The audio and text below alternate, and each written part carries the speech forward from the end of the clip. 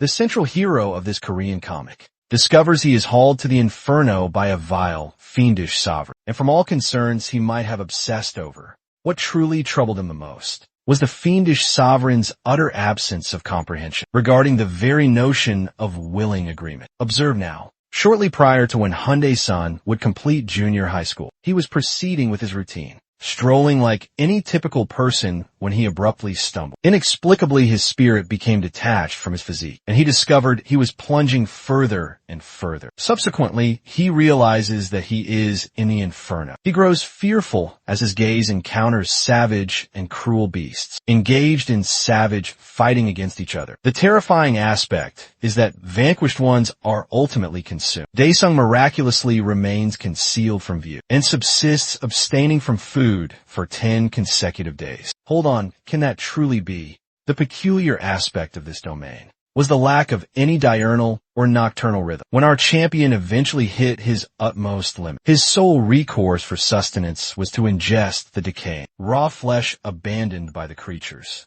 Repulsive though it seemed, it was his sole method to survive. Eventually, he slowly accustomed himself to his severe surroundings. He started to retaliate against the fiends that viewed him as quarry, employing simple stones from the earth, miraculously succeeding in repelling those fiends. With no alternative, he was compelled to engage in combat, utilizing whatever items he could find, discover, and fashioning it as improvised armament. Teardrops streamed from his eyes as he longed for his parent, and in that instant of deep sorrow, he promised to not yield to utter hopelessness. As the passing moments simply merged, a juncture arrived when he resolved to relinquish his mortal self. He commenced from the very lowest point, arduously battling his way upwards. The flesh that previously repulsed him transformed into a scarce indulgence, a thing he came to value for endurance. On a certain occasion, while consuming nourishment, an interface abruptly materialized. It disclosed that he had advanced to Tier 3. In that instant, everything resembled some kind of play. As 7 years passed, swiftly he attained rank 24. With this degree of sheer power, he could effortlessly dispatch with one hit the beings that previously appeared like savage beasts. After persevering through 24 years, he skillfully fashioned a blade from stone, obtained from a great draconic warrior. Nevertheless, moments did not cease their march. It passed onward like a soft wind. In his 51st solar year, Daesung achieved the daunting task of vanquishing an ancient W-Iron. By his 79th year, he eventually reached the fiendish sovereign, the precise being that had pulled him to this infernal reality. And crucially, without any given permission, he easily rends through the lesser minions, protecting the dark overlord's inner sanctum. And even the sentinel is utterly outmatched by the venerable, yet astonishingly spry main champion. He menaces the warden, insisting that he courteously unbar the gateway. Otherwise, his remnants will be offered to the fiendish beasts of this purported inferno. Yet still, the sentinel is highly uncooperative and mounts a minor yet fierce struggle. Perceiving this event as a direct insult to the dark overlord's dignity, he erupts in utter fury as he hurls scathing insults. He abruptly senses something penetrate his being, and when he lowers his gaze, he beholds a gaping chasm within his very torso. Daesung, quite unperturbed, simply comments this clamorous warden is truly vexing him. Concurrently, the hovering skeletal flame, or presumably his familiar, then inquires if he feels no real anxiety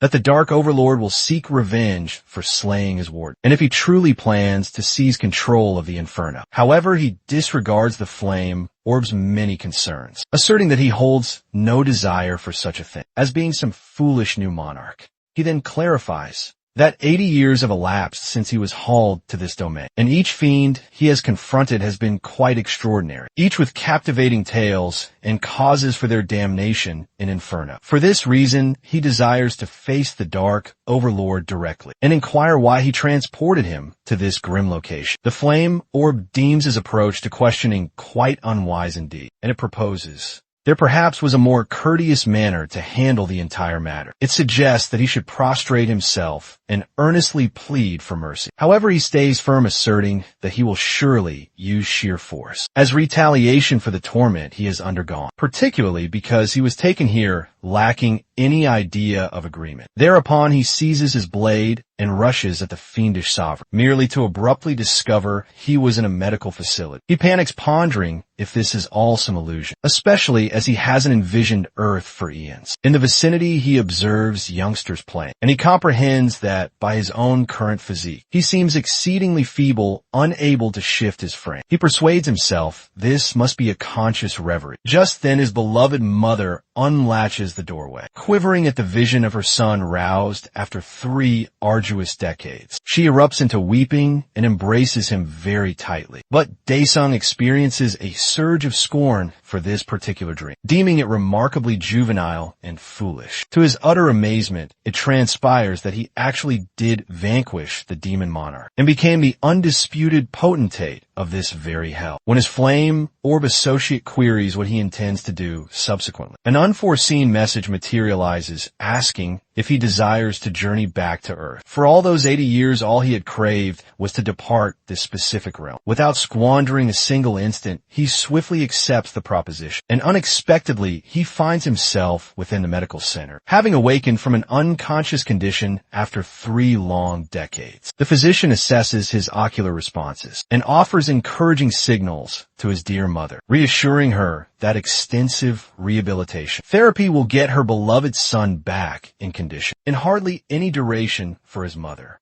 This is a true godsend, but for Daesung, it feels more like a terrible hex. The notion of resuming existence after squandering 30 years bedridden, currently in such a weakened condition, is completely intolerable to him. He becomes progressively more agitated, speculating if his whole sojourn to the inferno has been nothing but a mere phantasm. The individuals nearby grow frightened of him as he commences to behave like a deranged sufferer, overcome by his immense exasperation and utter bewilderment. He warns the physician not to approach him closer, but when a medical doctor advances, our champion bites him like some untamed beast, inquiring to learn what has befallen his own body. He questions if he has been rendered immobile or perhaps poisoned, ardently wishing this is just a terrible nightmare. In his delirium, he tumbles from the sickbed, which only intensifies his dear mother's profound worry. He contemplates the 80 years of ceaseless conflict he bore in hell, feeling as though all of it had been for naught,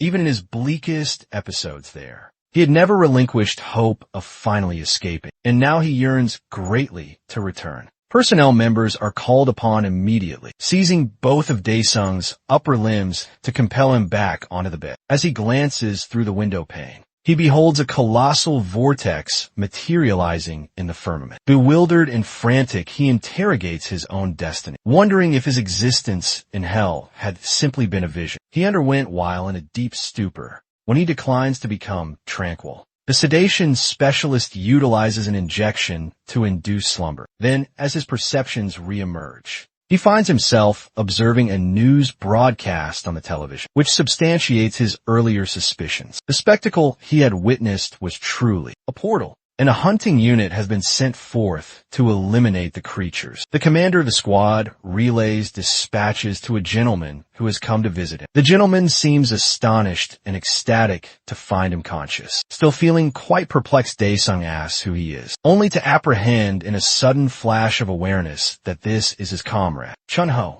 Chunho apprises him that he has been in this condition for 10 years. He elaborates that a full decade ago, while en route to his residence, he abruptly lost consciousness and fell. And since that very instant, he has been reclining in this hospital bed. Upon learning 10 years, Daesung feels a mixture of bewilderment and some relief. He had presumed 30 years had transpired. What vexes him most intensely, however, is the comprehension that he spent 80 years in hell. Chunho discloses that his mother has weathered a great many trials, laboring at 3 occupations to manage his medical facility costs. He motivates him to assume command of his existence once more, divulging that he has a vocational prospect arranged for him also, as our demon monarch is propelled outdoors by his mother. Desiring some invigorating air, he feels a profound sense of obligation and a deep loathing for his own body, which cannot even shift on its very own. Abruptly, 2 gentlemen materialize, insisting upon the currency his mother acquired. She expresses regret and implores for just 1 additional month, but the ruffians remain entirely unmoved. In a display of sudden hostility, one of the ruffians forcefully shoves her, menacing her with impending physical harm. Teardrops course down her visage as she implores them to cease debasing her before her son, her vocal tones quivering with utter desperation. Nevertheless, the ruffian pays no heed to her. Pleased, he prepares his arms and commences striking the unfortunate woman. Observing his mother's anguish ignites a ferocious fury within Daesung. So he begins labeling them pests and casting insults their way. When one of the hooligans seizes him by the garment, his mother desperately beseeches him to offer an apology, imploring the ruffians to release her dear son by stating to them that he is merely a youth. Dyson refuses to capitulate, adopting a very hardened demeanor. The ruffian, sneering, hurls him down onto the pavement with a powerful shove, following that the hooligan administers a savage thrash as he endeavors to manage his rage and yearns for his former physique. An unexpected arrival mission materializes before him in the status display. Without a single moment's delay, he hurriedly acknowledges it, understanding that he possesses scant alternative in the predicament. The status display had been his vital lifeline, permitting him to weather his duration in hell all by himself. As soon as he confirms the new mission, all his surroundings cease movement as though the temporal flow itself has frozen. The stipulations of the mission unfurl within the status display. He is directed to arrive at a designated spot within 1 hour, with the assurance of obtaining an elixir of recuperation upon triumph, propelled by sheer resolve. He mulls over whether regaining his previous prowess is attainable and discerns a crimson marker just 10 meters distant. He endeavors to rise, but with a smirk extending across his face, commences inching his way towards the objective. The notion of lamenting about something so insignificant disgusts him greatly. After all, he is the individual who has previously vanquished hell, inching more slowly than an invertebrate. The tiny centimeters expand into long meters, and the meters feel like truly boundless kilometers. At this particular tempo, he begins to question his capacity to reach the locale promptly. Yet he struggles to remain entirely composed, knowing that, in his own experience, the mechanism never bestows unachievable assignments or missions. As the fleeting seconds diminish, he abruptly perceives a hidden loophole. Remembering the mission's explicit terms, it strikes him that the sole prerequisite is to arrive at the destination, irrespective of how he contrives to achieve it so. Our inching champion becomes quite irritated, comprehending how exceedingly plain the answer had been throughout. With his delicate hands he extends for his mobility aid, progressing languidly but consistently until he contrives to settle within. Nevertheless, only 35 short seconds are remaining. Undaunted, he clasps the mobility aid and thrusts himself ahead. Refusing to relinquish hope, he propels onward and against all expectations. Arrives at the locale in the very final second. With the mission fulfilled, he seizes the compensation and rapidly ingests. Almost instantaneously, a surge of profound relief envelopes him completely. His discomfort subsides, and though merely a tiny portion, he starts to recover a slight measure of his previous physical might. With the successful conclusion of the mission, the temporal cessation effect quickly dissipates. The ruffians glance about in sheer confusion, seeking for Dyson, who has apparently disappeared into nothingness. Before they can commence their investigation, however, the constabulary materialize, seemingly having observed the whole occurrence. With no other recourse, the ruffians depart the vicinity in great haste. Later that evening, while reclining in a hospital bed, the demon monarch repeatedly endeavors to activate the status display, but all his attempts prove entirely fruitless. He has no inkling how it initiated previously. Desperate, he attempts various directives like quest and assignments, but in the very end, he forsakes the endeavor. His thoughts become fixated on the necessity for fresh missions, trusting they will assist him recover his capabilities before the ruffians decide to reappear. Abruptly, a peculiar sound disrupts the quietude, and he discovers himself levitating in a realm identified as the pantheon. At first, he discards it as a preposterous reverie, but it swiftly becomes evident that this is no mere phantasm. He has been transported here to accomplish some manner of duty. Without any reluctance, he petitions another mission and a striking dummy. Though more precisely, a striking beast materializes before his very eyes. He performs as directed, and upon finishing the assignment, he is compensated with a recollection module, No sooner is the mission concluded than another one appears. This instance mandating him to traverse 10 kilometers. The missions persist in arriving one after the next. And with each and every fulfilled assignment, he acquires yet another valuable compensation. For 10 successive days, he perseveres through, fulfilling mission upon subsequent mission, yet only contrives to achieve 55% of the total execution. Exasperation mounts as he grows weary of these elementary level assignments, and he ultimately insists upon a suitable true trial. In reciprocation, the mechanism awards him a fresh mission to slay a weeping fiend. Unexpectedly, a flash of lightning impacts before him, and the weeping fiend manifests. The so-designated demon monarch recollects how exceedingly near he came to demise when battling this adversary previously, and feels a surge of keen anticipation at the prospect for a rematch. The lightning-shrouded beast emits a thunderous roar and initiates into the fierce contest. With a savage and brutal claw assault, Daesung narrowly evades just in time, fully cognizant that a solitary blow would pulverize him to fragments. He catapults forward intending to deliver a strike, but the beast effortlessly deflects him far away, propelling him crashing violently to the ground. Crimson fluid spills from his mouth as he struggles to stand upright. The utter degradation of being hurled about by a weeping fiend. Eroding at his personal pride,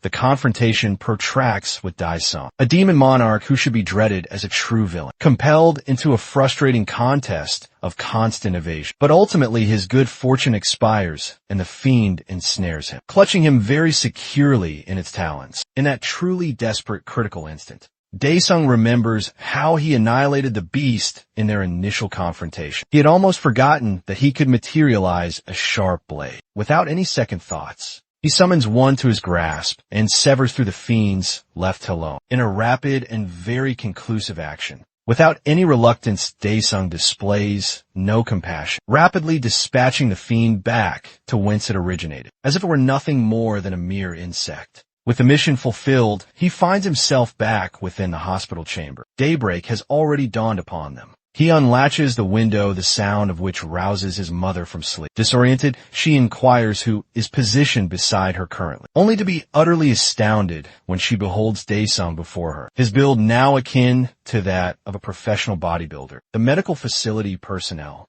accountable for his physical recuperation, are rendered utterly speechless. According to their prior forecasts, his full recovery should have necessitated at least 6 full months. It is far beyond any comprehension for them how Daesung attained such astonishing advancement in merely 15 days. His mother still apprehensive regarding her beloved son, voices her profound concern, but the physician gently placates her, soothing her anxieties by affirming there is nothing to truly dread. Concurrently, Daesung perceives the consequences of his prior mission. Observing a notable enhancement as some of his might returns, he extends his limbs, surveying around the chamber until he spots his mother conversing with a nurse. Teardrops well in her eyes as she expresses gratitude to the nurse, who consequently offers her genuine solace, recognizing her hardship and truly understanding her difficult circumstances. Witnessing this, Daesung then comprehends just how exceedingly arduous the preceding 10 years must have been for his mother. His heart constricts with powerful sentiment, and as he balls his strong fists, he silently pledges to safeguard her always. Now that he has eventually come back, he proceeds to the lavatory and loudly shouts Pantheon. Instantaneously, his very essence is drawn into the Pantheon upon his arrival. He inquires whether the mechanism can hasten the entire implementation procedure. The mechanism replies in the affirmative, permitting him to choose the challenge rating for the arbitrary missions. Remembering his former status as the demon monarch, he audaciously establishes the challenge rating to Inferno, the uppermost and most formidable tier that is accessible. In reciprocation, a shadowy sphere materializes directly before him. As it then shatters, the spectacle that unfolds leaves him completely wide-eyed in pure astonishment. Before him stands none other than the supreme potentate of hell, an identical reflection a copy of Daesung. But in his complete and utter prowess, Daesung summons his sharp blade. Great exhilaration coursing through his veins at the prospect of combat. Without squandering a moment, his duplicate lunges very swiftly forward, initiating a savage and powerful overhead assault. The enfeebled Daesung barely contrives to parry the mighty blow. Experiencing the immense strain, the duplicate sustains the fierce offensive, assaulting from every conceivable direction, probing for vulnerability in Daesung's stalwart defenses. Overwhelmed by the sheer, unadulterated might of his own doppelganger, he comprehends that the longer this particular fight extends, the more it operates against his favor.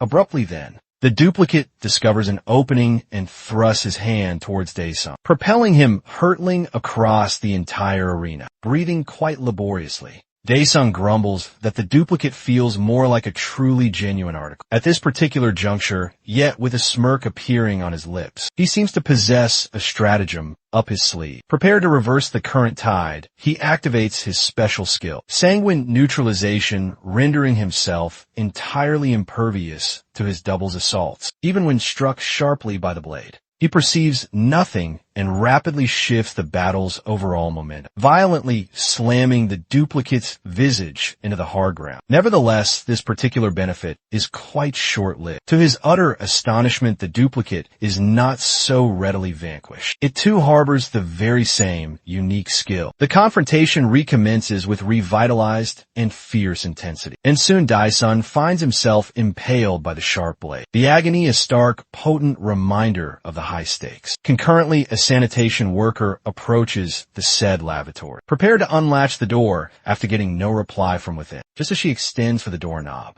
She is abruptly called to the third story on an extremely urgent matter. Back within the pantheon, Daesung feels truly cornered. The burden of potential calamitous defeat bears down heavily upon him, and he comprehends that if he succumbs at this point, all his arduous labor will have been for absolutely naught. Utter desperation propels his frantic thoughts as he quests for a method to reverse the tide, even if it necessitates a fortunate stroke of pure luck. He swiftly consults his inventory and retrieves a revitalizing elixir, one of the many compensations he obtained for fulfilling missions. This particular concoction possesses the astonishing capacity to recuperate 20% of his vitality. Comprehending that 5 such vials would completely restore him to 100%. He feels a tiny spark of renewed hope ignite deep within him. In the intense fervor of battle, he resolves to embrace the peril and consumes down 1 vial, feeling the invigorating consequences surge powerfully through his entire body, interrupted by his fraudulent exact double. Our champion shows no hesitation and audaciously launches his strong fist, disregarding his own low vitality with his troublesome double, propelled flying by a solitary powerful punch. Our champion's self-assurance is rapidly and fully reinstated. Without squandering a single fleeting moment, he retrieves 2 additional elixirs and consumes both those vials. His troublesome double, however,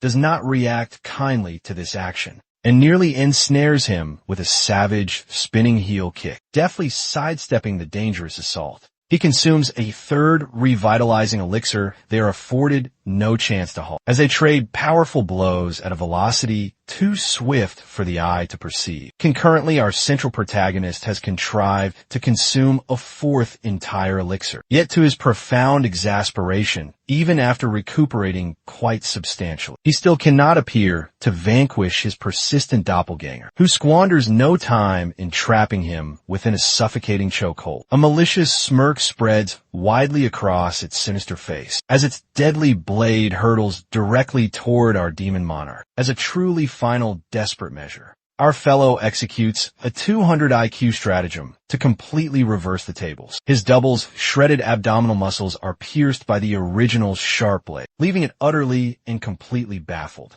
as its own formidable weapon vanishes into Daesung's personal inventory with a very impudent wide smile. Our central protagonist chuckles at his previously overconfident, menacing doppelganger, observing it crumple heavily to its very knees. His perilous gamble secured upon fulfilling the inferno difficulty mission. A brilliantly blazing Azure window proclaims that the current user has attained a 100% full implementation proportion, and that his physique is now reinstated to its absolute peak. As an additional benefit, he even acquires the capacity to utilize the hell mechanism on Earth. Abruptly, his medical facility garments are violently torn asunder. The spectacle of his battle-marred physique initiates a deluge of recollections, reminding our very own demon monarch of all the immense suffering that guided him to this critical juncture, bestowing upon him a peculiar sense of familiarity. Nonetheless, when he directs the mechanism to transport him back to Earth, an interface materializes inquiring if he desires to peruse unread dispatches. Upon choosing affirmative, the dispatches felicitate him on becoming a true monarch. It is elucidated that after the prior monarch departed, the celestial entities assumed dominion over all of hell, leaving the fiends completely ensnared. Comprehending the profound ramifications, our central protagonist then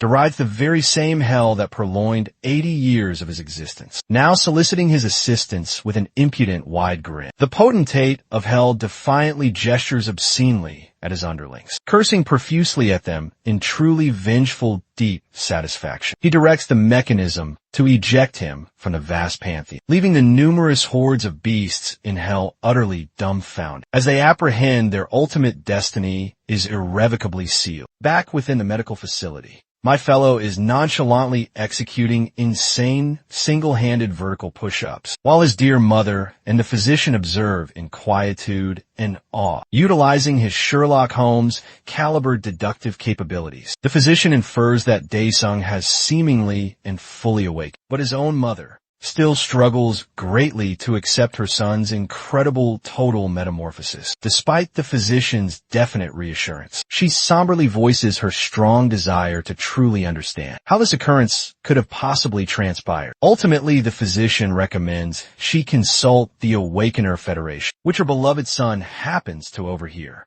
The scene transitions to our protagonist and his mother within a taxicab. As he contemplates her prior conversation with the said physician, he ponders what his own mom might be concealing from him. Compounding his perplexity, he gazes out the vehicle window, wondering what transpired on Earth while he was deeply comatose. When they eventually arrive back at their home, his mom indicates she will return shortly and then departs. Stepping into the dwelling, he is astonished to discover a young lady with pastel-colored tresses, extracting currency from a small bureau drawer. He racks his own mind, attempting to remember who this enigmatic girl could possibly be. Just at that moment, his mother rushes quickly inside, shattering the uncomfortable and awkward quietude. She divulges the young lady is Han Jisoo, his very own sister. The sudden comprehension strikes him that the young lady he failed to recognize this entire duration is his singular cherished sibling, noticing her petulant daughter taking funds again. Their dear mom is visibly quite annoyed,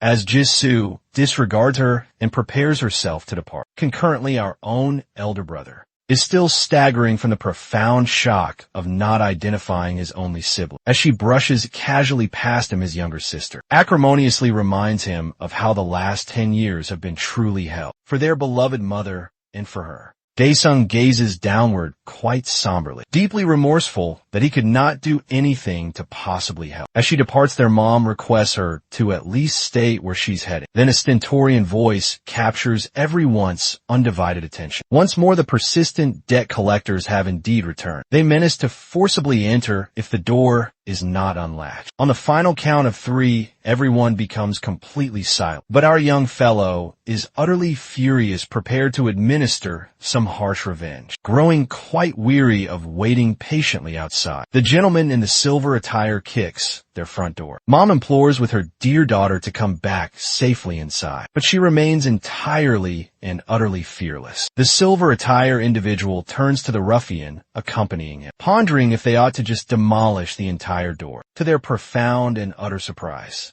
Yezu emerges and laments that they are being too damn bothersome, momentarily rendered quite speechless. The silver attire individual infers she must be the dear daughter, grasping the fleeting unique opportunity. He angrily storms into the residence while his unsightly mother, quaking intensely, offers regrets as she extracts currency from her handbag. Yet instants later the funds are airborne as the silver-clad man, enraged by the paltry amount, savagely strikes her, felling the delicate lady to the floor. Beholding his mother being abused, our champion, boiling with fury, propels the silver-clad man hurtling with a solitary, gratifying blow. The portly and unsightly ruffian inquires what unfolds while the previously conceited man in the silver attire whimpers to his papa about being tormented. The brute can merely gape in astonishment as our infernal sovereign thanks them both for opportunely arriving directly to him. Following a quick jeer, the ruffian is gripped by the mandible as our fellow readies to administer a richly earned thrash. In defense of his mother, he strikes the brute in the visage. Not 5, not 10. Yet 100 instances before the savage crumples to the floor in agony. Battered and gory, the ruffian espies a timber seat. In a frantic maneuver, he seizes it by the support and attempts to strike our lad. Yet like a true renegade, our fellow punches straight through the chair, propelling the brute hurtling into the barrier and settling beside his accomplice. Alarmed, the silver-clad fellow extracts a dagger and derides our young hero. Undaunted, our champion coolly seizes the fellow by the wrist and contorts it brutally like modeling clay. In retribution for assaulting his mother, the fellow yelps out in torment, grasping his now limp, ineffective hand. The unsightly, portly ruffian cautions him he will not escape unharmed. Rather more ferocious than the two scoundrels together, our infernal monarch offers an uncomplicated answer. Permit no observers precisely when he is poised to dispatch the brute. He halts rigid at his mother's piercing shriek. She implores her son to cease, and the two creditors, now weeping, they hasten out of the dwelling. They stagger back to their vehicle, conversing in astonishment how a confined youth could become so mighty after passing 10 years insensible, anxious about repercussions of botching their task. The silver-clad man apprehensively inquires of his associate their next move. Tending his injuries, the unsightly large fellow attempts to alter the top. Yet the silver-clad man swiftly interjects, having just noticed Daesung's sibling back at their home. Mother clarifies that after he fainted, she was forced to liquidate the home and the business. She further elaborates that once those funds were depleted, she borrowed money from 3 distinct entities. Unlike the principal sum she acquired, the interest accrued into an unpayable exorbitant debt. Inquisitive about Jisoo, our central hero discovers that she had to depart from studies and labor at an eatery to help settle the obligation. With moist eyes, his mother divulges how his sister toiled relentlessly, day and night, merely to sustain him. Clenching his teeth, he laments that she should not have had to abandon school. His mom then recounts that despite Jisoo's endeavors, she was not earning sufficiently and has been venturing somewhere undisclosed for recent months. Distraught at his family's tribulation, our fellow wishes they had permitted him to perish, but his mother softly consoles him. The somber quietude that ensues is broken by a telephone summons. Perceiving that it is the creditor, our lad tells her to pass it over. Exasperated, he derides them, but his eyes widen in alarm as he hears the dire tidings. The scene transitions to his dear sister, secured and her mouth sealed. The unsightly ruffian shoves her head as he is on a call with our hero, menacing him to gather 100 million within 24 hours if he desires his sister to remain unharmed. Enraged, our lad grips the handset tightly. When mom queries what is amiss, he merely informs her he will return after some time. His mother cautions him against harming or slaying anyone, asserting his existence will be forfeit if he does. But the monarch comprehends that eliminating them will not resolve anything, unlike in the netherworld, to his amazement. Precisely as he utters the term hell, an incandescent panel materializes, reassuring his mom that he will not perpetrate any felonies. Our central hero accepts the proposition to acquire a fundamental ability, afforded 4 distinct selections. He ponders which option would prove most advantageous, but ultimately decides that none of them is truly exceptional. Concurrently, the hooligans continue relocating Daesung's weeping sister as they ascend in a lift. The unsightly ruffian reminds her of her status as a captive. Abruptly, electrical sparks fly, and the lights extinguish, bringing the lift to a standstill. Noticing sparks near his own feet, the portly fellow is quite taken aback. As our central hero supernaturally flashes into being, he sardonically remarks that he has arrived to deliver the funds. It transpires our champion selected the Shadow Phantom, ability permitting him to conjure a phantom that assumes his likeness once it possesses the quarry's vital fluid. Now that it has pinpointed its objective, the phantom violently slams the silver-clad man's head into the metallic partition. Meanwhile, the unsightly fellow becomes frantic, realizing Daesung has been a clandestine awakened one all this time, astonishing his sister in the very process. Yet the phantom feigns complete unawareness. When the lift portals finally unseal, the portly fellow stumbles outward, proclaiming to the Syndicate members that an awakened one has intruded. But before he can articulate more, a swift blow to his upper neck sends him crashing heavily to the floor with a loud impact. Affronted on their own domain, the hooligans seize their armaments. The phantom menacingly receives them, and the initial fellow advances to assault. However, he rapidly finds himself transported behind the phantom, sustaining a kick that renders him unconscious. Thus, voltaic Daesung inflicts devastation upon the mob. Now, the final individual remaining. He approaches Jisoo and verifies if she is unharmed. He swiftly undoes her bindings and tape and implores her to go home. But she voices her apprehension for her dear male sibling with a composed demeanor. He reassures her that he will come to visit her after concluding his affairs so as the lift portal closes upon her. The phantom prepares for another severe thrash. Groans of anguish reverberate throughout the corridors, where only insensible bodies are now perceptible. It seems that our champion ascends the stairways, pacifying each level one by one. As he nears another contingent of hooligans enjoying a smoke, he jests that everyone is so feeble that the absence of challenge truly vexes him. Irritated by the affront, like all the preceding hooligans, they get utterly and completely demolished.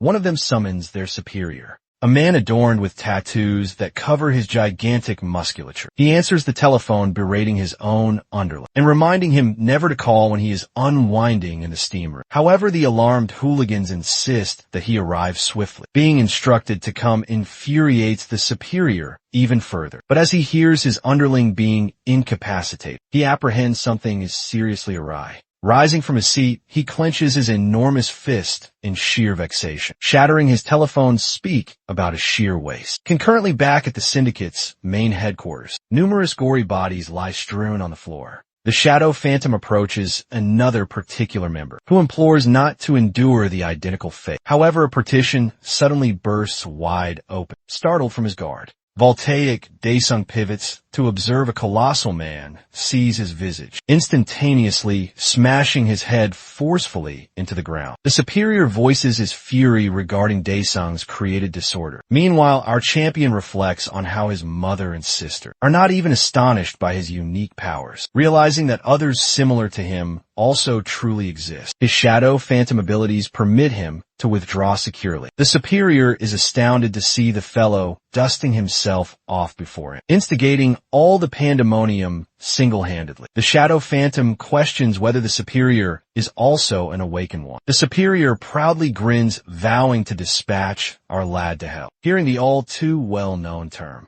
our champion narrows his gaze at the brawny beast, whose garments explode from his physical augmentation. Not minding about his sheer size, as usual, our champion violently bashes the superior's visage and taunts the colossal weakling. Lying embedded into a partition, the superior denies being vanquished so readily, and angrily rises to initiate a retaliatory strike. But he is promptly subdued by a kick to his sculpted visage. With a rapid succession of kicks, our lad gives the superior a thrash, explaining what genuine hell is and how much anguish it inflicts. Concurrently, the colossal man can only consider surviving and requests a brief recess. With his very spirit shattered, the brawny hooligan offers currency and all his possessions in return for his own worthless existence. Hearing about the currency piques my lad's keen interest. He interrogates the superior about the Syndicate's strongbox. After directing our central hero towards the closet with the strongbox, the superior flees like a whimpering small maiden, eventually arriving at his white vehicle in the parking area. Believing he is now secure,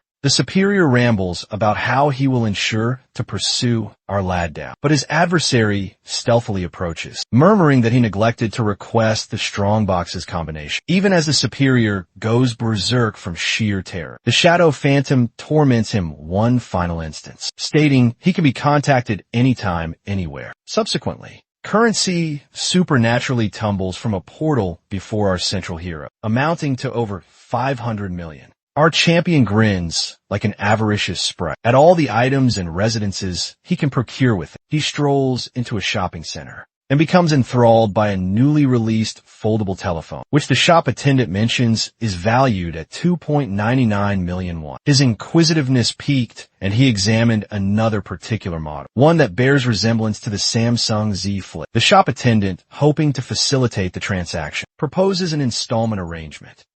Daesung, without any reluctance, slaps 5 million won on the counter and purchases both models immediately. The shop attendant, with an air of deep mistrust, accepts the currency as though he has either defrauded someone or charged considerably more than the equitable price. Our fiend arrives at his dwelling, casually depositing his acquisitions. When his mother summons him to join her for sustenance, he replies that he needs to depart soon, before she can inquire where he is venturing. He has already vanished from sight. In actuality, he has been invited to supper by his comrade at an eatery. Chun-Ho is visibly astonished by Daesung's complete metamorphosis, as his physique has remarkably altered since their previous meeting. Just a few short days earlier, the pair commence their meal by sharing a beverage. Chano initiates a new dialogue, inquiring of Daesung about his future, intentions reminding him that they are no longer the blithe school youths they previously were. Daesung, however, redirects the discourse in a different trajectory, asking how many dwellings could be acquired with 500 million won. Chun-Ho, momentarily astounded, questions if the son truly possesses that kind of wealth, but rapidly shifts to discussing the prevailing state of economic inflation. He clarifies that regrettably, such a sum would scarcely be adequate for a lease on a humble apartment situated on the peripheries of the metropolis. This disclosure disquiets the infernal monarch, and he anxiously inquires how much it would necessitate to purchase a place in the city. Chun-Ho informs him that it would require at least 2 billion won, then urges him to become calm, reminding Daesung that the world has altered drastically since he lapsed into a deep coma. Redirecting the current conversation, Chun-Ho gets to the crux of the issue, inquiring if Daesung is truly awakened. Daesung replies that to verify such a claim, he first needs to comprehend what awakened actually signifies. As they depart the said eatery, Chun-Ho elucidates it all. He commences from the very beginning, recounting how shortly following Daesung's deep coma, enigmatic portals designated as gates started manifesting universally. Initially, the portals were regarded as a minor peril and were maintained under governance. Nevertheless, matters took a sinister turn when beasts began escaping from the gates, inundating the earth in what became known as a gate breach. These beasts inflicted widespread havoc, sparing absolutely no one in their destructive path. Humankind valiantly fought back, but soon discovered that their man-made armaments were utterly futile against such truly foul creatures. Daesung, unable to restrain his sheer curiosity, interjects, asking if not even firearms or cannons could harm them. Chun-Ho confirms that it is accurate to say normal weapons did nothing. He then proceeds explaining that over a period, a novel type of armament was eventually discovered, specialized armaments known as aura-infused weapons. These new armaments, crafted from monster-derived byproducts, proved efficacious against the said creatures. Those capable of wielding them became known as the awakened individuals, champions who stood at the vanguard when humanity confronted near annihilation. The adage necessity is the progenitor of invention resonated true as humankind adapted to ensure survival. In an endeavor to display, the infernal monarch withdraws a cutting-edge, foldable telephone from his own arsenal, attempting to impress his friend Chun-Ho, but his self-assurance quickly shatters when he ascertains that such telephones are now being distributed for free. Realizing he has been utterly duped, overcome by profound embarrassment, Daesung quietly keeps the entire matter to himself, opting not to divulge to his good friend just how much he actually expended for it. Chano redirects the conversation back to the subject of awakened ones, telling Daesung that even if he does not employ an aura weapon, he can still channel the aura to fortify his own body. He then indicates that he has heard not only about Daesung's enhanced physical condition, but also that he recently gave a notorious ruffian group quite the alarm. Daesung, with a trace of sheer bluff, asks Chunho if he would still offer him currency, and maintain the identical attitude toward him if he were not an awakened one, suddenly revealing his true intentions to leverage their companionship. Jonho's temper ignites, but before their disagreement can truly escalate, a gate breach unexpectedly occurs directly above them, and beasts begin pouring out into their very midst. As the beasts strike their timber armaments against the pavement, the earth quakes quite violently, resembling a powerful seismic event. The sheer magnitude sends waves of terror through the nearby populace, causing them to quiver in abject fear. The beasts unleash menacing guttural growls, sending humans into a sheer panic as they flee for their very lives. Daesung, however, then,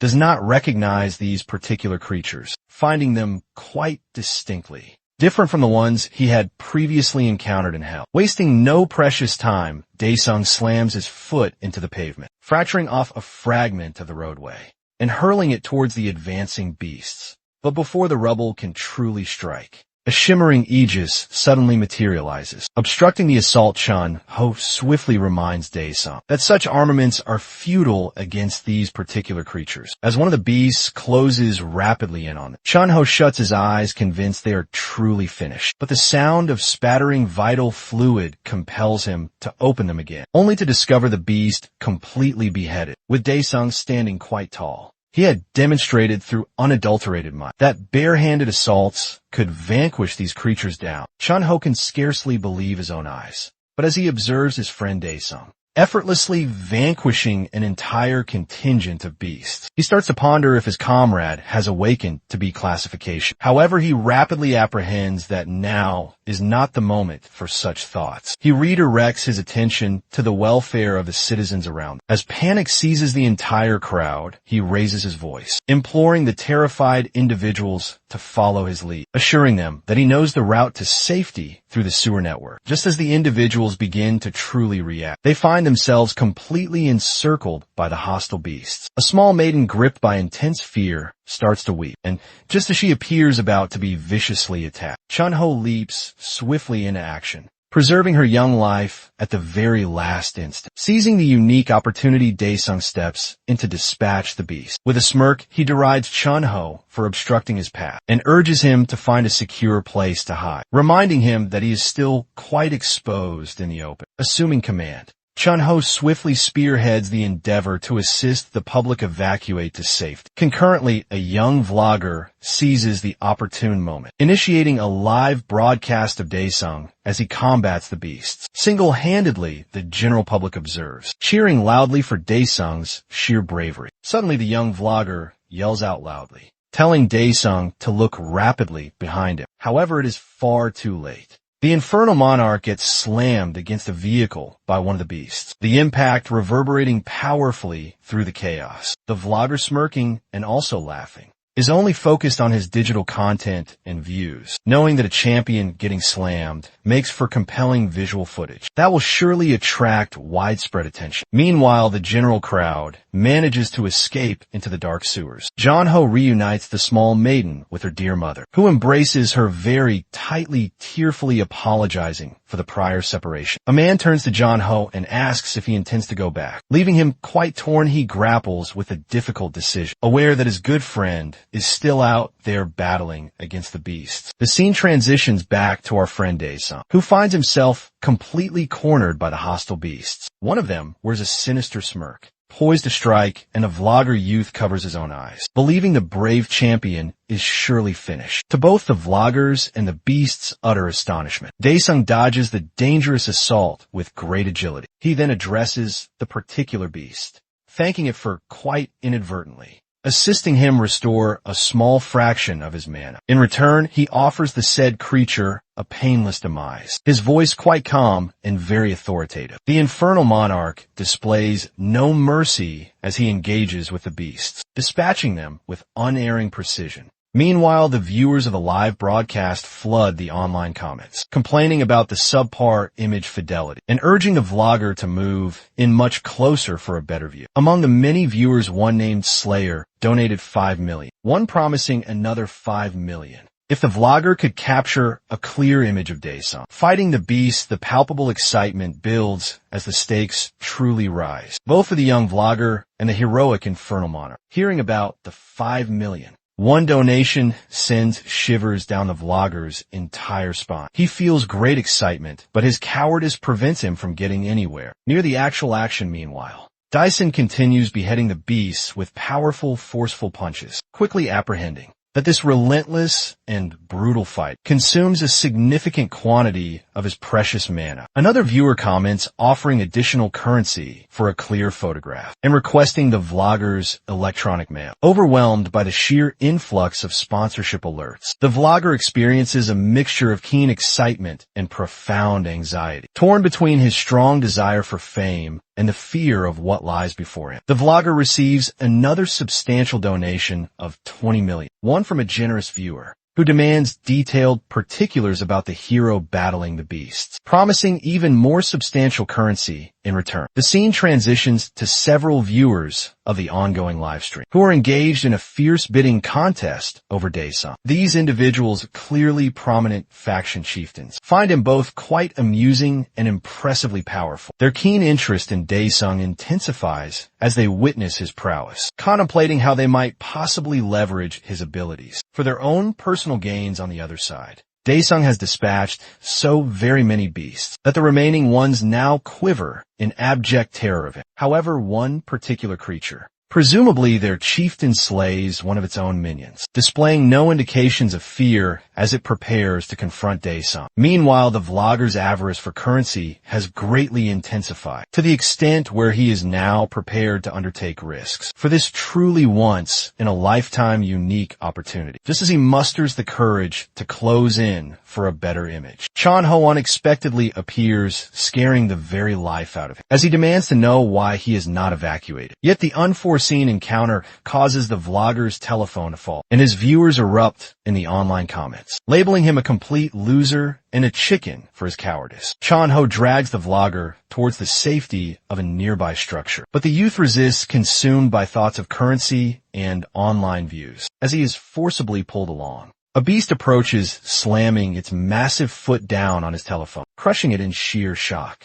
The vlogger loses his own consciousness. But before any additional harm can befall them, Daesung intervenes, beheading the beast in a swift, decisive motion. As the remaining beasts are finally dispatched, Daesung turns to his friend Chunho, inquiring why his comrade returned despite the imminent danger. Chunho voices his deep concern, admitting that he grew worried, extremely sick about Daesung. In response, Daesung asks if his comrade can wait for about 20 minutes, explaining that he needs to visit a particular location. Chonho reassures him not to feel anxious, mentioning that the factions will be arriving very soon. Seeing his friend's utter cluelessness, Daesung promises to enlighten him at a later time. He quickly enters the vast pantheon, and Chonho observes in confusion as Daesung opens a new gate. He is left pondering how Daesung can open a gate by himself, and what has truly transpired to him since they last convened. Entering the pantheon, our infernal monarch then scoffs, clearly irritated by the present condition of his body. After such a relatively minor conflict, a panel emerges revealing that his mana reserves sit at a paltry 10%. Displeased with his pitiful mana concentrations, he searches for a method to rapidly restore them. He soon ascertains that to regain his true strength, he must re-experience the events chronicled in his personal journal, with rewards mirroring the arduous trials he successfully overcomes. A wave of strong familiarity washes over him, as recollections of the journal that kept him sane during his time in hell resurface without a single second thought. He agrees to the difficult trial in an absolute instant. A journal materializes directly before his eyes. Massive, powerful gusts of energy explode from the ancient book, signaling the commencement of the great challenge. Recollections of his suffering rush back into our champion's very mind as the journal releases its very contents. It bursts into brilliant flames, leaving behind a bitter, lingering aftertaste from the painful recollections. With a fierce new resolve to finally increase his mana, the ruler of hell commands the recreation of page number 16, detailing 5 extremely agonizing years in deep hell. Meanwhile, back on the planet Earth, Chunho escorts the young vlogger youth, who awkwardly attempts to probe for details about their champion from his rescuer in a very clumsy maneuver. The youth casually questions where the formidable beast fighter has suddenly disappeared. Unfazed Chun-Ho casts a scornful sharp glance at the spineless youth, wondering aloud why anyone would possibly offer 20 million just for a photograph of his good friend's visage. Unimpressed with the given answer, the youth feigns complete ignorance. But their conversation is abruptly terminated by a deafening sound that rattles them both quite severely. Chun-Ho calmly instructs the youth to follow him in utter silence towards the gathering of many accused. Feeling his telephone then vibrate, Chun-Ho reads a message from his own leader, informing him that due to it being the late weekend, reinforcements will be significantly delayed, urging him to escape as swiftly as is possible. Distressed by the unfortunate news, Chun-Ho can only hope his demon-hunting best comrade returns very soon, before it is far too late indeed. Meanwhile, in another separate dimension, our champion finds himself reliving his duration in the forest of predators. Gentle breezes brush lightly past him, yet he grows quite uneasy with the eerie quietude surrounding him. A panel appears announcing his current task: subjugate 10 white immense colossi, the divine ethereal beings of the forest. Clueless, the innocent infernal king wonders where his adversaries could be, oblivious to the massive dark shadow looming directly overhead. The robot locks onto its designated target, its eyes glowing with a menacing deep crimson hue, before unleashing a dazzling powerful energy beam. Sensing the danger just in perfect time, our champion narrowly evades the deadly attack, barely avoiding being completely incinerated. Through the blinding dense fog, our infernal king spots the white colossus. Righteous being, a machine with a visage only a mother could adore if it even possessed one. As he assesses up this so-called divine pristine creation, its hand suddenly hurtles directly towards him, cutting through the still air like a powerful drill. Unimpressed, he responds with a swift counterattack, his fist slamming into the automaton's tough, unyielding metallic visage, absorbing the impact of our infernal king's destructive mighty blow. The colossal robot stumbles far back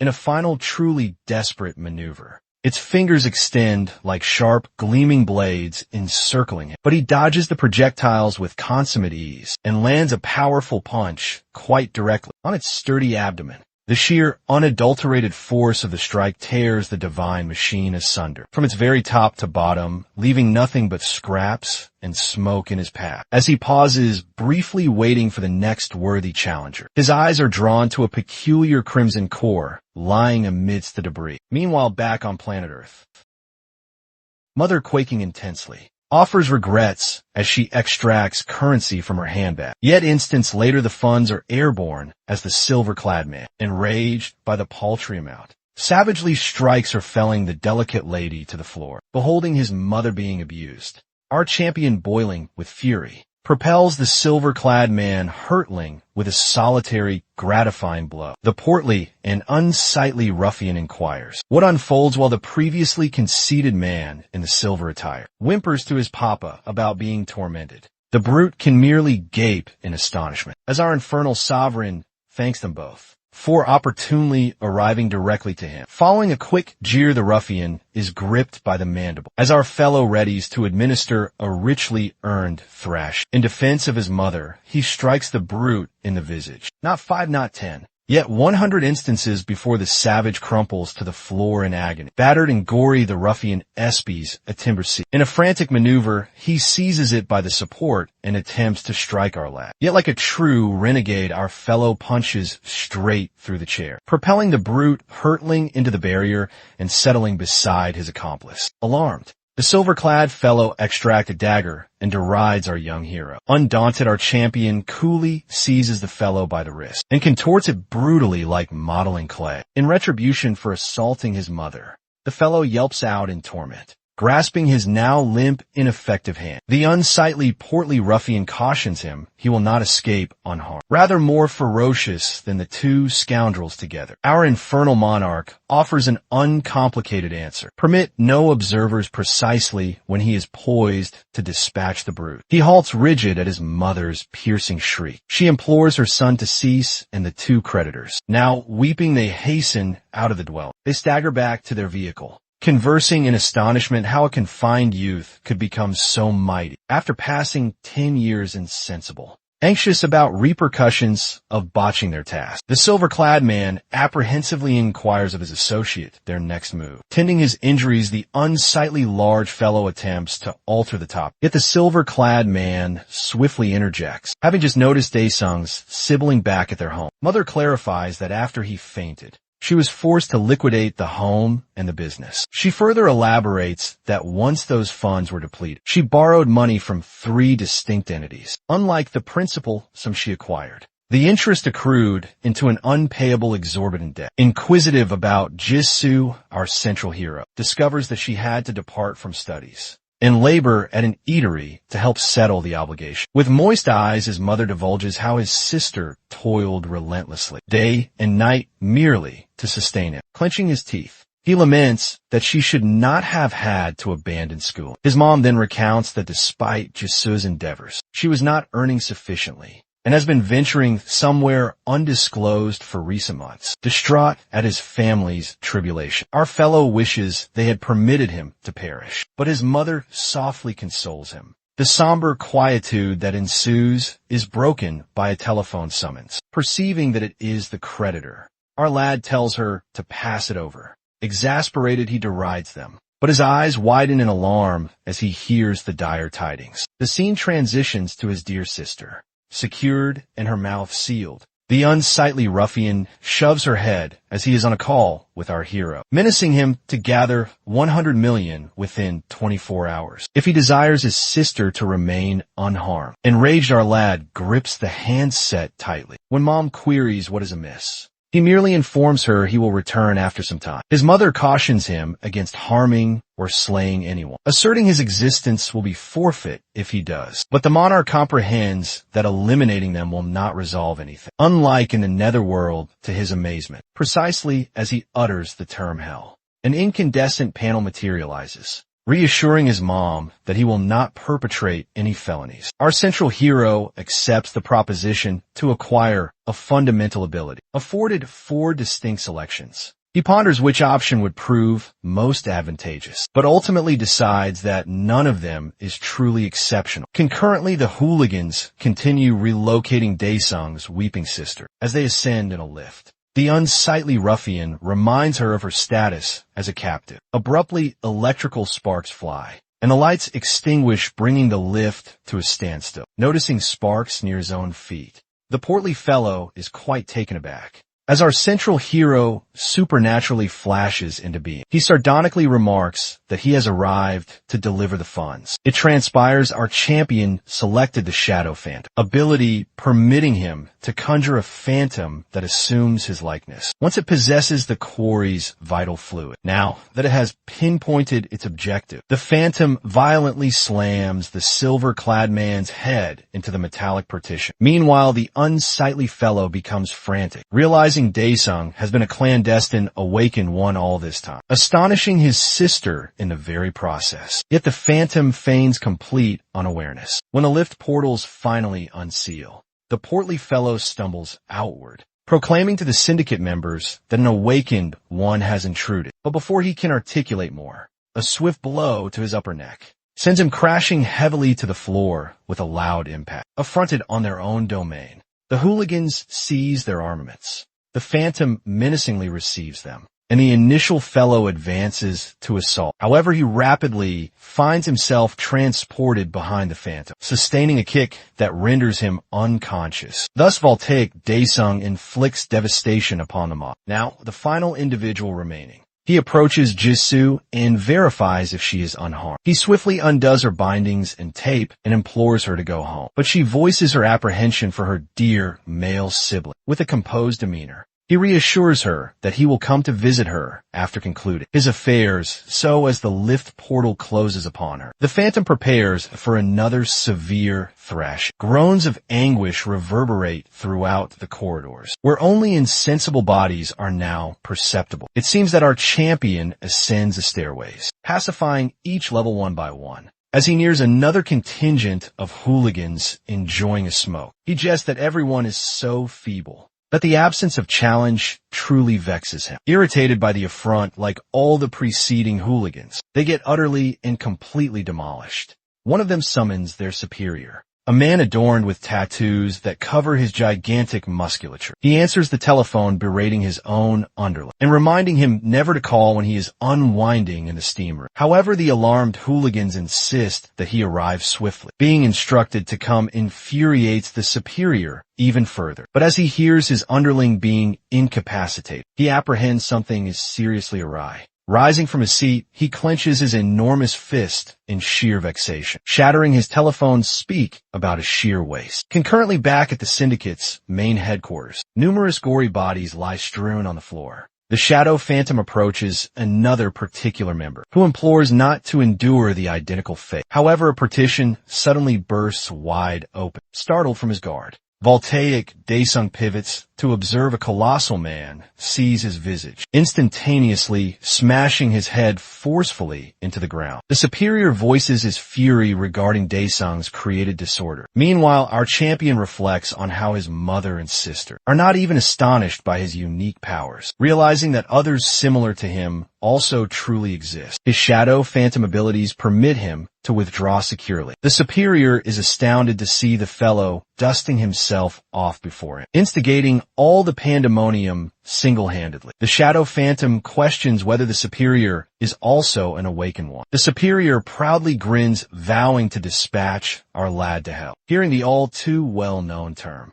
our champion narrows his gaze at the brawny beast, whose garments explode from his physical augmentation. Not minding about his sheer size, as usual, our champion violently bashes the superior's visage and taunts the colossal weakling. Lying embedded into a partition, the superior denies being vanquished so readily, and angrily rises to initiate a retaliatory strike. But he is promptly subdued by a kick to his sculpted visage. With a rapid succession of kicks, our lad gives the superior a thrash, explaining what genuine hell is and how much anguish it inflicts. Concurrently, the colossal man can only consider surviving and requests a brief recess, with his very spirit shattered. The brawny hooligan offers currency and all his possessions in return for his own worthless existence. Hearing about the currency piques my lad's keen interest. He interrogates the superior about the Syndicate's strongbox. After directing our central hero towards the closet with the strongbox, the superior flees like a whimpering small maiden, eventually arriving at his white vehicle in the parking area, believing he is now secure. The superior rambles about how he will ensure to pursue our lad down, but his adversary stealthily approaches, murmuring that he neglected to request the strongbox's combination, even as the superior goes berserk from sheer terror. The shadow phantom torments him one final instance, stating he can be contacted anytime, anywhere. Subsequently, currency supernaturally tumbles from a portal before our central hero, amounting to over 500 million. Our champion grins like an avaricious sprite at all the items and residences he can procure with it. He strolls into a shopping center and becomes enthralled by a newly released foldable telephone, which the shop attendant mentions is valued at 2.99 million won. His inquisitiveness piqued, and he examined another particular model, one that bears resemblance to the Samsung Z Flip. The shop attendant, hoping to facilitate the transaction, proposes an installment arrangement. Daesung, without any reluctance, slaps 5 million won on the counter and purchases both models immediately. The shop attendant, with an air of deep mistrust, accepts the currency as though he has either defrauded someone or charged considerably more than the equitable price. Our fiend arrives at his dwelling, casually depositing his acquisitions, when his mother summons him to join her for sustenance. He replies that he needs to depart soon, before she can inquire where he is venturing. He has already vanished from sight. In actuality, he has been invited to supper by his comrade at an eatery. Chun-Ho is visibly astonished by Dae-sung's complete metamorphosis, as his physique has remarkably altered since their previous meeting. Just a few short days earlier, the pair commenced their meal by sharing a beverage. Chano initiates a new dialogue, inquiring of Dae-sung about his future. Intentions reminding him that they are no longer the blithe school youths. They previously were Dae-sung. However, redirects the discourse in a different trajectory, asking how many dwellings could be acquired with 500 million won. Chun-Ho momentarily astounded. Questions if the son truly possesses that kind of wealth, but rapidly shifts to discussing the prevailing state of economic inflation. He clarifies that regrettably, such a sum would scarcely be adequate for a lease on a humble apartment situated on the peripheries of the metropolis. This disclosure disquiets the infernal monarch, and he anxiously inquires how much it would necessitate to purchase a place in the city. Chun-Ho informs him that it would require at least 2 billion won, then urges him to become calm, reminding Dae-sung that the world has altered drastically since he lapsed into a deep coma.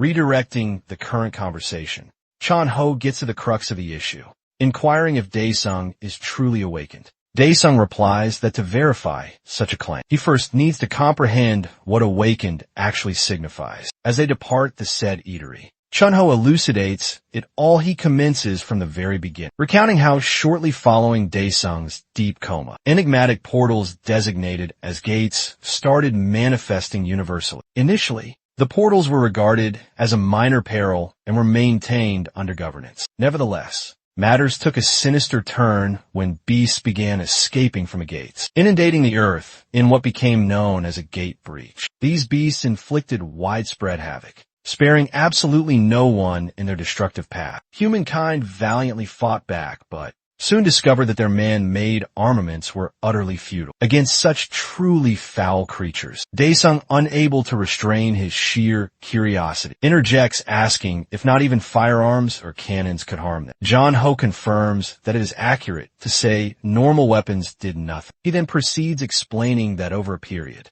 a novel type of armament was eventually discovered, specialized armaments known as aura-infused weapons. These new armaments, crafted from monster-derived byproducts, proved efficacious against the said creatures. Those capable of wielding them became known as the awakened individuals, champions who stood at the vanguard when humanity confronted near annihilation. The adage necessity is the progenitor of invention resonated true as humankind adapted to ensure survival. In an endeavor to display, the infernal monarch withdraws a cutting-edge, foldable telephone from his own arsenal, attempting to impress his friend Chun-Ho. But his self-assurance quickly shatters when he ascertains that such telephones are now being distributed for free. Realizing he has been utterly duped, overcome by profound embarrassment, Dae-sung quietly keeps the entire matter to himself, opting not to divulge to his good friend just how much he actually expended for it.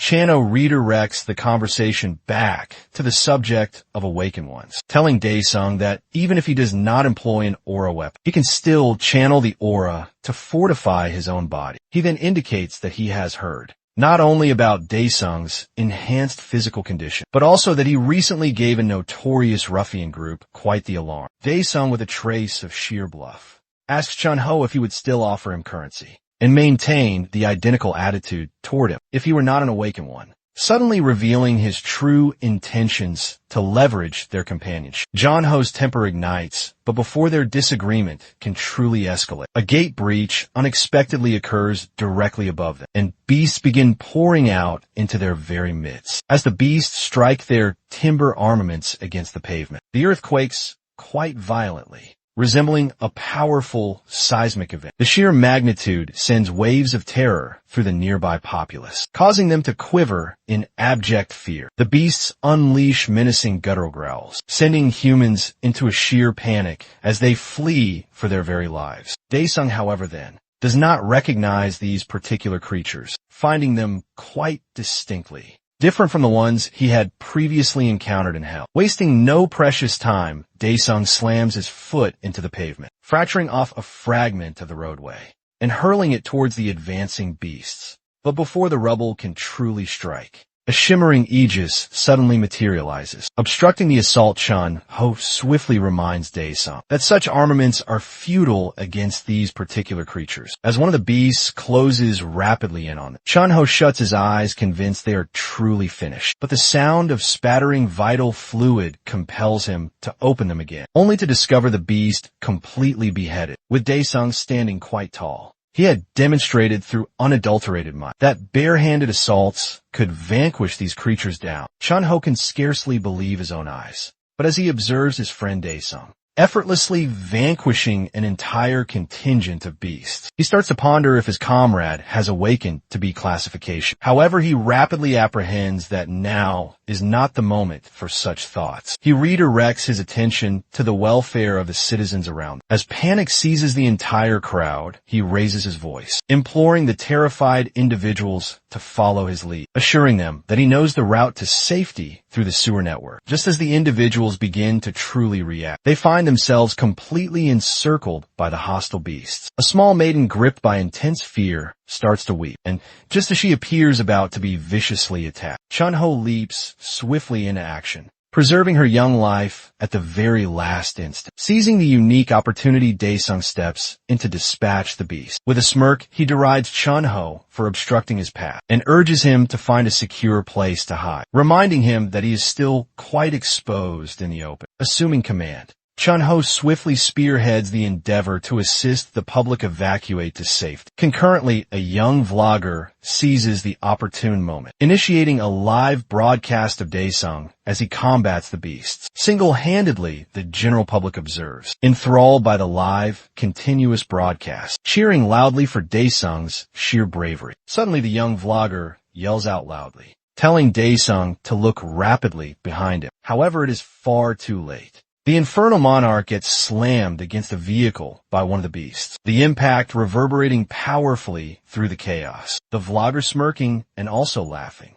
is only focused on his digital content and views, knowing that a champion getting slammed makes for compelling visual footage that will surely attract widespread attention. Meanwhile, the general crowd manages to escape into the dark sewers. Chun-ho reunites the small maiden with her dear mother, who embraces her very tightly, tearfully apologizing for the prior separation. A man turns to Chun-ho and asks if he intends to go back. Leaving him quite torn, he grapples with a difficult decision, aware that his good friend is still out there battling against the beasts. The scene transitions back to our friend Daesung, who finds himself completely cornered by the hostile beasts. One of them wears a sinister smirk, poised to strike, and a vlogger youth covers his own eyes, believing the brave champion is surely finished. To both the vloggers and the beast's utter astonishment, Daesung dodges the dangerous assault with great agility. He then addresses the particular beast, thanking it for quite inadvertently assisting him restore a small fraction of his mana. In return, he offers the said creature a painless demise, his voice quite calm and very authoritative. The infernal monarch displays no mercy as he engages with the beasts, dispatching them with unerring precision. Meanwhile, the viewers of the live broadcast flood the online comments, complaining about the subpar image fidelity and urging the vlogger to move in much closer for a better view. Among the many viewers, one named Slayer donated 5 million, one promising another 5 million. If the vlogger could capture a clear image of Daesung fighting the beast, the palpable excitement builds as the stakes truly rise, both for the young vlogger and the heroic infernal monarch. Hearing about the 5 million, one donation sends shivers down the vlogger's entire spine. He feels great excitement, but his cowardice prevents him from getting anywhere. Near the actual action, meanwhile, Dyson continues beheading the beasts with powerful, forceful punches, quickly apprehending that this relentless and brutal fight consumes a significant quantity of his precious mana. Another viewer comments offering additional currency for a clear photograph and requesting the vlogger's electronic mail. Overwhelmed by the sheer influx of sponsorship alerts, the vlogger experiences a mixture of keen excitement and profound anxiety. Torn between his strong desire for fame and the fear of what lies before him, the vlogger receives another substantial donation of 20 million, one from a generous viewer who demands detailed particulars about the hero battling the beasts, promising even more substantial currency in return. The scene transitions to several viewers of the ongoing livestream, who are engaged in a fierce bidding contest over Daesung. These individuals, clearly prominent faction chieftains, find him both quite amusing and impressively powerful. Their keen interest in Daesung intensifies as they witness his prowess, contemplating how they might possibly leverage his abilities for their own personal gains on the other side. Daesung has dispatched so very many beasts that the remaining ones now quiver in abject terror of him. However, one particular creature, presumably their chieftain, slays one of its own minions, displaying no indications of fear as it prepares to confront Daesung. Meanwhile, the vlogger's avarice for currency has greatly intensified, to the extent where he is now prepared to undertake risks for this truly once-in-a-lifetime unique opportunity, just as he musters the courage to close in for a better image. Chonho unexpectedly appears, scaring the very life out of him, as he demands to know why he is not evacuated. Yet the unforeseen encounter causes the vlogger's telephone to fall, and his viewers erupt in the online comments, labeling him a complete loser and a chicken for his cowardice. Chonho drags the vlogger towards the safety of a nearby structure, but the youth resists, consumed by thoughts of currency and online views, as he is forcibly pulled along. A beast approaches, slamming its massive foot down on his telephone, crushing it in sheer shock. The vlogger loses his own consciousness. But before any additional harm can befall them, Daesung intervenes, beheading the beast in a swift, decisive motion. As the remaining beasts are finally dispatched, Daesung turns to his friend Chunho, inquiring why his comrade returned despite the imminent danger. Chunho voices his deep concern, admitting that he grew worried, extremely sick about Daesung. In response, Daesung asks if his comrade can wait for about 20 minutes, explaining that he needs to visit a particular location. Chonho reassures him not to feel anxious, mentioning that the factions will be arriving very soon. Seeing his friend's utter cluelessness, Daesung promises to enlighten him at a later time. He quickly enters the vast pantheon, and Chonho observes in confusion as Daesung opens a new gate. He is left pondering how Daesung can open a gate by himself, and what has truly transpired to him since they last convened. Entering the pantheon, our infernal monarch then scoffs, clearly irritated by the present condition of his body. After such a relatively minor conflict, a panel emerges revealing that his mana reserves sit at a paltry 10%. Displeased with his pitiful mana concentrations, he searches for a method to rapidly restore them. He soon ascertains that to regain his true strength, he must re-experience the events chronicled in his personal journal, with rewards mirroring the arduous trials he successfully overcomes. A wave of strong familiarity washes over him, as recollections of the journal that kept him sane during his time in hell resurface without a single second thought. He agrees to the difficult trial in an absolute instant. A journal materializes directly before his eyes. Massive, powerful gusts of energy explode from the ancient book, signaling the commencement of the great challenge. Recollections of his suffering rush back into our champion's very mind. As the journal releases its very contents, it bursts into brilliant flames, leaving behind a bitter, lingering aftertaste from the painful recollections. With a fierce new resolve to finally increase his mana, the ruler of hell commands the recreation of page number 16, detailing 5 extremely agonizing years in deep hell. Meanwhile, back on the planet Earth, Chunho escorts the young vlogger youth, who awkwardly attempts to probe for details about their champion from his rescuer in a very clumsy maneuver. The youth casually questions where the formidable beast fighter has suddenly disappeared. Unfazed Chun-Ho casts a scornful sharp glance at the spineless youth, wondering aloud why anyone would possibly offer 20 million just for a photograph of his good friend's visage. Unimpressed with the given answer, the youth feigns complete ignorance. But their conversation is abruptly terminated by a deafening sound that rattles them both quite severely. Chun-Ho calmly instructs the youth to follow him in utter silence towards the gathering of many accused. Feeling his telephone then vibrate,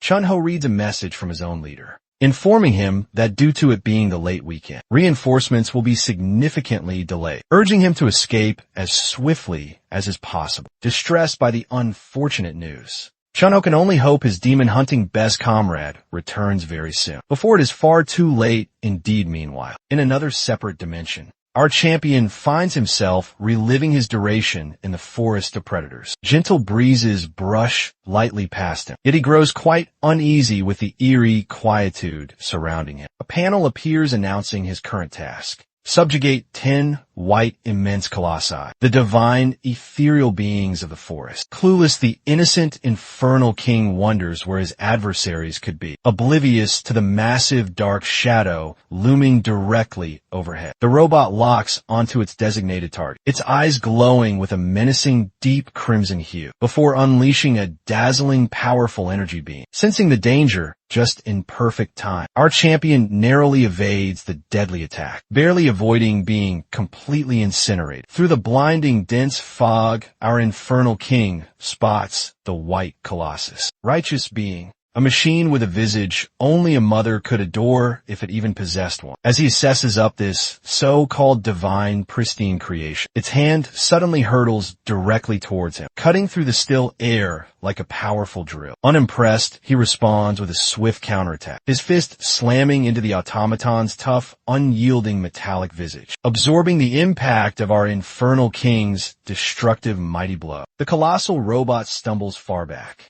In a final truly desperate maneuver, its fingers extend like sharp, gleaming blades encircling him, but he dodges the projectiles with consummate ease and lands a powerful punch quite directly on its sturdy abdomen. The sheer, unadulterated force of the strike tears the divine machine asunder, from its very top to bottom, leaving nothing but scraps and smoke in his path. As he pauses, briefly waiting for the next worthy challenger, his eyes are drawn to a peculiar crimson core lying amidst the debris. Meanwhile, back on planet Earth, advancing upon him, these creatures, identified as virtuous ivory columns, commence launching venomous mire orbs towards his position. Daesung deftly evades the onslaughts, pondering if vanquishing these fiends might secure him a vessel. For a prize, he unsheathes his blade and cleaves a single insect. Once the beast is slain, it detonates, unleashing countless venomous charges, every one akin to a toxic projectile, opting not to evade the assaults. He repels them entirely with a rudimentary barricade. Nonetheless, he deems the procedure vexing and tedious, contending with the pests one by one, and he rapidly focuses on a further creature nearing him. He subsequently charges ahead, instantaneously vanquishing the remaining insects, carving through all of them without difficulty.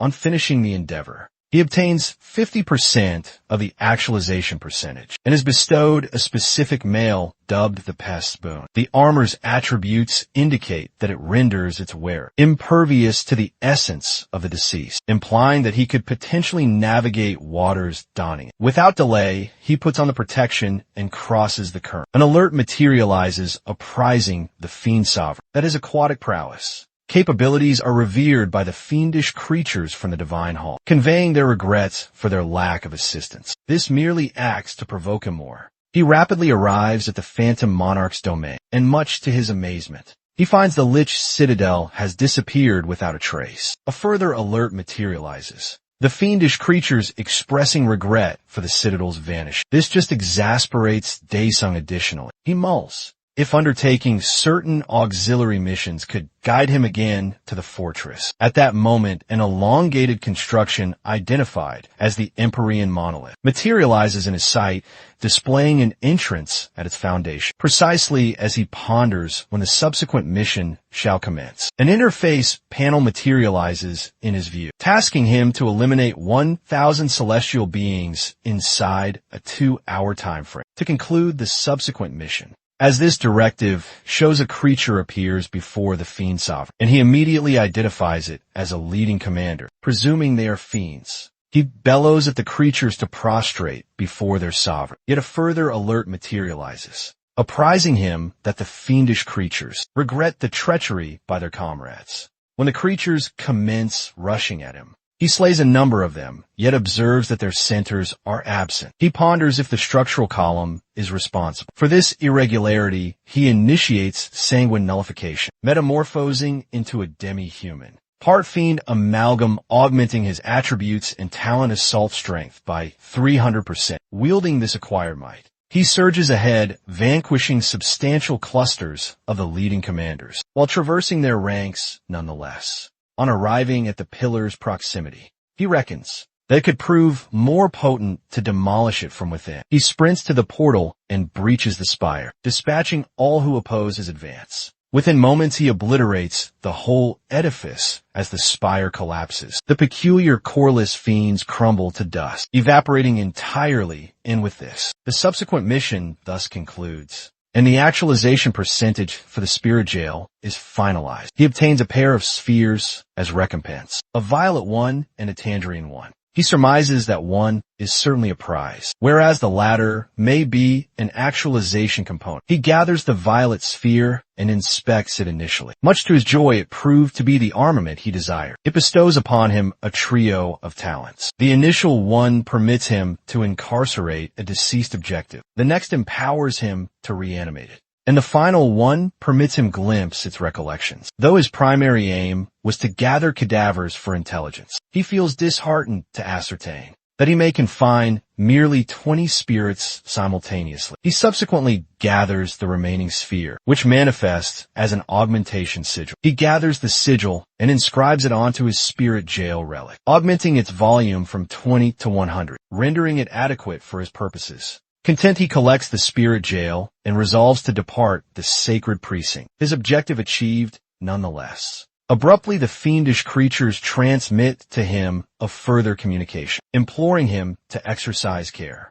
He deems them an irritation. An aureate display materializes before him. However, he disregards it as unproductive, indifferent to anything it might present. Disregarding the fiendish creature's pointless enigmas, he departs the sacred precinct on his return. To the spot where he had abandoned the remains of the markswoman, he discovers that she has vanished. A cadaver cannot ambulate by itself, or perhaps it could. Daesung feels weary and resolves to go homeward. Upon his arrival, his sibling glances his way and observes that he is tart, mentioning that the rice porridge is becoming cool. She summons him inside and re-warms the broth. As they commence their meal, their matriarch deactivates the television. Our lad initiates a dialogue, debating how profoundly the sphere has transformed. His mother voices her concern that he might be stunned, which is the reason she had not informed him whatsoever. She expresses remorse for feeling inadequate as a parent. Daesung comforts her, stating he is appreciative that she has endured for all this duration. He then queries his mother and sibling if they desire to acquire something for themselves. His mother flushes at the inquiry and proffers him more porridge instead. Following luncheon, he contacts his companion Chun-Ho, apprising him that he is venturing subterranean for a spell. Chun-Ho inquires if this is in readiness for the certification exam. The fiend's sovereign rejoins that it is akin to training, but that he genuinely located an insect that vanished, and he must search for it.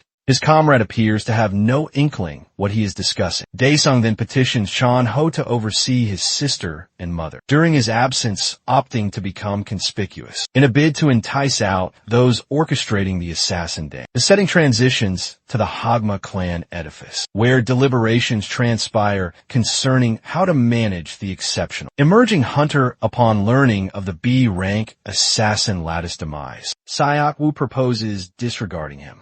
With a nefarious smirk, he suggests undermining the ranking assessment instead. In stating this, he pivots to Jinchul, the rank A upstart in a water basin, and asks if he is poised, asserting he was inherently prepared. A researcher readies to imbue him with an enigmatic elixir. Grinning sadistically, Syakwu forewarns the A ranker of the mind shattering agony he will undergo. Assuredly, the fellow replies that he has been conditioned ever since he enlisted. Obtaining the go-ahead from Syakwu, the deranged scientist commences the procedure. Globules start erupting in the liquid, causing Jinchul's veins to protrude through the diving apparel. Clamping his jaw, the A-ranker's eyes turn opaque, and mystical energy starts to irradiate the skin over his vessels. Abruptly, the researcher begins to perspire profusely and cautions that Jinchul might perish if they persist. However, Syakwu remains unperturbed. He emphasizes that he would never enlist someone so feeble. With 90% of the elixir administered, Jinchul bellows in torment, his eyes nearly ejecting from their sockets. Precisely, then his cardiac rhythm ceases. Jinchul goes inert, prompting the scientist to pronounce him expired. Yet Syakwu silences him. The A-ranker's hands begin to stir, startling the white smock.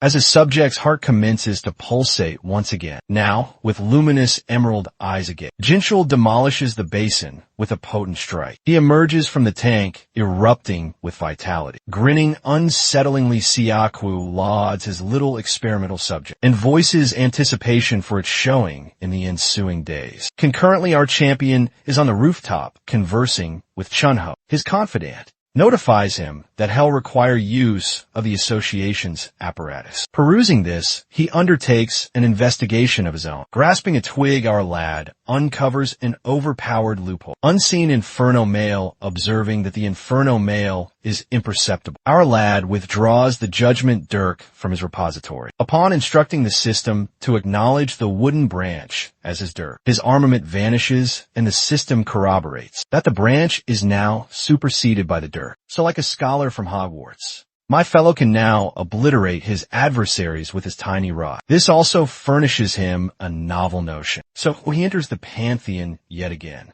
now venturing into the Blaze King's dominion. He voices discontent upon revisiting the locale again. Abruptly, a legion of orchial attendants, snowy white armored lupins with crimson orbs, envelopes him. The system instantly proffers a quest to vanquish 1,000 of them. Naturally, in return for half the armament he pursues. The Hellfire Claymore, our champion, incisors his hand, disgruntled about needing to utilize his soul prison on such minor adversaries. One of the lupins swiftly materializes before him, but our champion remains unruffled, poised to commence his slaying spree. Employing his preternatural celerity and soaring dirk, our champion carves through the colossal, heavily accoutered lupins like spread. With 33 vanquished combatants in his grasp, he conjures them from the cadaver confinement. Once again, the pack of lupins charges at it. This instance, however, an exact duplicate of their own species. A specter pulverizes the cranium of its kin. The legion of Orchio's underlings freezes in bewilderment, as precise facsimiles of them materialize from the terrain. With a directive from their commander, the Shadow Legion surges in his place. The two factions collide in a sanguineous melee, while the Sovereign of Inferno nonchalantly extracts a smoke. However, he swiftly expels it, baffled by how Chanho could relish such a subpar item. Shortly, one of the adversaries tears through his minion legion and nears our fiend monarch. To the attacker's astonishment, the Shadow's limbs ensnare it from behind. As it regenerates, the Sovereign of Inferno savors the interlude, observing his dauntless, undying underlings perform the labor for him, yet weary of the sluggish advancement. He discerns there is another quest interposed between him and the armament. An igneous aura envelopes our lad as he propels from the ground, rocketing into the firmament like a pyrotechnic display, deeming the adversaries undeserving of expend. Even 2 hours on, he resolves to eradicate them in a flash. A diabolical smirk spreads across his visage as he plummets back to Terra at precipitous velocity. A blinding Orus meteor descends upon the arid plains, unleashing its concussion with a colossal detonation that obliterates all monsters in perception. The setting shifts to Seoul Clan headquarters, where a samurai dame, Shin Choyo, hones her proficiencies by dicing up a violet mannequin-like creature. As the holographic reenactment concludes, two gentlemen observing from a vitreous casement assess her capabilities. The Seoul Clan's chieftain, Huang Junyong, comments that she's cultivated some perilous tendencies. The division head remarks that they can rectify that imperfection, since they possess 10 days thus. The clan chieftain instructs him to escalate the rigor of her reenactments more rapidly, since they must overcome the Honma clan's rabid hound. Readjusting his spectacles, the division head queries if the chieftain is alluding to Jin Shio. The chieftain asserts that Cho Yong would be indomitable, if not for the Honma clan's champion. Infuriated, he execrates the clan for their unscrupulous methods. The division head endeavors to pacify him by recalling a previous prohibition, but Junyoung maintains that the Honma, as customary, will also resort to duplicity in the forthcoming contest. The division head articulates the evidence, noting that the arena is ultimately configured for the leading duo, Cho Yong and Jin Shul. Nevertheless, the sagacious clan chieftain suggests that this only remains valid if there is not another prodigious dark horse yet to be unveiled. Meanwhile, our champion obtains messages of appreciation from the fiends, swiftly nearing the culmination of his quest. Irritated by the notifications,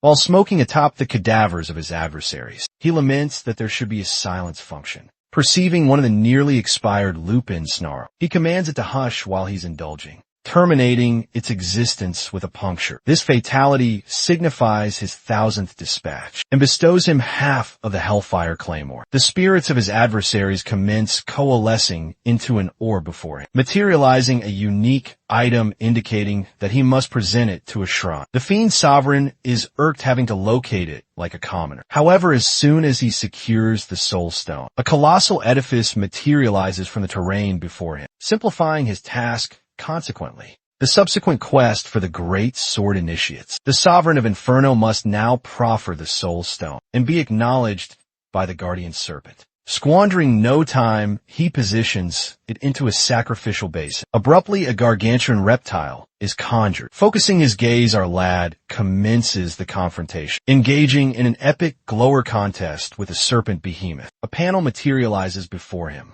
disclosing the triumph prerequisite to respond to the serpent's inquiries. Baffled, the fiend monarch scoffs at needing to undertake an examination of all possibilities. He capitulates and instructs the reptile to pose him a query. But what the guardian serpent articulates sounds more unintelligible than Mandarin rap melodies. At double tempo, my lad exhales in exasperation. Incensed, he propels his dirk directly into its optic, making the beast bellow in anguish. Not contented so readily, he gestures his hand to the opposite side, impelling the dirk through its cranium, out the other optic recalling his dirk. The Fiend Sovereign lunges at the serpent, seething with fury at the system for presuming he's grown lenient, daring it to unleash its entirety against the absolute sovereign. He pummels the guardian beast's cranium repeatedly. The serpent's cranium inflates like a pastry from the thrash, and then detonates, while our champion immerses in its ichor like a formidable figure. However, with his background,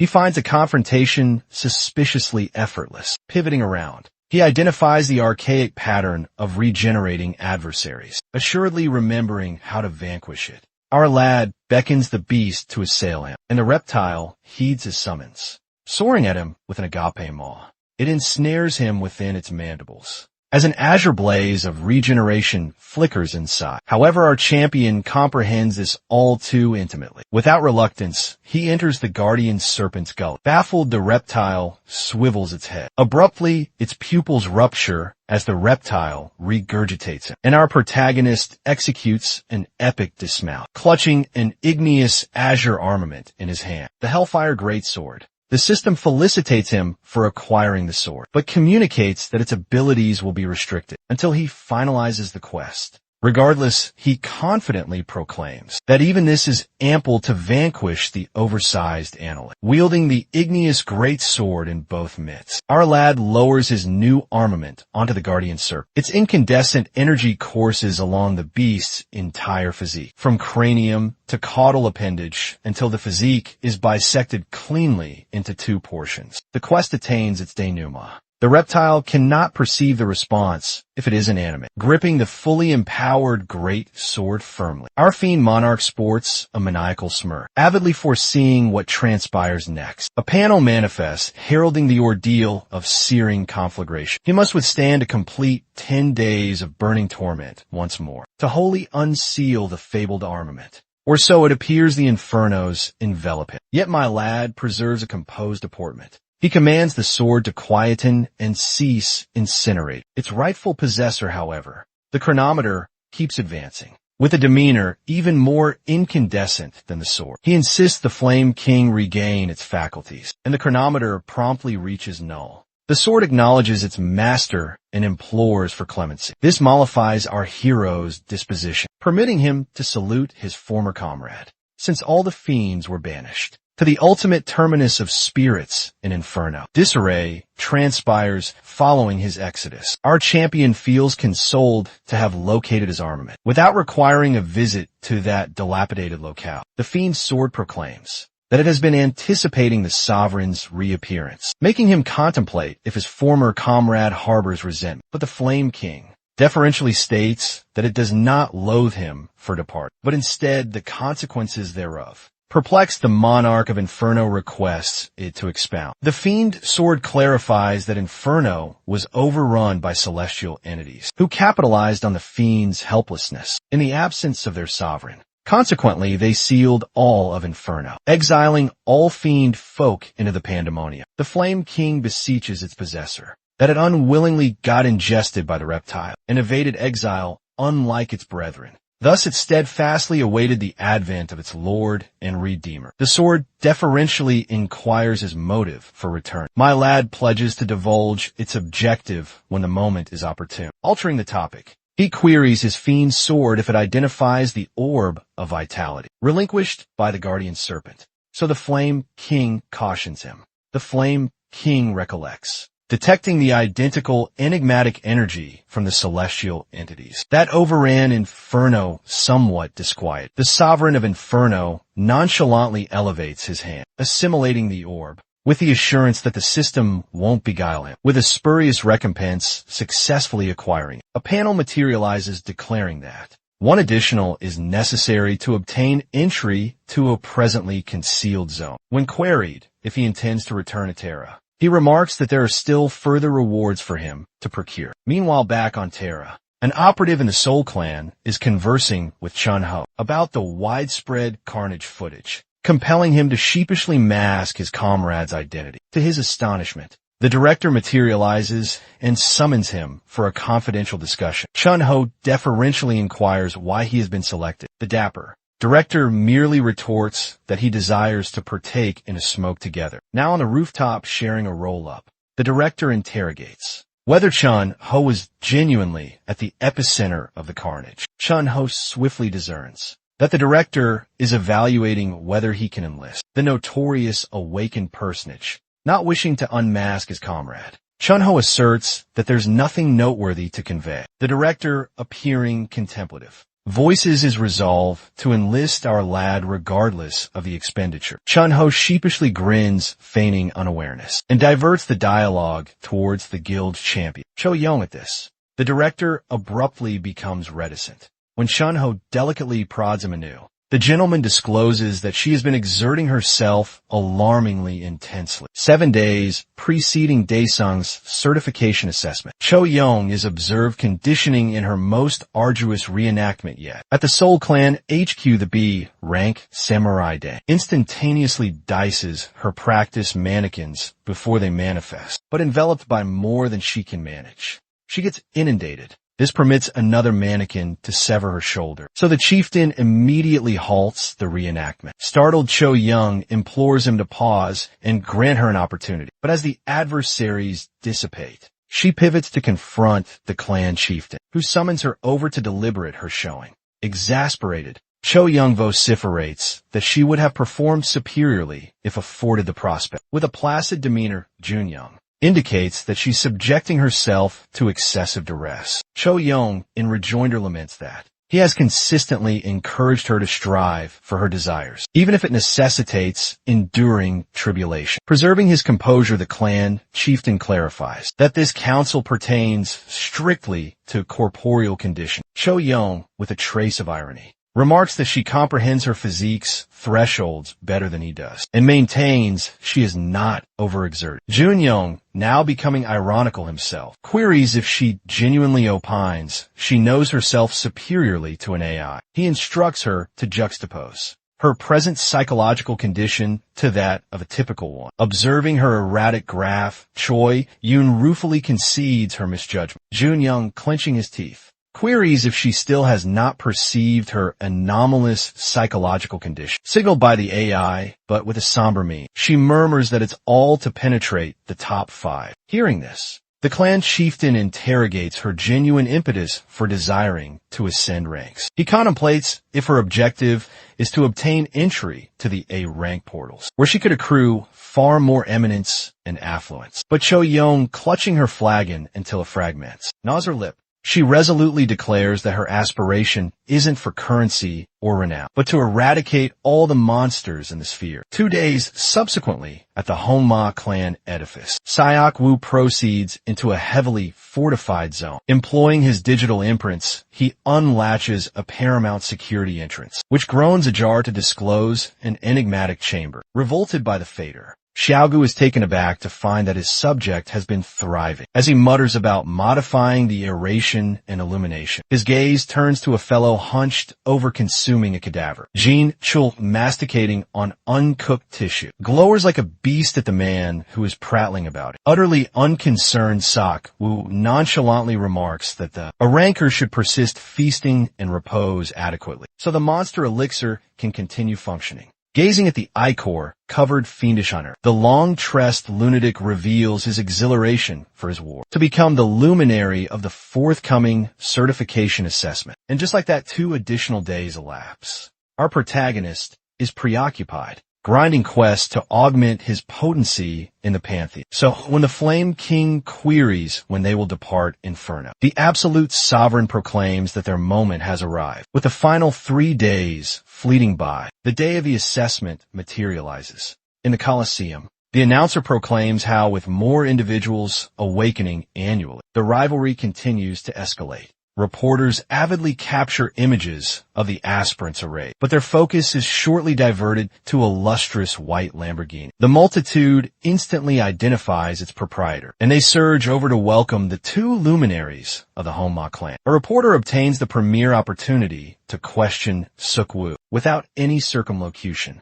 She forthrightly inquires how he perceives the Honma clan's reappearance, after being prohibited for duplicity 2 years earlier. Siakwu, internally execrating the vexatious dame, placidly retorts that he laments the purported mishap from previously. Another conceited reporter challenges him, imputing him of evading culpability with vacuous rhetoric. Sikwu, unperturbed, pats the man's shoulder and confidently proclaims that this instance, the contest will be equitable and just. With that, the duo proceeds into the arena. Irritated by the censure, Jinchul seethes, distressed that Sikwu did not retaliate in kind. But Sayoku placidly reminds his ward to revel, but cautions him from becoming impassioned and to remain circumspect, since they cannot permit another prohibition. Overhearing this dialogue, a substantial man in white perceives the dialogue. The Honma chieftain narrows his gaze, instantaneously identifying the heavily camouflaged silhouette of none other than the Seoul clan chieftain. Jun-young, he attempts to jibe him, stating that he resembles a primate attired like that. But the dignified, elderly gentleman retorts that it's a stratagem to elude the press corps. Jun-young retorts that he dislikes parading his eminence, like a particular individual tipping his headwear. The fabled clan chieftain scrutinizes Jinchul's aura and instantaneously identifies its anomalous character, which has been artfully obscured. With a conceited smirk, Sayok-woo endeavors to boast, implying that Jun-young is quite fixated on his aspirant. But the elderly gentleman swiftly retorts, jesting that he trusts Sayok-woo has not introduced another miscreant. Like the preceding occasion, following their vehement parley, the Honma constituents depart. Jin Chul grumbles that the Seoul clan chieftain was observing him, like an eccentric, but Sakwu dismisses it, instructing him to disregard the elderly man in white and concentrate on his genuine objective, the charmer passing nearby. Shin Cho-young, Jin Cho, scrutinizes her like a degenerate, remarking that she'll be simple to overcome. However, Sakwu cautions him not to misjudge her, reminding him that the Seoul clan chieftain has conditioned her proficiently. But perceiving this only galvanizes Jinchul further. His repulsive visage warps.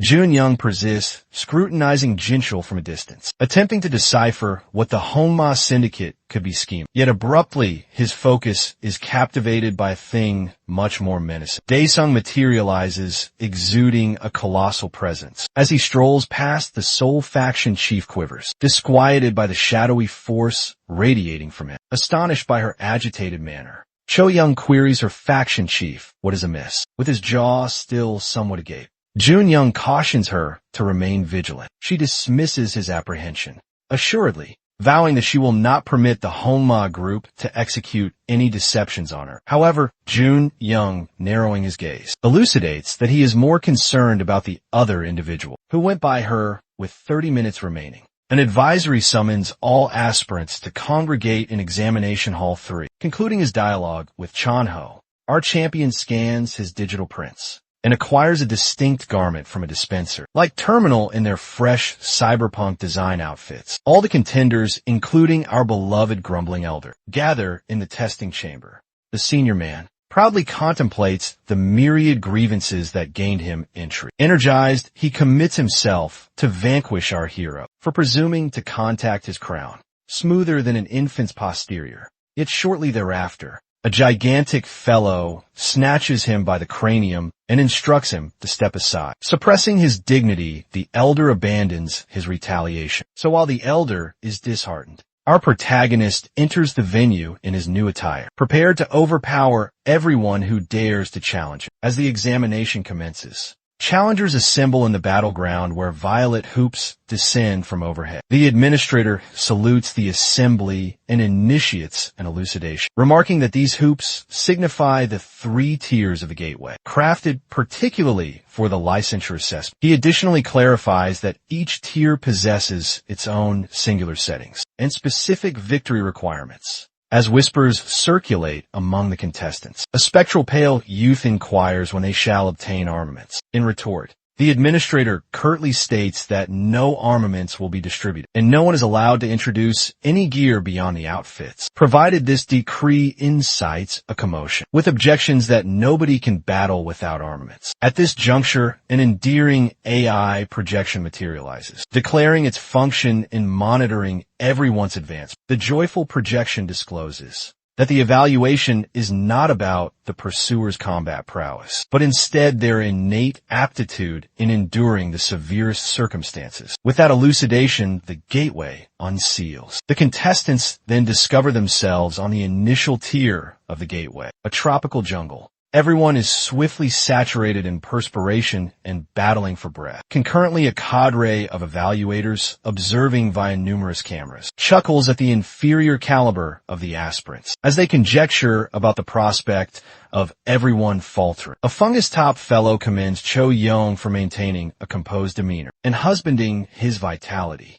Observing everyone praise his champion, Jun Young beams with contentment. Simultaneously, others extol Jin Cho from the Honma Syndicate. Suk-woo peeks at Jun Young's response, surmising that his astonishment arises from Jin Cha's showing. Nevertheless, the senior man's mien remains static, as alarm permeates the multitude. All gazes on a specific cool chap. Suk-woo feels aghast, identifying the very individual he dispatched a slayer after. It appears incredible that Daesung projects no emanation, with not a speck of moisture apparent on his physique. Concurrently, it is disclosed that our lad ingested an elixir, rendering him impervious to all atmospheric conditions. He chuckles, internally aware it is prohibited, but only if he is apprehended. So when violet wristbands materialize on everyone's wrists, the endearing AI proclaims the commencement of the initial phase. It discloses that the victory requirement for the initial tier is to vanquish 20 bog orcs with a self-assured smirk. Our champion bolts off as soon as the phase begins, impelling everyone to hasten to evade being outpaced in a genuine trial to eliminate the simpletons. A parched pursuer succumbs to an evident water feature snare. A viscous grub surfaces from the earth, devouring him entirely and ousting him. Nevertheless, he is rescued by the outfit's protective features. Concurrently, our champion sprints through the woodland in quest of his mark. At the identical moment, the extrication squad retrieving the ousted contender abruptly acquires a beacon, with a directive to pursue contender 104. Han Daesung now, let's revert to our protagonist, who ultimately locates a bogwork. Mocking the enormous swine while clutching a rock, he smoothly hurls it skyward like a sphere. With a strike, he pulverizes the rock into myriad fragments that obliterate the behemoth. Observing this, the extrication fellow discerns why he was dispatched: to surveil one of the aspirants. Concurrently, our fiend monarch grasps that vanquishing the orcs individually is the utmost effective strategy to accelerate matters. He grudgingly utilizes his mystical energy and conjures a shadowy specter. As moments elapse, he reaches a cavern swarming with bog orcs. The cavern commences to tremble, making the horde of behemoths to become wary about what is impending. Abruptly, the roof ruptures, and our lad executes a grand arrival, compelled to excavate deep into the terrain like a commoner. He is patently vexed the behemoths exult, believing their quarry has approached them. Yet he nonchalantly tallies them with his enchanted wand like baton. Counting adequate marks to accomplish his objective, he directs the Inferno Monarch to interpret the behemoth's ultimate utterances. Upon discerning that the behemoths are deliberate, pursuing the sovereign of Hades, he commands the fiendish blade to incinerate them to cinders. Elsewhere in the woodland, Cho Yong employs her emanation to locate marks. As her aptitude discerns one, she instantaneously charges through the foliage like a projectile. The self-assured soul faction champion calculates that she can conquer the initial tier in a solitary hour. As Cho Yu nears her fourth elimination, a pursuer abruptly swoops in and usurps it. Her irises dilate in astonishment at the colossal figure that streaks past her. Disdainfully, she gazes down upon the Honma reprobate, who vociferously brags about his fifth elimination. Exasperated, she proclaims that usurping eliminations is typical conduct from Honma. Scum in retort, he derides her for being naive enough to presume the elimination pertained to her. The pair persist their verbal sparring, exchanging venomous glares. Intoxicated by stimulants, Jin Xiao contemplates slaying her to quell the irritation, yet resolves to defer until the subsequent tier. With that, Cho Young pivots away with an exhalation and raises her middle digit with an exasperatingly smug smirk. Seething, the irascible imposter lunges in, poised to slay her, yet both of them abruptly halt, their focus ensnared by a thunderous clamor. Mere moments preceding their encounter, Daesung utilizes his Inferno Blade to char his adversaries, unleashing the Hellfire Greatsword's primary aptitude. Abruptly, a torrent of consuming infernos erupts from his diminutive bat and engulfs their mark, generating a vortex that surges into the firmament. The astounded onlookers are rendered mute. With this exhibition, the AI proclaims, "Our blazing hero's advancement to the subsequent tier." Pandemonium erupts among the adjudicators, who neglected to procure any intelligence on him, while others hasten to enlist him. The Soul Faction chief smirks, captivated by our fiend sovereign's colossal might. Vexed by Jin Cho's limelight being usurped, Xiao Kuei scoffs and departs in chagrin. The functionary lady from the tabulation venue commences agitating her associate, who derided her intuition regarding Daesung. Concurrently, another onlooker can scarcely credit his vision, discerning that the frail, old elder Jin Sung has been shadowing him the whole duration, with a hatchet in clutch the foolish. Senior Man commences dispatching the semi-charred remains, abandoned by our lad, accumulating 11 eliminations. The tabulation venue personnel deliberate how the elder could conceivably gain entry. So the functionary lady divulges the details about his torrent of grievances. Observing his personnel dallying, the bureau director materializes to elucidate that he individually sanctioned the elder. He discloses that the senior man was documented to have breached a gateway, equipped with explosives. Dumbfounded, the functionary lady inquires if the maniac is endeavoring self-destruction. Nevertheless, the bureau director recounts the bald elder's sorrowful history. It appears he forfeited his kin to a gateway rupture and now exists exclusively for retribution. Interrogated about his superfluous partiality toward an aspirant, the director takes satisfaction in endorsing Daesung and quips that the 3-month wage reduction to remit the impairments was justified as they utter his designation. The display centered on our champion commences to obscure, while elsewhere within the arena,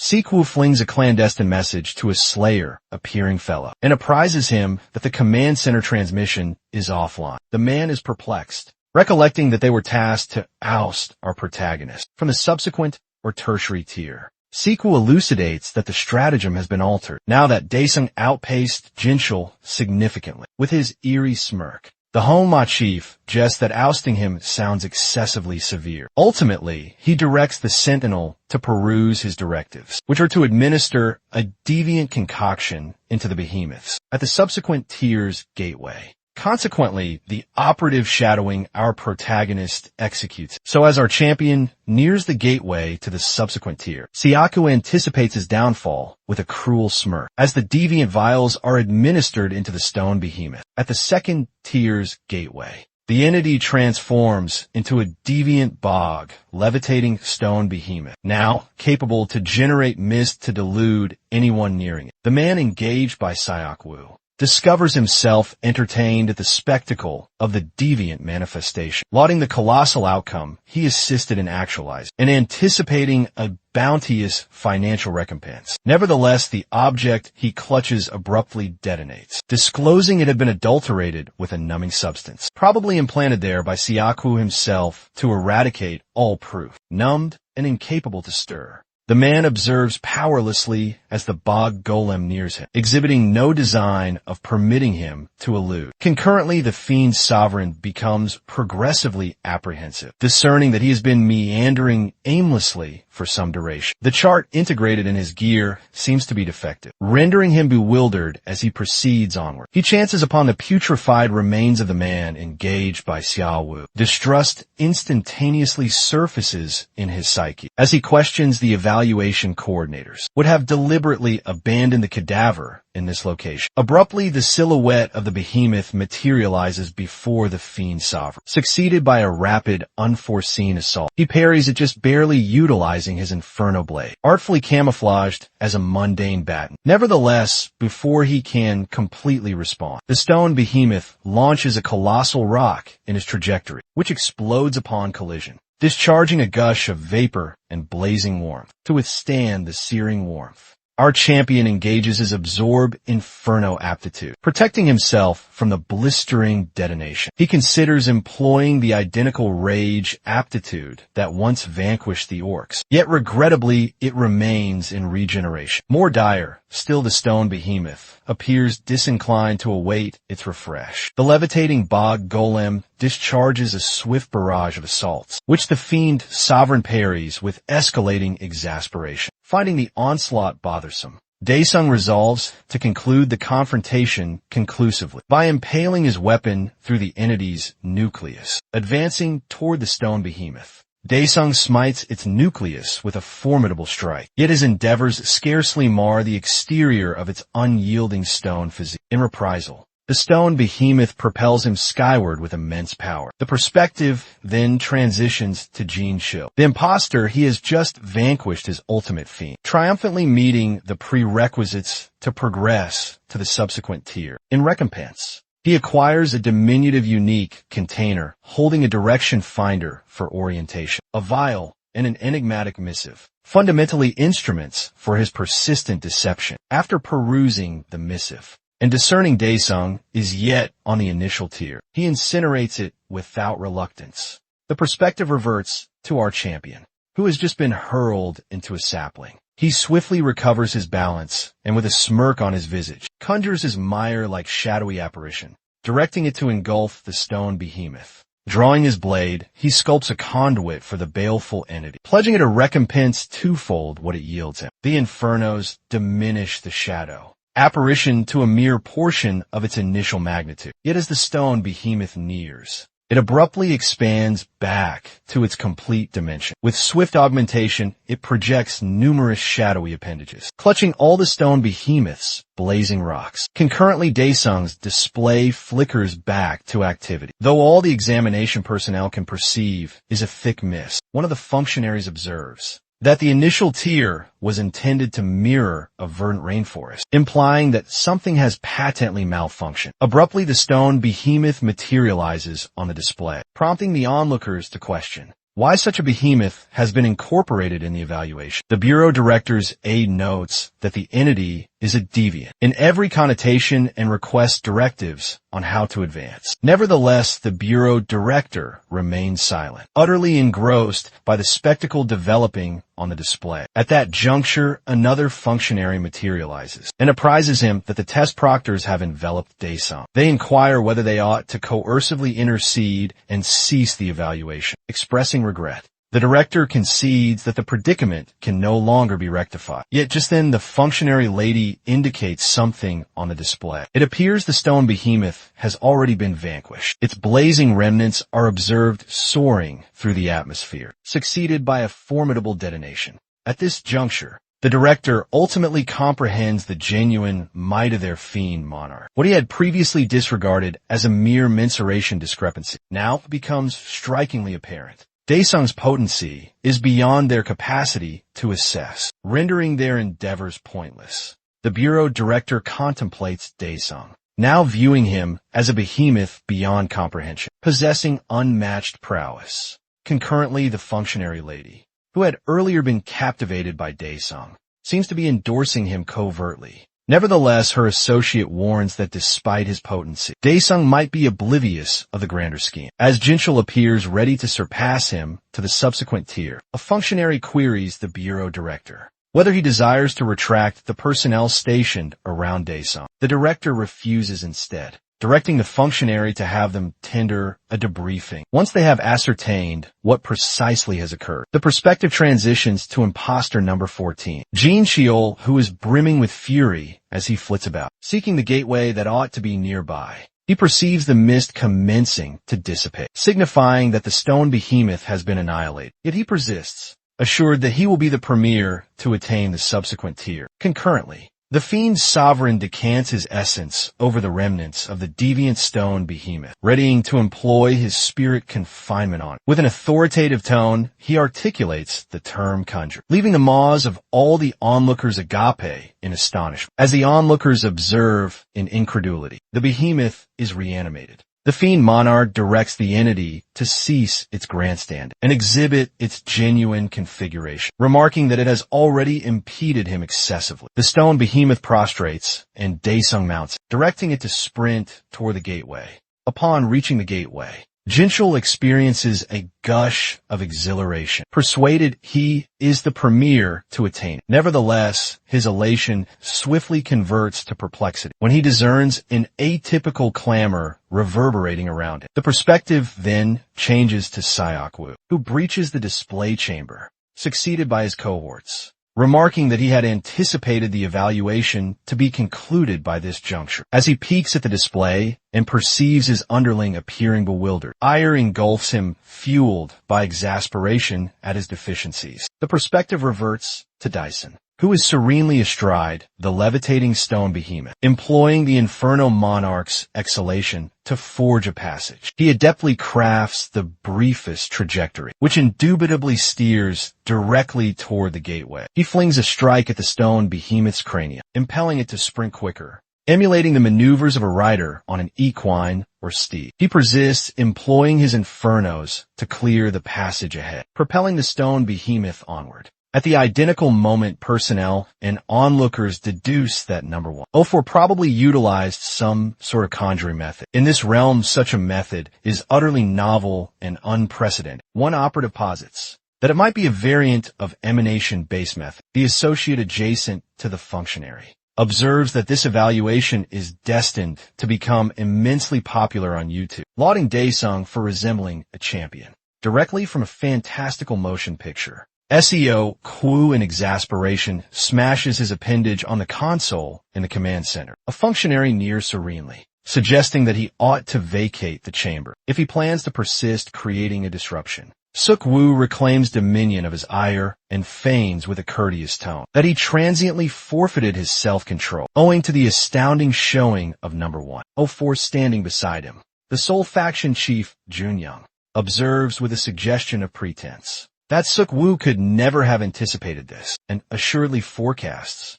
that Cho Yong will shortly materialize at the gateway threshold. Jinchul, equally vexed by Daesung, is rapidly neared from the rear by Cho Yong. Spotting her, he sprints toward the gateway, resolved not to be outpaced. transforming the juncture into an unplanned contest. Concurrently, our champion has already materialized on the subsequent tier with his stone behemoth servitor. Perceiving that this plane is engulfed in a snowstorm, the utter antithesis of the initial, he derides the evaluation administrators for their deficiency of ingenuity. Dismissing the stone behemoth, he acquires felicitations for being the premier to attain the subsequent tier. The guiding AI shortly discloses the prerequisites for the ensuing segment of the evaluation. The AI elucidates that the paramount 5 contenders will each commence from distinct thresholds, and all contestants will partake a singular objective: to attain the summit of the snow-blanketed massif. The Fiend Sovereign makes a crude estimation that the span is approximately 5 kilometers, and commences his upward journey.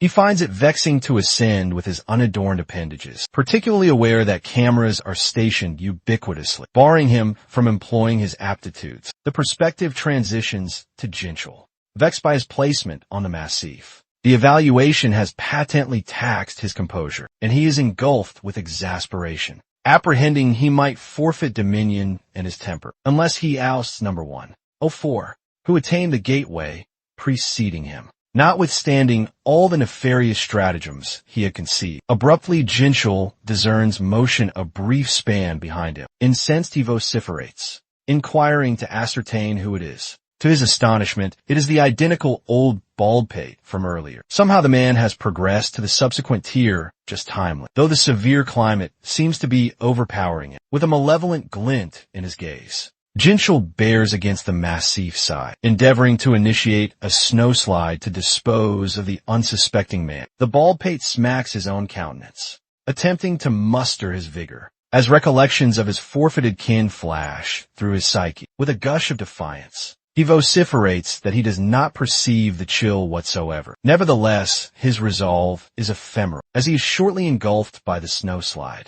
Jean Sheol, after triumphantly disposing of him, flashes a baleful smirk instantaneously thereafter. The transmission aerials malfunction, rendering the personnel incapable to oversee the predicament. Sayaku, who is indubitably culpable for the interruption, covertly wishes his underling favorable fortune, anticipating he will not commit any blunders or let him down. The perspective reverts to the subsequent tier, where some of the standard contenders, though numbed by the severe circumstances, galvanize each other to persist onward. Abruptly, Jinchul materializes behind them, advancing at breakneck velocity without forewarning. He clutches their craniums and pulverizes them in his grasp, augmented by the orc champion Vile Consequence. Jincho appears colossal and unassailable, slaying everyone in his trajectory as he proceeds. Concurrently, Cho Yong is left perplexed, perceiving that all the technological and digital apparatuses have enigmatically ceased operation. Daesung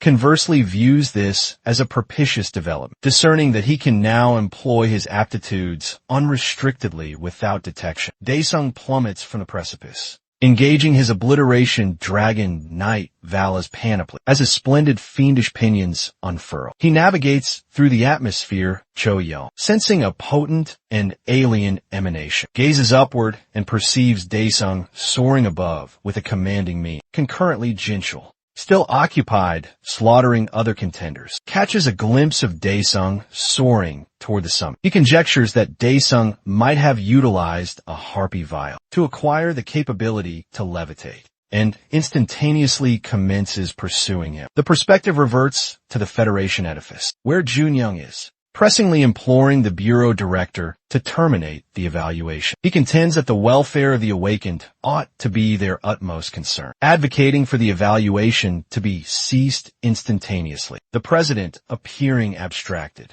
requests Seoul Faction Commander Junyoung to exercise forbearance, reassuring him that an inquiry contingent will be dispatched as promptly as feasible. Suk-woo, nevertheless, exploits the juncture to deride Junyoung, inquiring why he would even designate them awake if they cannot manage such trivial perils. This observation kindles Junyoung's ire. Commander Junyoung, now distrustful, pointedly interrogates SEO Q, inquiring if he is accountable for the present predicament. SEO Q, disregarding the query, persists to mock him, implying that Cho Young must be feeble if Jun Young is so solicitous about her. He presses, additionally terming Jun Young an elderly man and suggesting that he ought to contemplate superannuation, deliberately agitating his sensibilities. The perspective then reverts to Daesung, who has attained the summit and is limbering up, readying himself to breach the tertiary tier. Concurrently, the old baldpate somehow contrives to endure the snowslide, reclining in the precipitation as rivulets course down his countenance. Ascending to his feet, he vociferates aloud, proclaiming himself a conqueror for having persevered. It is merely equitable that he exults in his triumph, as the initial stride is invariably the most arduous. As Cho Young breaches the tertiary tier,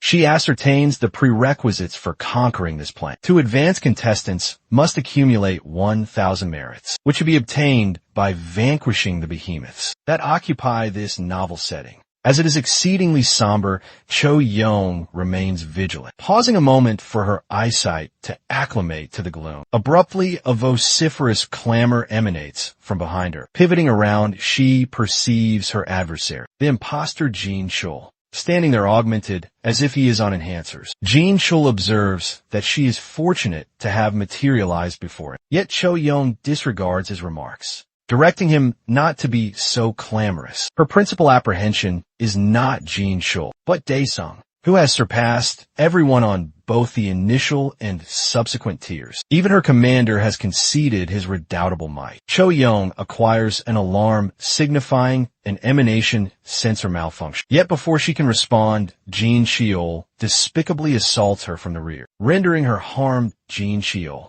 the imposter, smugly professes that he had initially planned to confront Daesung, but has now revised his stratagems to assail her instead. Concurrently, our fiend sovereign is engrossed in accumulating merits to conquer the phase. He engages his Inferno launcher unique aptitude, obliterating the marks before him with facility. He observes to the Inferno monarch that it has become unpracticed if it requires this duration to vanquish such trivial adversaries. Peeking at his merits, he perceives they are static at 530 and ponders what is transpired. He resolves to oust all the outstanding marks before discerning the predicament. The perspective transitions to the bureau director, who is progressively apprehensive because the grid has still not reactivated. As the ambience fills with trepidation, the paramount imposter of all, Sio Ku, remains unperturbed,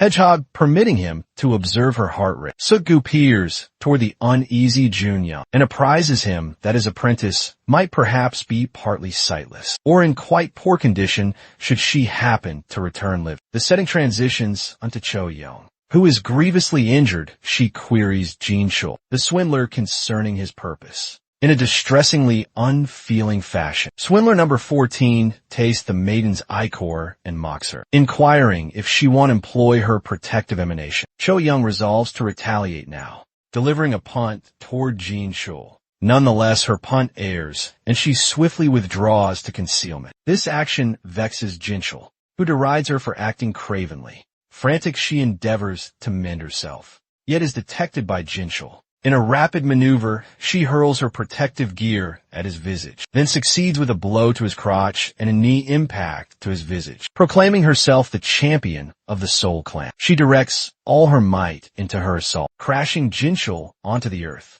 Thereupon she departs hence, resolved to locate and pursue the fiends. Concurrently, Daesung becomes progressively vexed with the apparatus he has donned, deeming it futile as it registers no tallies. He ponders if he ought to proceed and query the conveners regarding the defective apparatus, discerning that all their contraptions appear corroded and untrustworthy. As Cho Young traverses the vicinity, she discovers herself solitary, perplexed concerning where everyone has vanished. Abruptly, Jin Chul nears from the rear, pursuing retribution startled. She pivots to flee for her existence. Yet Jin Chul manifests before her as though he had merely nictitated, crashing her down onto the earth. He persists in assaulting her unceasingly, acting akin to a vile imp, inducing her to hemorrhage, seizing her by the tresses. He grasps her cranium and derides her, asserting that she will encounter an agonizing demise. Rivulets course down Cho Young's visage as she hemorrhages and sustains a blow to her midsection. Jin Chul derides her, requesting her to summon assistance, merely to ridicule her by recalling that all the apparatus is damaged. Exploiting an aperture,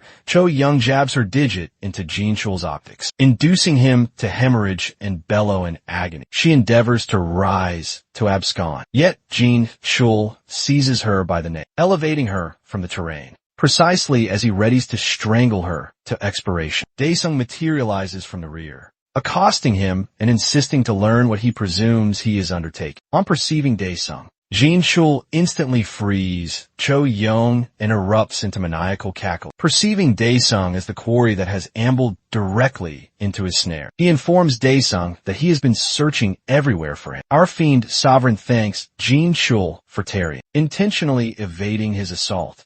As he ambles toward Cho Young, observing her dire predicament, he ponders if she bears a substantial injury, considering her sluggish recuperation, pivoting to confront Jinchul. Daesung interrogates him if he is the party causing her afflictions, with a sneer on his visage. Jinchul retorts that he simply imparted her teaching, and shortly he will render Daesung to appear just like her. Daesung restates his inquiry, elucidating that he is alluding to the damaged score device. Jinchul cackles, unleashing a surge assault towards Daesung. He derides the fiend Sovereign, asserting that he is bereft of fortune because the urgent safeguard is shattered. Immediately Daesung surges toward the miscreant and lands a potent blow to his visage, launching him airborne, succeeding with an inferno volley assault. Daesung compounds disparagement with detriment. Notwithstanding this, the swindler yet declines to acknowledge his plight, opining he can effortlessly vanquish Daesung. Nonetheless, his assurance falters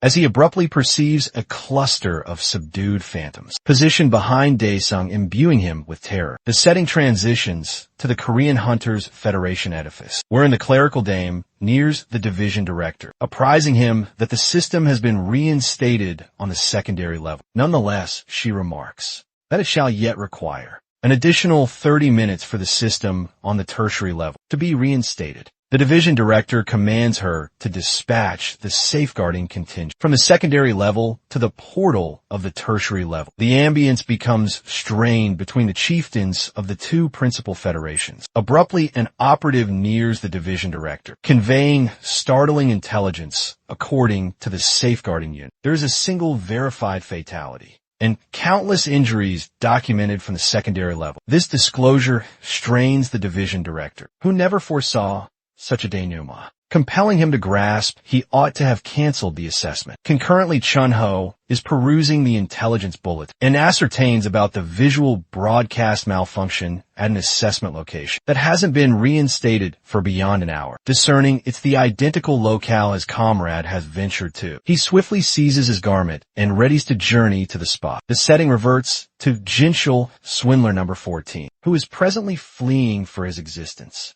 Upon discerning that his quarry has metamorphosed into a hunter, abruptly one of his limbs gets severed off, inducing him to tumble to the earth in a prostrate posture. Jin Chul rapidly employs a mending file to regenerate his limb, presently remaining with merely one additional. Daesung derides him, likening him to the insects in Inferno that likewise mend in such a hideous fashion. As Jin Chul's limb redevelops, the system on the tertiary level gets reinstated, permitting everyone to view the live broadcast of Daesung. Accosting Jin Chul on display, Sukwu becomes apprehensive as he observes his marionette on its knees, imploring for its existence, and proclaiming that he has already expended all his files and cannot mend any further. Utterly oblivious of what a mending file constitutes, Daesung rejoins that he will attempt bisecting it in twain to ascertain if he can proliferate, akin to microbes do as the miscreant gets obliterated. He implores even more frantically for clemency, perceiving a glimmer of radiance.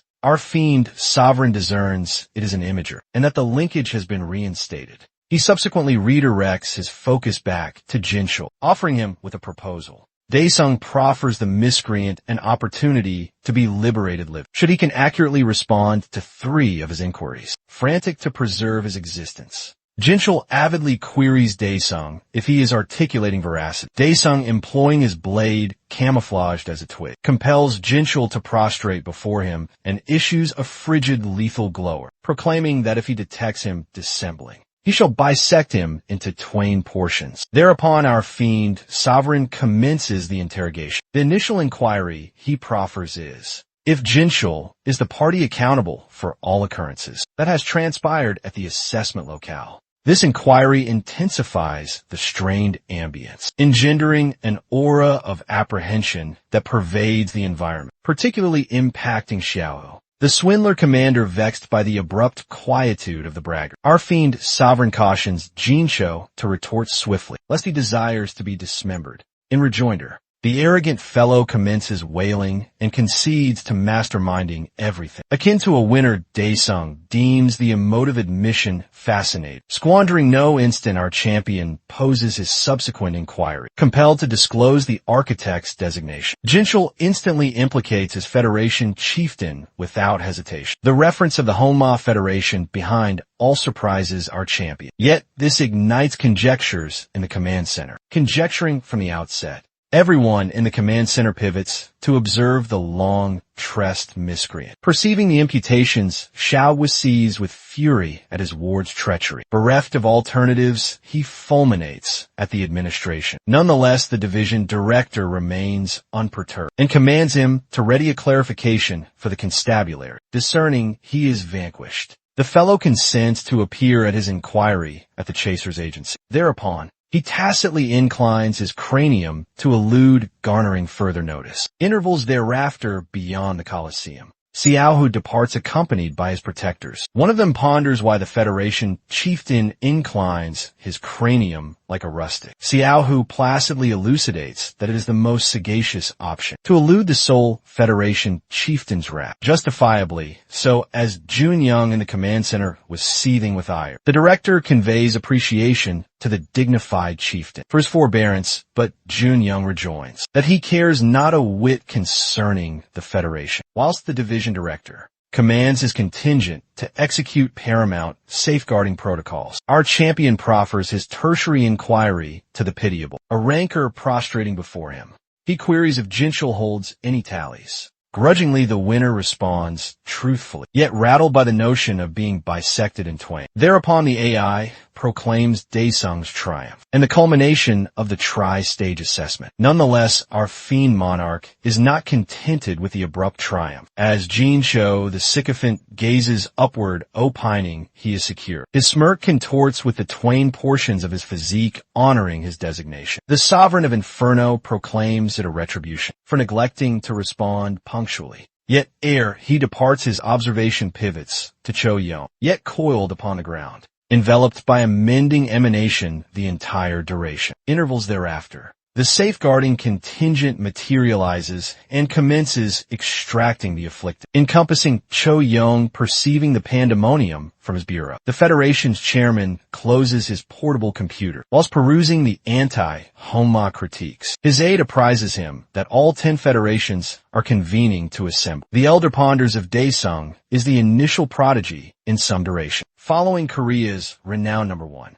Lee Chang-sik, as the aide, corroborates our champion's immediate advancement. The patriarch of the chasers commands her to enlist him whatever the price. Thus, as the outcomes are unveiled, conjectures propagate concerning the Honma Federation's demise, yet they are halted by the charming AI's proclamation. It elucidates that, owing to the atypical conditions, the gradation benchmarks will be by the sequence of surmounting the initial tier. Resultantly, our lad obtains an A grade for attaining premier position. Having perceived the outcomes, Chunho instantly contacts Daesung and queries his whereabouts. Thus his comrade responds that he's relaxing in the S-grade chaser's lavatory, rendering him dumbfounded lounging in a vibrating recliner. Our lad's repose is disrupted by his closest confidant, who appears profoundly bewildered. My fellow nonchalantly remarks that the chairman aide instructed him to unwind in the S-grade chamber, astounding Chunho. That Daesung was individually summoned by the paramount leader. As the luminary of the moment savors his tapioca beverage, he discloses that he could even be elevated to S-grade. Flabbergasted,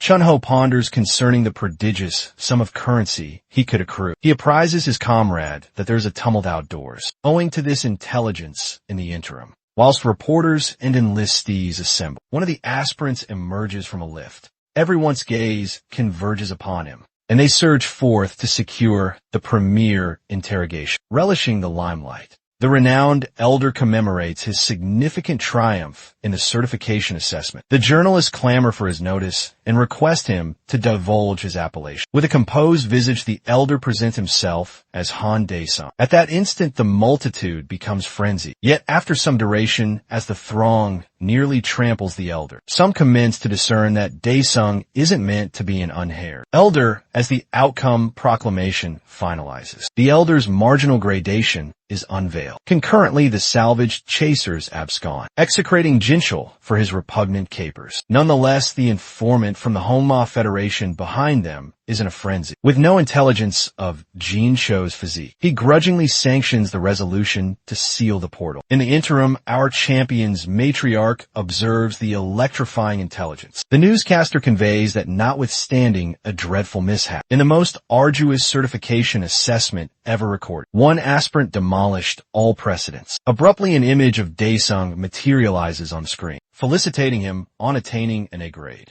together with conjecture concerning his advancement to S grade. His matriarch is utterly stunned and agitatedly summons Jisoo. Apprehensive concerning her matriarch, the offspring surges and rattled and glances at the screen. Both matriarch and offspring are astounded as the luminary of the moment breaches the dwelling and nonchalantly salutes the immobilized females. Concurrently, at the Hong clan edifice, auditors from the Federation issue a final demand to the chieftain, asserting that they are prohibited from chasing anew. The pair of auditors counsel Seku to accompany them compliantly nonetheless, endeavoring to parade his gradation as the sixth mightiest chaser. Sayako proclaims it preposterous to expel him on insignificant accusations, with a feigned smirk on the exterior. The Federation chieftain feels incandescent concerning how his minor venture is commencing to precipitate his demise. Director Kim from the agency issues a further caution in rejoinder. The Federation chieftain rises and emphasizes that he ought not be confined, merely due to his affiliation with Jinchul. Weary of the dispute,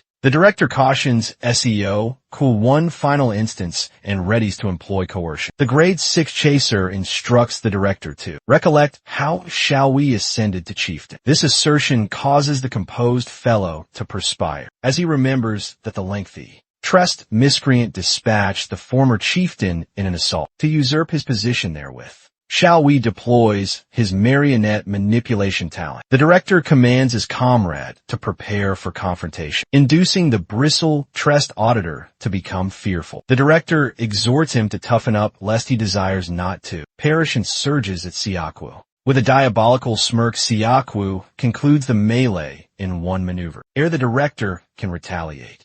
He is impaled in the posterior by Youngwoo, his very comrade aghast at the treachery. Kim bellows at him. Yet the bristle-tressed fellow maintains that he didn't shift his physique. By the instance Kim discerns, it is Syak Woo's talent in action. The long-tressed miscreant employs his ultimate maneuver, dispatching Kim via his very comrade's mitts. Whilst the afflicted auditor quivers, Syak Woo nonchalantly departs his bureau as though naught transpired. He resolves to caution the Federation's chairman. Subsequently, the setting transitions to Cho Yong reposing in a remedial chamber. Overseeing her, the Federation chieftain obtains intelligence that owing to irreparable detriment to her emanation, she shall be incapacitated for duty. Fury seethes within him as Jun Young proclaims his retribution on SEO Kwu, concurrently at dwelling. Daesung's matriarch voices her unwillingness to permit him undertake such a perilous vocation. His sibling concurs with their matriarch.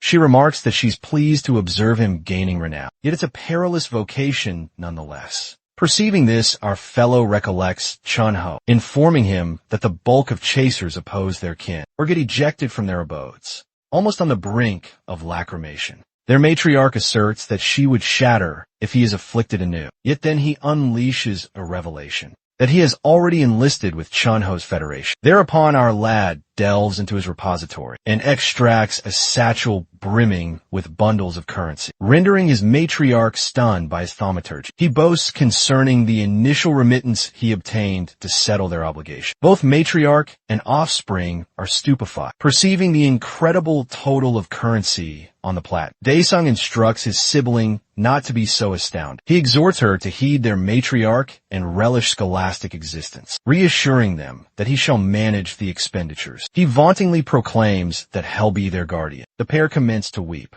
inducing him to jest them concerning their ungainly response. Jisoo jests that she opposes him chasing. Yet the currency has altered her conviction. Relishing the salutary tableau, Daesung deems traversing Inferno valuable each instant. The setting transitions to Auditor Jong-woo, remembering how Director Kim rescued him when he was a naive enlistee. The director's sincere utterances and paternal grin from that eve revolve in his psyche. He reverts to actuality, quivering as he presides over the director's frigid, inanimate physique, observing him lament his spirit out. The division director voices his astonishment at SEO Koo venturing so extremely. Young-woo, invigorated by fury, instructs them not to contact SEO Koo and vows to exact retribution for Director Kim with his own mitts. Observing this gut-twisting tableau, the chairman of the Federation instructs the division director to seize all accessible assets and obliterate the Honma Federation, together with Lee Suk-woo concurrently. Our semi-somnolent fiend monarch is roused by a volley of alerts. He inspects his handset to ascertain who's inundating him with communications. Amidst the disarray, he perceives a message from Chun-ho instructing him to contact upon awakening. Thus he ventures out for an amble, and Chun-ho imparts the glad tidings that he has procured a C-grade portal. Daesung jests that he merely needs to arrive by and garner the effortless currency. The setting transitions to the Honma Federation edifice. Processions of vehicles stationed beyond the monolith, as countless fellows in sable attire assemble. Beneath the command of an A-grade chaser, Jin Kahong Jong-woo readies to storm the edifice. The reinforcement is commanded to quell anyone who opposes, venturing as far as dispatch if required. Thus, as soon as Kahong grants the go-ahead, the operatives storm the edifice from all vantages. Yet when he and Jong-woo breach, they are stunned to observe grievously afflicted Honma constituents ubiquitously. Not unswayed Commander Kahong commands the principal contingent to withdraw, whilst the remainder trail him, advancing towards the Siak Wisp Bureau. A profoundly fatigued Jun Young reposes solitarily. Bewildered Jong-woo surges through the throngs of insensate physiques towards Siak Wisp Bureau. Dirk admit he bellows at the Honma Federation chieftain to manifest. To his consternation, the malefactor rests pummeled and ensanguined on the ground near him. The remaining contingents trail equally bewildered, ere the commander can query the sole Federation chieftain. What transpired, a frenzied Jong-woo usurps his focus. He instantly corroborates Syok-woo's demise and exhorts the retribution-driven auditor to compose himself. Commander Kahong voices apprehension that even in retribution, Chieftain Jun Young has ventured excessively. Nonetheless, the grave fellow elucidates that he merely dispatched those externally. He subsequently astounds Kahong by disclosing that he discovered SEO Koo expired prior to his advent. Intelligence rapidly propagates that the Honma Federation chieftain was discovered deceased, with the presumed culprit conjectured to be Seoul Federation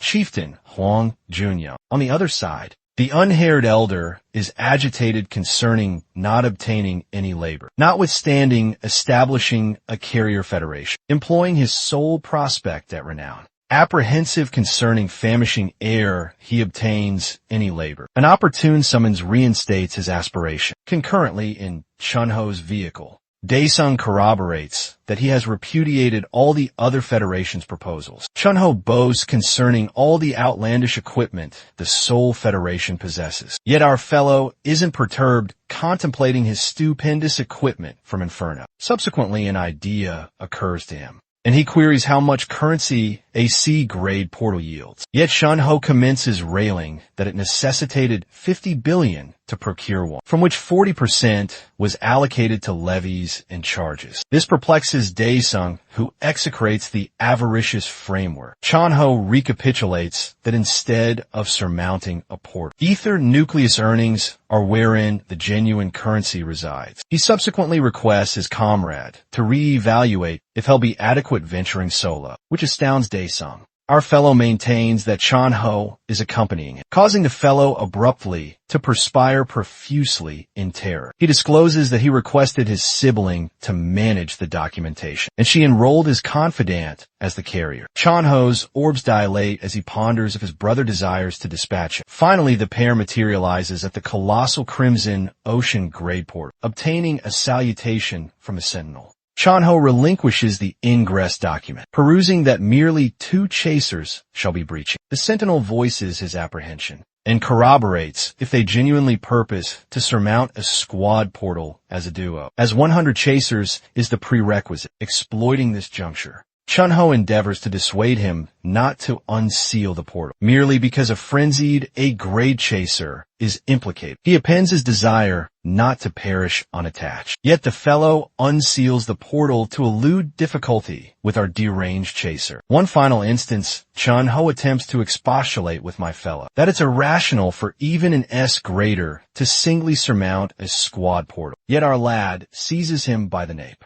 and hauls his closest confidant into the port, concurrently at the Chasers Federation. Visuals of Xiaowi's final instance are displayed. It seems that some entity compelled the arrogant fellow to prostrate, psychokinetically contorting his appendages in divergent orientations. Subsequently, from an enigmatic interstice, an appendage emerges and rends Siak was cardiac organ from his physique. Scrutinizing the visual record, the chairman queries the division director and Commander Kahong if they cannot ascertain anything. Kahong elucidates that visuals from one imager are insufficient, and the division director appends that no vestiges of emanation were detected either. Stupefied, the chairman ponders if they possess a spectral assassin on their roster, concurrently beyond the crimson interstice. The elder, unhaired having altered his appellation, materializes as a carrier the sentinel wearer, queries why he arrived so tardily yet with incandescent assurance. Baldy inquires if Daesung is presently within. Once the sentinel corroborates this,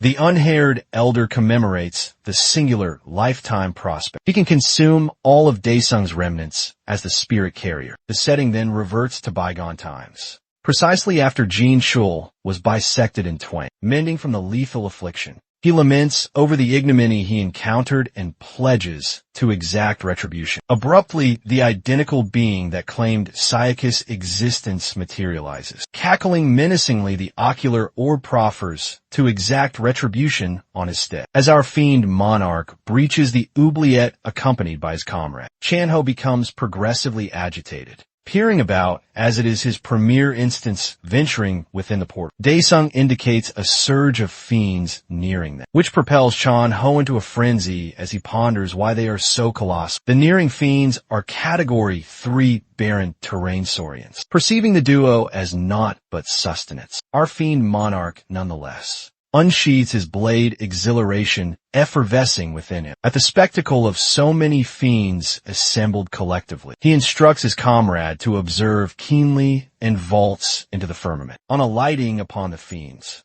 he initiates his tertiary concealed talent dubbed Inferno Eruption, which incinerates everything surrounding him, transmuting all the fiends into fragments. From afar, Chun Ho observes in amazement, captivated, and pondering if this is genuinely the identical juvenile comrade he recognizes. As Daesung nears Chun-Ho, chastises him for having obscured his potency from him this entire duration. With a smirk, our fiend monarch rejoins that he has presently unveiled it. Imbued with exhilaration, John-Ho proclaims that he has resolved to establish a novel federation, one that shall be the mightiest not merely in South Korea, yet in the whole sphere. As the setting shifts to the Sentinel's position beyond the portal, they perceive something peculiar, misconstruing it for a portal rupture.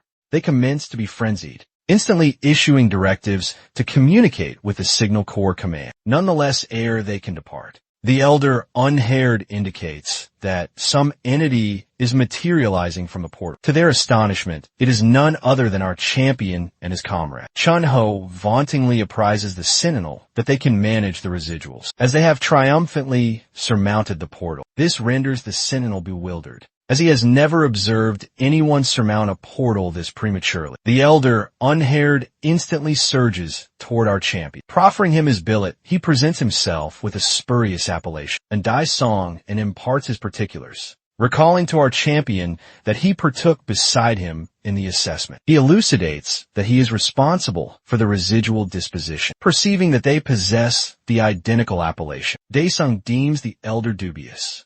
His comrade, Chun-Ho, then queries the elder fellow why he is solitary if he labors in a carrier federation. The elder fellow reclaims his billet and retorts that he is the entity who established this federation, and opines the procedure shall be swift. Chun-Ho then interrogates additionally, inquiring if his appellation is genuinely Daesung. The elder fellow proffers an affirmative gesture, stating he is amenable to alter his appellation in time ahead, to elude any vexation for both their sakes. The genuine Daesung, feeling incensed and exasperated, departs tempestuously from the tableau. The setting then transitions to a property intermediary, displaying a flat to our fiend monarch and his kin. Daesung's sibling seems exhilarated concerning the locale, especially adoring the reality that each chamber possesses an adjoined lavatory. Akin to a customary matriarch, Daesung's mother proceeds to the crux,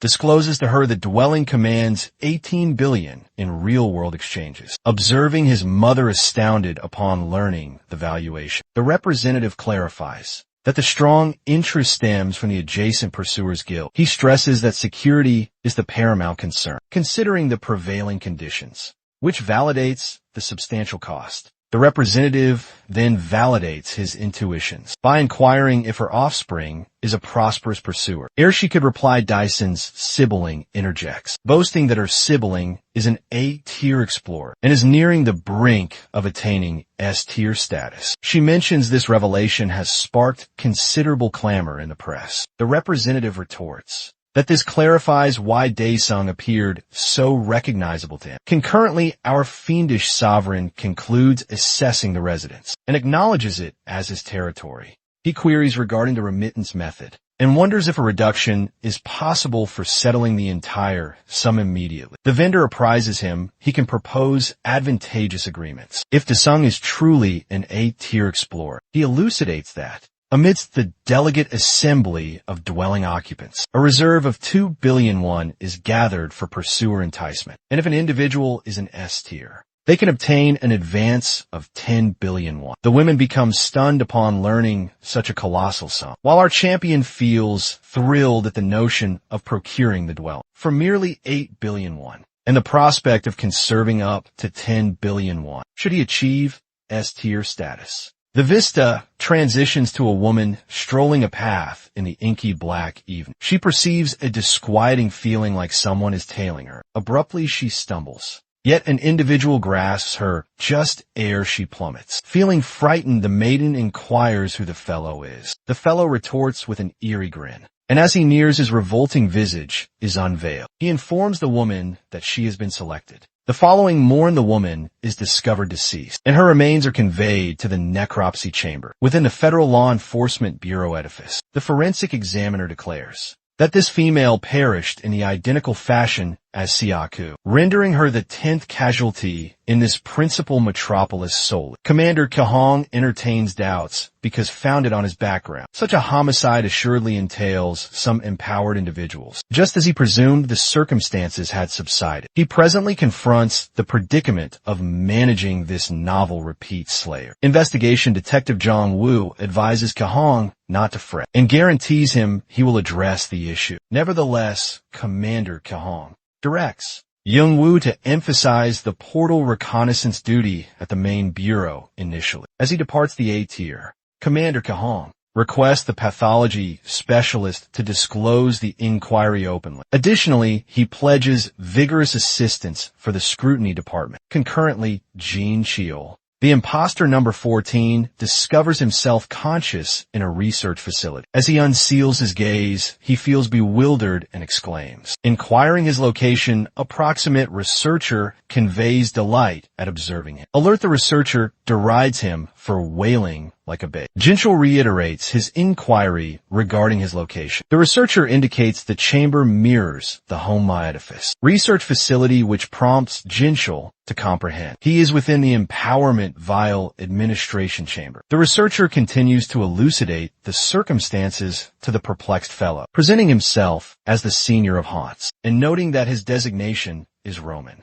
He states that he is the individual accountable for rescuing him by submitting a unique petition to the principal cleric. Jinchul perceives an odd orb gazing at it, and perplexed regarding his endurance, appears to question if he truly did not perish. Roman elucidates he has been reincarnated as one of Hance's populace. The youth, nevertheless, yet seems absorbed in contemplation. Roman then offers a vial, inquiring if he wishes to govern the globe with them. Concurrently, Chunho gets a summons from his dear companion, the assured fiendish sovereign, who imparts his aspiration to be elevated to S tier. Chunho contends that concentrating on conquering portals ought to be his chief concern, yet as he heeds his comrade's rationale, he grows inquisitive about why he abruptly desires to purchase a residence. Ultimately, Chunho consents to tender for every portal he can locate and requests Daesung to aid in lightening the burden by procuring some gear from the Emanation Emporium, who requires to obtain gear when he can acquire exceptional accoutrements from Pantheon. With this notion, our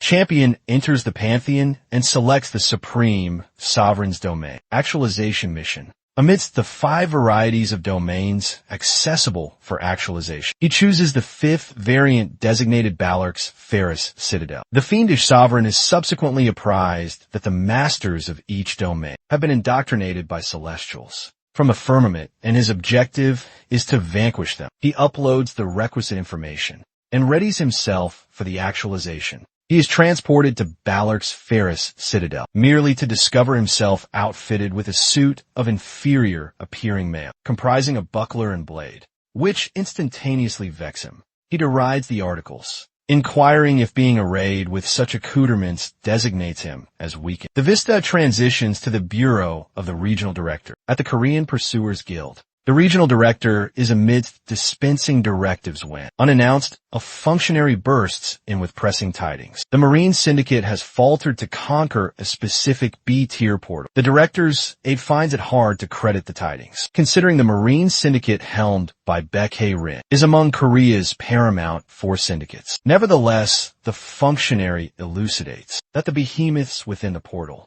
were not harmonious with the commander's emanation aptitude, impelling her to solicit aid from an S tier. Ordinarily, such a petition would evoke apprehension, yet the regional director feels assured. Ultimately, this is Baek Haram, a graceful and formidable individual, someone anyone would be keen to aid. The director promptly issues directives to find S tiers Lee Chong-sik and SEO Dong Chul, apprising them of the predicament at present. The aide deems it a simple undertaking, observing that nobody in Korea would decline a petition from Baek Haram, the realm's premier restorative pursuer. Nevertheless, the functionary indicates one anomaly. Ryu Seoyeon from the Stronghold, who is reputed to harbor resentment toward Baek Rin upon dispensing the ultimate directives and authorizing utilization of the rotary aircraft. The regional director releases his personnel. The vista then transitions to Hope Child Care Center, where youngsters are frolicking outdoors,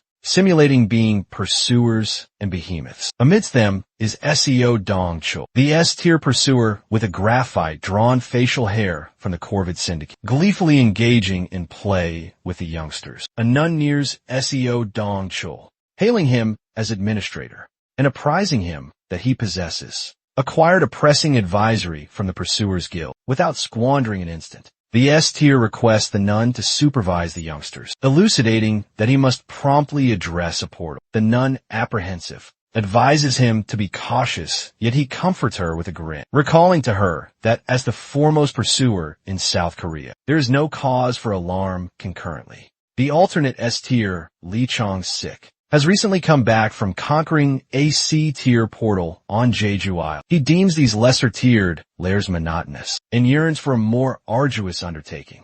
His assistant nears and apprises him that he has been solicited for aid by Beck Heron of the Marine Syndicate. Lee Chong-sik squanders no moments and promptly summons his rotary aircraft, readying for embarkation. It is evident he cherishes a distinct esteem for Mistress Heron, as her very designation appears potent, sufficient to change the trajectory of his existence. Concurrently back within Pantheon, our champion discovers himself confronting the redoubtable custodian of the fairest citadel. Under typical conditions, with his genuine might, the custodian would present no menace. Yet presently, he remains with solely a scimitar and an absurd frost buckler. Pausing an instant, he seats himself, contemplating how he contrived to vanquish this adversary previously. His gaze meticulously scrutinizes the articles in his keeping, and he commences to question if the frost buckler contains the solution to this enigma. Discerning a thing, he arises, prepared to confront the custodian in battle. Once more the vista transitions to the B-tier portal that the Marine Syndicate had faltered to overcome. Journalists assemble before it, keen to seize pivotal junctures for their viewership. They apprise the populace that the Marine Syndicate is readying for a subsequent try at the portal. Abruptly, Mistress Heron materializes on sight, and journalists swiftly encircle her, assailing her with inquiries. The instant they behold her, they appear to be captivated. She nears one of the journalists and solicits his audio device, desiring to impart crucial particulars with the populace. Concurrently, the pair of S-tiers, Chong-sik and Dong Chul, materialize, prepared to aid the Marine Mistress. It is apparent that Chong-sik nurtures an infatuation for her, manifest in his solicitous manner. The press correspondents commence to debate what headline to assign their report. As the pursuers breach the portal, a sound resonates, counseling the journalist to structure the headline employing a fusion like Lee. Say Obek to seize the populace's focus more proficiently. The vista reverts to the Pantheon, where Daesung, in a surge of resolve, attempts to ignite the custodian aflame in a bid to awaken him from his repose. The custodian shrieks upon stirring, completely ready to challenge the individual who disrupted his tranquility. Our champion reflects meticulously, aware that a single blunder could result in his downfall. He administers some emollient, tactically prosperously making the behemoth stumble. As the behemoth topples to the earth, he surges ahead, impaling his blade through the custodian's sigil, vanquishing him smoothly as though it were simply juvenile amusement. Our champion stands erect and dignified. Savoring the reality, he remembered the dormant colossus vulnerability. Precisely timely, he discards the articles, discerning that he will not require them within the fairest citadel. Upon breaching, his primary objective is to locate an armament. Nevertheless, he shortly meets an impasse. Remembering his ordeals from his duration in Hades, he recollects a clandestine switch concealed inside the partition, and swiftly finds it depressing the mechanism. He engages the portal to Balork's coffer chamber, which is attainable for a restricted span of 5 moments. In merely 1 moment and 30 ticks, he uncovers the armament he has been seeking. The WYRM Vanquisher Ebon Blade, celebrated for its potency against draconic-type behemoths. Although the WYRM Vanquisher Ebon Blade might not equal the might of the Inferno Blade, he comprehends an armament's genuine value relies completely on its user, just as a stylus might possess merit in the grasp of an academic, yet be merely refused to the unlettered. Thus also does his acquired armament hold promise, with some duration yet available. He resolves to investigate the coffer chamber more. The lustrous riches seize his focus, and he questions if he might vend them in the actual realm. For substantial gain, clutching the ebon blade securely, he readies to breach Balork's sanctum, preserving a serene composure, recalling to himself to view the erstwhile sovereign simply as a pitiful, solitary chieftain. Concurrently, within the B-tier lair, the Marine Syndicate is occupied combating the unyielding behemoths. Dong Chul grows vexed by the loud, cries of a particularly repulsive creature, and in exasperation pulverizes its maw to quiet. After smiting his armament against the behemoth's cranium, he shouts to galvanize the Marine Syndicate, directing them to initiate a synchronized assault. Amidst the pandemonium, Rin applauds for Dong Chul, encouraging him just then. Chung Sik materializes on sight, saturated in gore and appearing depleted. He asks Heron if she would genuinely go to supper with him if he contrives to conquer the lair. Observing him in such a wretched condition, Heron swiftly mends him, helping him reclaim his vigor. Changsik then presents her with the cranium of an ogre monarch as a memento. Heron appears astonished, inquiring if he truly soloed such a catastrophe class peril. Perceiving that the Marine Syndicate still has not managed to fell the foul, odorous behemoth Dong Chul feels a surge of exasperation overcome it. Discerning he has been bearing the encumbrance alone, Changsik then pivots to Heron, urging her to uphold her pledge about the supper as he joins the conflict. Perplexed, Heron wonders aloud when she made such a vow, attempting to recollect the specifics. The vista transitions back to the Pantheon, where our champion expends a considerable sum of merits to apply every enhancement, elixir accessible to him as his attributes augment. So does his spirit, and he confidently breaches the ultimate chamber. Upon entering, he salutes his old adversary Ballark, but the reception is far from cordial. Ballark, clearly not in a welcoming disposition, conjures a reptilian dragon to assail our champion. Concurrently, Daesung stands off to the periphery, a smirk on his visage as he engages blood nullification, transforming into a demi-fiend. The vista shifts to a live broadcaster, Yang Chil, who is presently scrutinizing the most potent pursuer of the week in South Korea. In his newest video, according to Yang Chil, the paramount tier is Changsik,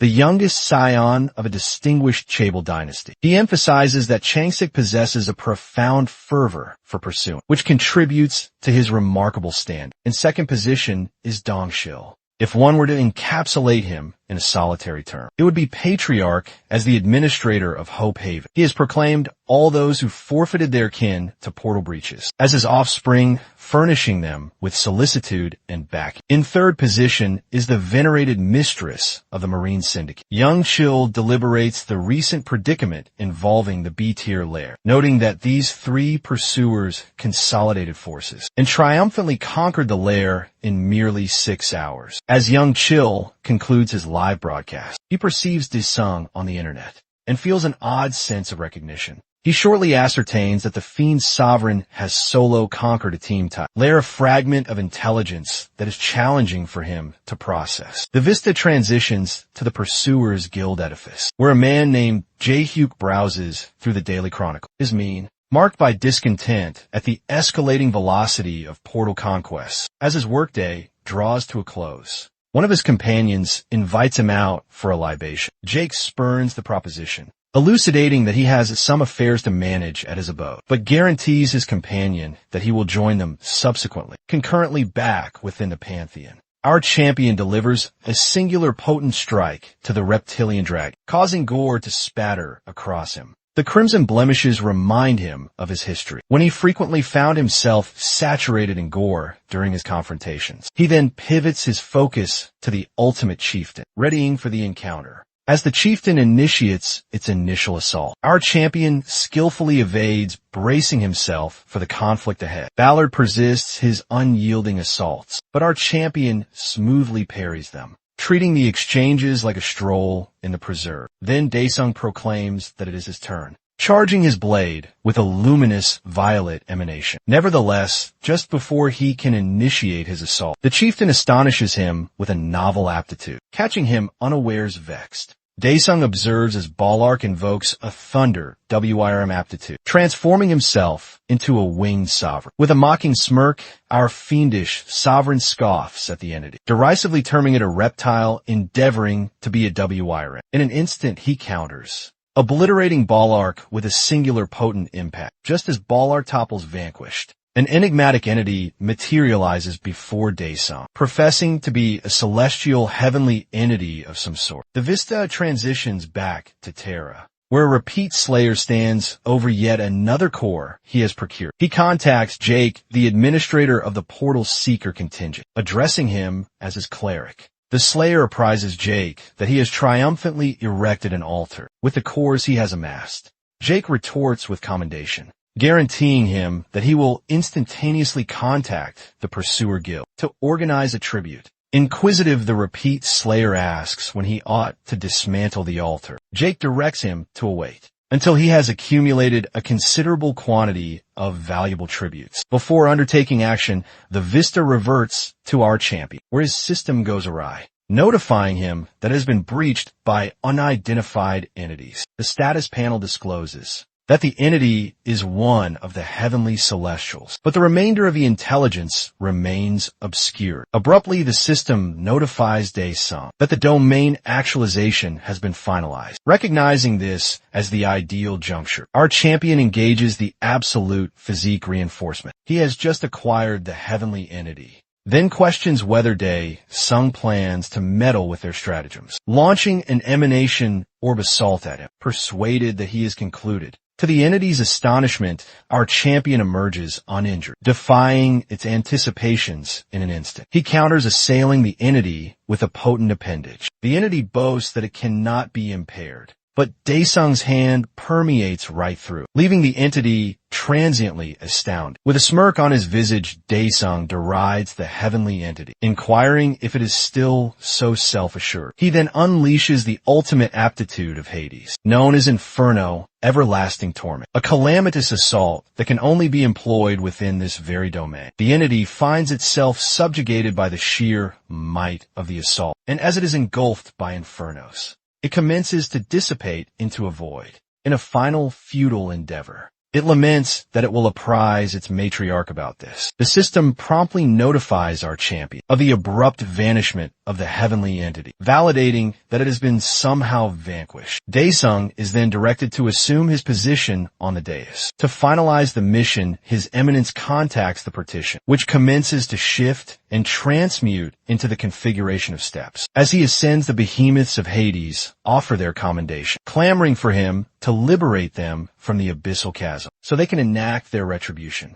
Upon occupying the dais, Dyson finalizes the mission. The behemoths he vanquished during the ordeal are conjured as his underlings, but he swiftly finds their clamor overpowered. With a gesture of his appendage, he directs them to depart until he summons them anew. Concurrently back on Terra, an A-tier portal has abruptly materialized, inciting a significant commotion. Inquiries inundate from every trajectory as the guild president breaches the edifice, confronting the escalating duress from solicitous pursuers, and the populace similarly. The guild president pivots to the regional director, inquiring if this novel portal mirrors the one that incinerated a metropolis 5 annums ago. The regional director promptly apprises the president on all the particulars he has amassed regarding the portal thus far, delineating its potential menace and the exigency of the predicament. In retort, the president issues a mandate to deploy all pursuers accessible and solicits aid from the global guild to manage the imminent predicament. The Vista reverts to Dyson, who meticulously inspects all of his aptitudes and the scope of his actualization thus far, discerning that he still deems them inadequate. He resolves to procure a few additional aptitudes. With that objective in psyche, he breaches the perilous arachnid ravine. Concurrently, the president of the guild has convened a symposium with all of his superiors, even those who cannot be present physically. Joined via a video conference, the regional director apprises the president that all preparations have been finalized, and emphasizes that the objective of this convocation is to discover a resolution to a class portal that has recently surfaced in Dogok-dong. In the ensuing Vista, a detention vehicle is depicted transporting Janya, who sits manacled within. He ponders who could have slain Seo Kuo, noting that not even the paramount-ranked slayer could have performed such a deception. The realization disquiets him, making him apprehend that something momentous is developed. At this very juncture, his contemplations are engulfed by solicitude for Cho Young. Concurrently, Cho Young battles to ingest food, blaming herself for everything that has occurred. The caregiver tenderly exhorts her to consume at least one repast daily, if she desires to subsist otherwise. They would possess no alternative but to transition her to intravenous sustenance. Rivulets stream down Cho Young's countenance as she feels both impotent and valueless, grappling with the gravity of her sentiments. Back in the symposium chamber, the accessibility of the pursuers is being deliberated. Jong-soo, the chieftain of the stronghold class, apprises everyone that their champion, Ryu Seoyeon, has not yet returned from a regiment. Concurrently, Cho Han-wook, the vice commander of the Marvel Syndicate, mentions that his commander, Han Yuel, is presently occupied with the creation of an emanation armament in Silicon Valley. The regional director then pivots his focus to the S-tiered trio, who recently vanquished a B-tiered lair, inquiring about their accessibility for the forthcoming mission. Dong Chul indolently conveys his curiosity, noting that he perceives no other alternative. Chung Sik concurs as well, citing his commitment to uphold his vow to Haerin. Regarding their rendezvous at this,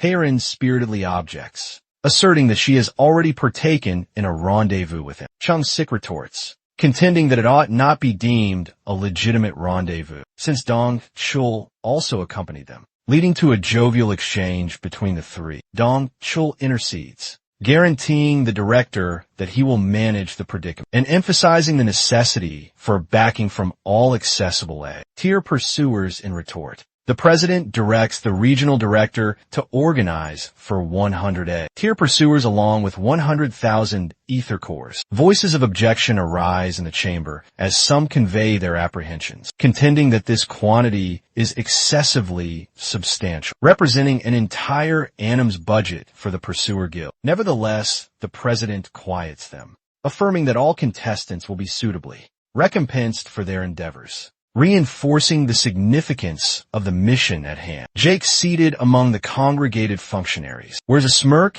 as he concocts a perilously malevolent strategy. As the symposium concludes, public advisories are disseminated, exhorting proximate inhabitants to decamp to the Pursuer Guild's aerial defense sanctuary. As somber nimbuses commence to congregate and decamp, the pursuers ready themselves for the imminent ordeal. Once all preparations are finalized, they congregate around the portal, whispering about the abrupt materialization of this unforeseen portal, creating an ambience of disquiet and expectancy among them. Many A-tiers express that they have joined the mission because of the presence of the S-tiered trio. Otherwise, they would have never presumed to breach the lair, sensing the peril that awaits ahead. Dong Xiao playfully jests Chung Sik about whether he still desires to go on that supper with Haerin. With a resolute spirit, Dong Chul galvanizes all the pursuers, inspiring them to come back collectively. He offers some fragments of counsel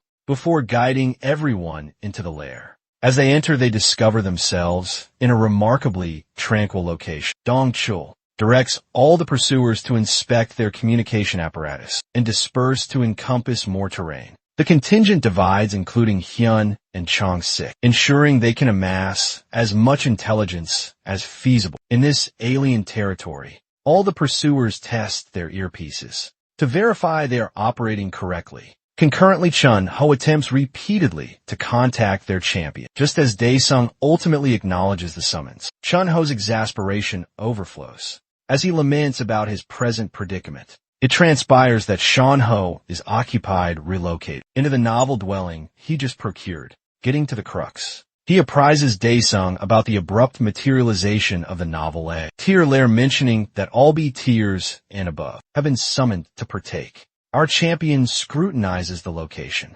discovering it is quite proximate to his novel residence. He inquires with his companions about the rationale behind the decampment directive issued for merely one portal. One of his companions elucidates the incident involving an A-tier portal breach that transpired 5 anims prior.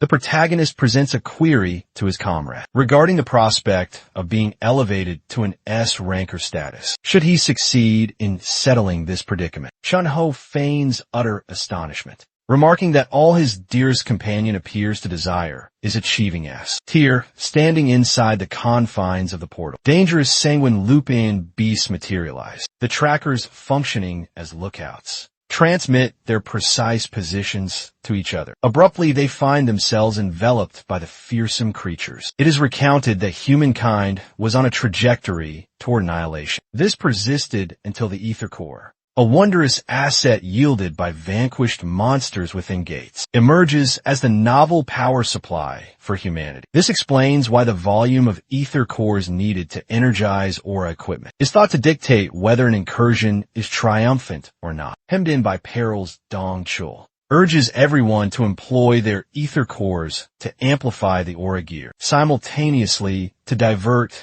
the rampaging wolf beasts. Chung Sik deploys his wide area provocation ability, despite his profound aversion to it, while the silver-haired champion rallies the creatures behind him. Dong Chul, backed by Heron, gears up to initiate an assault. With his lethal technique fully maximized, the brawny fellow declares to his quarry that the one-time ability demands upwards of 1 billion. Ether cores suffused with electrical discharges. The S-rank tracker unleashes his ultimate technique, Thunderbolt, upon the earth. The lightning instantly vaporizes all the creatures in an expansive zone, and then Heron's celerity skill activates, supercharging every one of the hunters with the recently acquired vigor and morale. The hunters ready themselves to annihilate all the monsters. Concurrently, the metropolis beyond lies in utter ruin. A band of Humma remnants assemble, but one of their lookouts cautions that law enforcement is approaching, plunging them all into a frenzy. As they flee, a curly-haired individual is halted by a police vehicle, blinded by the powerful headlamps. The contingent hears a peculiar voice that instructs them to capitulate or encounter fabricated drug accusations. The man brandishes his blade, prepared to battle or perish. But to his amazement, a notorious hunter emerges from the automobile. He scoffs at how the chieftains of the Homa clan appear like refuse, which agitates them, looking more formidable than ever. Jinsho extends an invitation for them to unite with him, observing a deceased man resurrected. Their mandibles drop, so, with a smirk on his sutured visage, Jinshai presents the survivors a renewed objective. Meanwhile, returning to the gate, the incursion appears to have concluded. The trackers speculate if, for the inaugural time in annals, an rank portal has been conquered devoid of fatalities, while Heron mends his injuries. Dong Cho jests that he could have cleared innumerable gates if he possessed her restorative abilities. But Heron exhales deeply and embarks on a painfully protracted tirade about how many costly ether cores her abilities deplete. Hearing her prattle about operational details, Dong Chul's ears start hemorrhaging from her S-rank haranguing skill, and naturally, Changshik ensures not to forego the hourly quota of courting her, rendering things uncomfortable in proximity. A hunter excavates a scarce B-rank ether core from a cadaver before the upper portion of his physique gets obliterated to nothingness. His companions can only gaze in utter stupefaction, beholding a regal white wolf with four luminous eyes. On the exterior, the ambience is saturated with apprehension. Pundits on the broadcast articulate their anxieties as the triple S ranker contingent takes alarmingly long to secure the portal. A correspondent declares that 10 hours have transpired, compelling the association to dispatch as many rankers as feasible. Observing the news, the division head is vexed that the World Hunter Association's reinforcements have not yet materialized, as no one can penetrate the gate. They can only amass auxiliaries externally and supplicate for the Dream Team's triumph. Meanwhile, inside the portal, the hunters commence the engagement. With a deluge of arrows on the colossal beast, entirely unperturbed, the beast surges ahead and elevates its talon to obliterate the whole platoon. But the white-haired swordsman intercepts the onslaught just in time. He employs an ability, but the white beast's formidable claws absorb the force completely, affording him no moment to respire. The beast lashes out at Changsik yet again. The brute strength of its attack makes the S-ranker expel blood as it endeavors to dispatch him. Dong Chul rescues him just in the nick of time. Her and Min's numerous lacerations on Chang Shik's physique, and, as usual, he acts upon his inclination to banter with her. The Ocean Clan charmer tells him to cease fooling around and concentrate on not squandering her final ability, since she's depleted her ether cores. Fully recuperated, the White Knight charges back into combat to shield Dong Chul with his maximum power strike. Korea's premier hunter fells the white behemoth in a single blow. Everyone commences to laud him, which irritates Dong Chul, who is weary of the youngster consistently usurping his acclaim. But abruptly, everyone's ears are assailed by a shattering sound. To everyone's profound consternation, a humanoid wolf materializes and execrates the hunters for daring to penetrate their domain, supported by innumerable white behemoths behind him. The hunters forfeit all fighting spirit. Changsik is rendered utterly speechless, but Dong Chul directs everyone to assemble swiftly. The gate shatters, sending widespread panic throughout the association and leaving the attendant. Lady and the division head in utter disbelief. They presuppose this signifies that the raiding contingent inside has been annihilated. Despite relinquishing all optimism, the manager rapidly commands his personnel to deploy the auxiliary units and urgently summon all foreign hunters. Meanwhile, the wolf chieftain leads his legion of giant wolf beasts and proclaims the commencement of a bloodbath. Near the portal, Captain Kahong assembles the reserve forces. He recites the peculiar clan designations, feeling crestfallen by the demeanor of the B-rank eccentrics. But at last he names the Daesung clan. Upon S being our champion, the captain immediately identifies him as the A-ranker the president has been pursuing. As the captain commences reciting directives, Dyson sulks, disheartened that his comrade didn't materialize or telephone him. Before he comprehends, he was the one who failed to respond. Abruptly, a thunderous noise signifying the gate fracture reverberates across the city. This perturbs everyone, but the demon sovereign grins with exhilaration. Within the portal, the cadavers of the raiding team's members lie amidst the slain wolf beasts. Despite the complete opposition from the premier tier hunters, the sheer might of the behemoths overwhelms their defenses. Dong Chul exerts his utmost to rescue a hunter, bellowing at him to get serious if he doesn't wish to become canine fodder. Meanwhile, Korea's number one hunter eliminates the beast sequentially. Fatigued, he contemplates how long Dong Chul and the others can endure. The scene reverts to bygone days, when Dong Chul acquired an S-rank safeguard artifact. The division head discloses that it is an invaluable present from the president, fashioned with an S-rank ether core. As Dong Chul frets about its costliness, he is reassured that the president deems it indispensable for the well-being of his offspring, the hunters, so the manager makes him pledge to return them unharmed. Hesitating for a brief spell,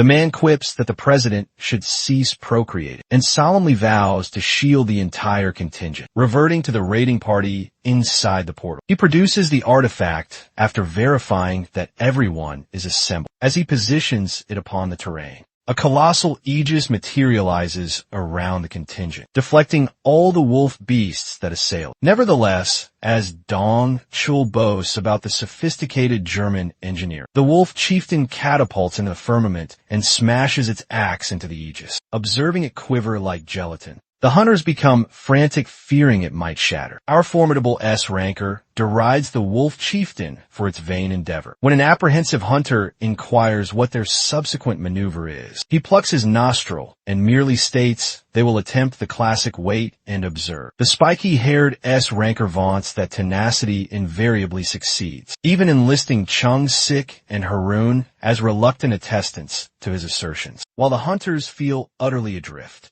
A dubious cloaked individual from Hans activates his artifact. Abruptly, a gate fracture materializes from thin air. The fracture ensnares the wolf chieftain's focus. The preternatural event leaves all the hunters in utter shock. Peering through the portal at the human sphere, the monarch of the white wolves grins menacingly, proclaiming that this instance the monster raid contingent will hunt humanity. As this transpires, the colossal wolves overrun Earth, rending apart the vulnerable infantry Genuine pandemonium erupts when the wolf chieftain lands in the city core. With a flourish of his axe, the sheer force of its concussion wave blasts away. All the combatants holding the vanguard position, endeavoring to reconnoiter the circumstances. The drones that venture near are annihilated by the Wolf King's howl ability. This severs the visual transmission to the association, exasperating the division head at a total loss for action. He ascertains the monster's subsequent objective and directs his personnel to dispatch the auxiliary contingent. Meanwhile, a recognizable vlogger pilots his drone and commences his live transmission from a rooftop. Proximate to the portal, young Chill theatrically speaks on his broadcast, attempting to capitalize on the enigmatic calamity. Even though the Craven is distant from peril, he boasts about his intrepidity and devotion to his audience. Nevertheless, a colossal wolf slavering on him swiftly demolishes his purported valor, witnessing a mangled hand descend from its maw. The vlogger youngster collapses on his posterior. The behemoth pounces upon him, causing him to yelp like a diminutive damsel. That is, until our champion materializes to salvage the situation and beheads the white wolf. The vlogger youngster pivots to observe Dae-sung, who is adorned in magnificent gear from crown to sole. My champion disregards him and proceeds directly for the paramount leader of the wolves, enveloped by a horde of giant wolves. My champion derides the wolf monarch, terming the wolf legion stray canines that are defiling his domicile. Incensed, the arrogant monarch of the wolves pounces on our protagonist. Nevertheless, his cataclysmic axe assault is effortlessly thwarted by the sovereign of hell. In the interim, at a sanctuary near the gate fracture, agitated civilians endeavoring to enter access a particular live broadcast on their handsets. Amusingly enough, despite the association misplacing their drones, our vlogger youngster contrives to monopolize reportage of the catastrophe with his live transmission. After achieving 1 million spectators, the avaricious youngster persists in broadcasting without a thought for his existence. In the command center, the attendant lady accesses the live broadcast on her handset and presents it to the manager, leaving everyone astounded to observe a rank hunter confronting single-handedly the menace that subjugated 3S rankers, reverting to our champion in the epicenter of it all. He nonchalantly observes the canines assemble like Power Rangers. Abruptly, the colossal white canines charge at him simultaneously. But at that juncture, Dae-sung is infuriated and unleashes conflagrations from his hellfire blade, scorching the wolves from the epidermis inward. The vexed wolf monarch quenches the inferno with a flourish of his axe, finally embodying his designation. The monarch retracts his legion and declares that he will combat our champion, one-on-one, impressed by the monster's temerity. The sovereign of hell instructs him to overcome his infernal beasts initially, impaling the terrain with his blade. Immense vitality commences radiating from Dae-sung. The wolf monarch and the vlogger youngster are both flabbergasted as a gigantic dragon materializes in the firmament. But that is not everything hearing its master summons. Additional infernal beasts begin to materialize, terrifying the daylights out of the division head and the auxiliary contingent. Under Captain Kahong, observing my champion, supported by his magnificent summonses, the wolves can only snarl in trepidation, employing the wolf monarch's own pronouncements against him. Our demon sovereign commands his thralls to annihilate the others, while he confronts the paramount leader himself. Witnessing the colossal dragon descend, Captain Kahong and his unit approach Dae-sung's summonses. As they observe the dragon savage the wolves with its talons, Ki-hong is left contemplating if the majestic white beast is an ally or adversary. The other two summonses pursue the formerly terrifying wolves, as if they were diminutive pups, effortlessly tracking them down. Meanwhile, at the sanctuary, civilians observing the vlogger kids' live broadcast are utterly bewildered, witnessing monsters exterminate other monsters. In a moment of sheer befuddlement, the division head summons Chan-ho as a delegate of the Dae-sung Guild. Not squandering a syllable to break the tension, he bluntly requests Dae-sung's comrade to divulge particulars about the legend, himself in the interim. The legend in question persists in talking smack to the wolf monarch. For amusement, he approaches it menacingly, prompting the arrogant monster to unleash a potent strike on it. But my champion effortlessly parries it and with a frightening smirk, launches a barrage of his own assaults,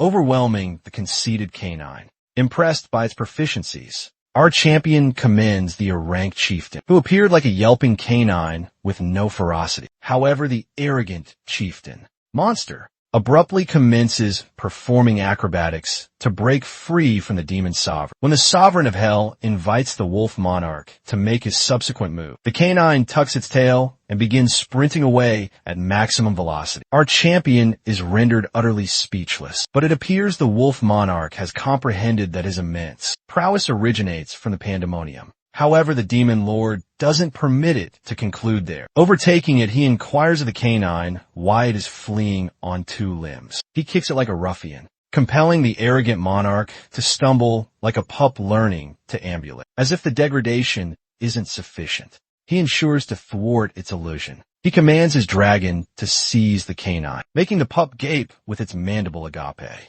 as colossal talons scrape it along the terrain, giving it a thorough shearing standing over the road. Scorched white pup, my champion gruesomely dissects it to retrieve a core. Meanwhile, the three S-rankers also emerge from the gate. Fracture. Dong Chul articulates his exasperation upon discovering no reinforcements. Hei Rin exerts her utmost to rescue those still breathing and implores the top 2 hunters of Korea to collaborate against the wolf chieftain. Dongchul departs, leaving Hurin in solitude. Abruptly, she perceives demonic vitality, and a faint shriek escapes her lips. Instances before a wolf lunges upon her, but naturally no one would permit the Ocean Clan's charmer to perish. The oversized canine's severed cranium bounces away, immaculately cleaved by our paladin in resplendent armor. Baek Hurin is left gaping in reverence, but my champion, not even identifying her, inquires if she's a hunter or not.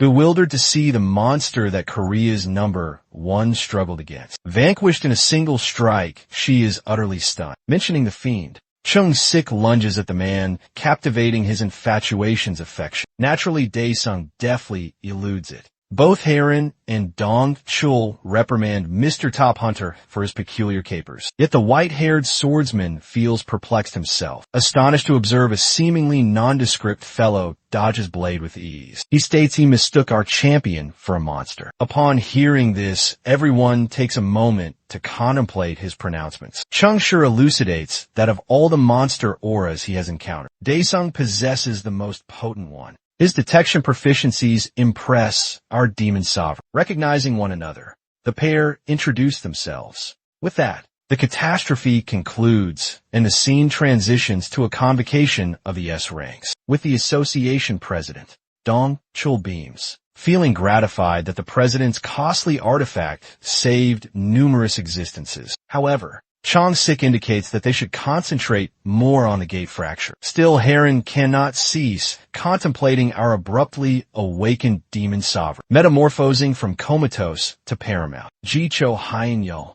the masked S-ranker, remains taciturn. So the president unveils his principal objective, whether to elevate Daesung to S-rank or not. Naturally, no one harbors any reservations about it, and Heron even quips that the others can take more furloughs if the president employs him instead. Changshik concedes his prowess, adding that he accomplishes the unimaginable exploit of clearing an A-rank gate solo. But the masked S-ranker finally interjects, remarking that he is already vastly superior to S-rank. Meanwhile, on his newly sensational channel, vlogger Kid interviews the bald codger, feigning to possess a robust rapport with our champion. Whereas in the Daesung clan's primary office, Chun-Ho is astounded to see his comrade's name prominently featured on every video across the internet. With that, the celebrity of the moment enters his office. Chano salutes him with fervor, like a genuine sycophant, making our champion wonder if his comrade is intoxicated. Proceeding directly to affairs,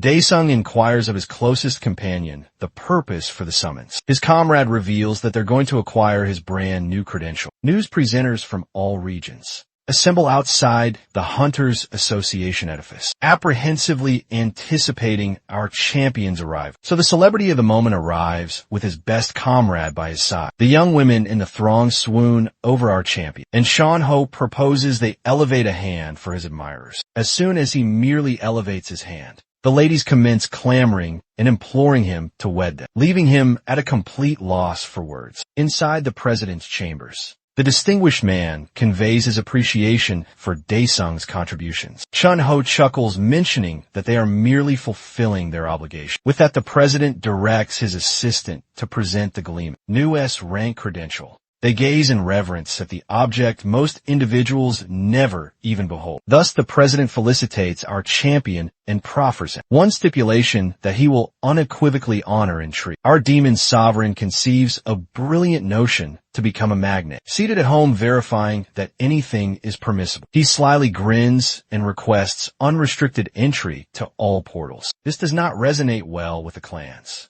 who are incensed by him monopolizing all the portals. The president remembers Hanul's counsel, noting that they cannot repudiate the most prized hunter's stipulations. Our champion humbly demands the prerogative for his summonses to solo gates. The dignified, elderly man is astounded to learn that a solitary summon can clear a portal. The scene transitions to a gothic maiden, Ryu Seoyeon, perusing her computer, observing our protagonist ubiquitously on the internet. The Fortress clan's infernal sorceress becomes enamored with him, believing she's discovered the one who can remedy her. She astounds her progenitor by exiting her chamber. For the inaugural occasion in 6 months, SEO Yun embarks on a quest for her champion. Meanwhile, numerous delegates from the clans converge upon the division head. Like exasperated single matriarchs at a hypermarket, they lament that Daesung leaves no portals for the lesser clans, pilfering their means of subsistence. They emphasize that it is unequivocally inequitable. Observing this transpire, the manager, despite already anticipating it, guilelessly inquires what he can accomplish for them. A resolution emerges to curtail Daesung's assaults on high-rank portals and collaborate with them on a rank ones. On the other hand, oblivious to how many adversaries he's accrued, our champion is preoccupied losing contests. John-ho repeatedly telephones him, and he finally answers his best comrade, delivers him a reprimand for not taking his calls, and our demon sovereign clarifies his exceedingly valuable engagement. Gaming, but like a matriarch, Chun-ho immediately admonishes him, compelling him to come to the clan edifice. Now, in the clan office, his closest friend informs our gamer about the grievances to regulate their gate dominion. Chun-ho clarifies that the minor guilds are facing insolvency, owing to Daesung summonses usurping their occupations, so the Daesung clan can only undertake B-rank portals. The association also imposes a constraint on tackling A-rank portals, unless allied with another clan, content with the riches he's amassed. Daesung simply instructs his buddy to only bid on A-rank portals. Chun-ho humbly vaunts that with only 2 members to divide, he's also affluent with currency, and even procured the clan edifice with his portion. With a sly smirk, our demon sovereign tells his comrade to only bid on the premier earning portals for maximal returns, impressing Chun-ho with his expert commerce acumen. Altering the topic of discourse, he inquires of Chun-ho whether his equipment has been sold, but his closest friend clarifies that it is arduous to vend apparatus that cannot utilize ether cores. Our champion, hoping to sell it and acquire realty for his kin, contemplates if it is feasible to vend it somehow. Chun-ho informs him about Park Dong-hyuk, a fabled aura craftsman. He adds that the man is an associate of the Seoul clan chieftain, but Jun Young is regrettably incarcerated, so that recourse is unavailable. However, he remembers another individual who might guide them to Dong-hyuk. The scene transitions to the Heart clan, employing remarkable coordination to clear a C-rank portal. Now that our champion isn't monopolizing every single one, but as they're about to depart, the leader discerns some figures approaching. It is none other than Swindler number 14, who looks disdainfully upon the clan members. Grinning malevolently, he commands his undead squadron to vanquish the hunters. Perturbed, the Heart clan members ponder if the assailants are human or not. Perceiving acute peril, the leader bellows for everyone to ready for a mortal struggle. Yet moments thereafter, their inert bodies lie strewn on the terrain. Jin Shao extracts the leader's aura and appropriates his semblance. The scene transitions to the new manor of the Demon Sovereign, where his family is engrossed in a news report. They learn that 12 individuals have been abducted, prompting his sibling to jest. about whether extraterrestrials are accountable for the kidnap, displaying the characteristics of a typical apprehensive matriarch. Daesung's mother voices solicitude for her daughter's security, counseling her not to depart the residence for a period. She then pivots to her son, inquiring if he feels ravenous. The demon's sovereign, possessing a voracious appetite, requests that she furnish him an abundance of flesh. The scene shifts to a sacristy, where hearts are being seared as if they are in a furnace. The serial slayer commences a ceremony alongside his underlings. Jinchul advances, receiving a benediction from the slayer. The resurrected swindler number 14 desires nothing but retribution against the champion, steadfastly believing that his newly acquired powers will assist him in realizing this objective. Next, the scene transitions to a youngster toying with a football. Abruptly, a vast aperture materializes in the ocean. Piquing his inquisitiveness, his progenitors rush in, barring him from nearing the perilous chasm. A multitude assembles engrossed in fervent deliberations about the unforeseen materialization of a portal in such a peculiar vicinity. The attendant lady gets the intelligence and swiftly conveys it to the division head. The manager becomes apprehensive, acknowledging it as the most formidable maritime variant, a ranked portal they have confronted to this day. He inquires whether the attendant has dispatched solicitations to each clan for their partnership. She apprises him that all 5 premier clans have submitted tenders, noting the anomalous particular that all tenders include identical stipulations. To elucidate the circumstances, it is disclosed that Dong Chul had recently visited Daesung's edifice to confer with his director, Chun-ho. Dong Chul tables a proposition suggesting a collaborative raid on the portal. Abruptly, Chong Shik enters and partakes in the deliberation. Chun-ho appears mystified as he observes all these rankers materializing at his edifice unexpectedly. Upon noticing Dong Chul Chong Sik provokes a showdown, reminding him that he had previously stated wanting to take a respite from raids to spend moments with youngsters. Chang Shik proffers the identical proposition to Chanho that Dong Chul did, articulating his aspiration to jointly assault the aquatic portal. He even volunteers to defray all expenditures pertinent to intelligence and other crucial necessities. Meanwhile, the Ocean Clan seems to share a comparable disposition. In their debriefing chamber, their chieftain Heron convinces her contingent that she desires to aid Daesung, feeling obligated to her for salvaging her existence. Her contingent reacts fervently to this compact, exhibiting no demurs whatsoever. Meanwhile, analogous deliberations transpire at the Marvel Clan's central command. The vice commander engages in a vehement dispute with the commander over his determination to amalgamate forces with others to assault the portal. Captain Johan Ul retorts that he wishes to encounter Daesung, endeavoring to ascertain more about his proficiencies, which appear to transcend even S rank. Delegating protective responsibilities to his spectral underlings, he appoints the foremost pair of servitors to safeguard his kin during his departure. The servitors articulate their keenness, pledging their very existences to execute this directive flawlessly. As the fiend sovereign exits the sacred precinct, the Inferno sorceress Ryu Juiyan perceives him and interrogates if this interstice is the origin of his bewildering potency. She presents herself as the bulwark of the Citadel Federation. Nevertheless, Daesung addresses her as Citadel Novice and insists on knowing her purpose. She nears the champion, gazing fixedly into his visage and petitions for his aid. As she draws nearer, he reflexively repels her, only to ascertain that she transmutes into a sable thaumaturgy effigy. The champion contemplates if she holds shinobi-like capabilities to accomplish such an exploit. Yet abruptly, he discerns a fiendish emanation radiating from the effigy, prompting him to ponder if there exists any linkage between them. In the subsequent tableau, the Federations convene along the littoral, readying for the approaching maneuver.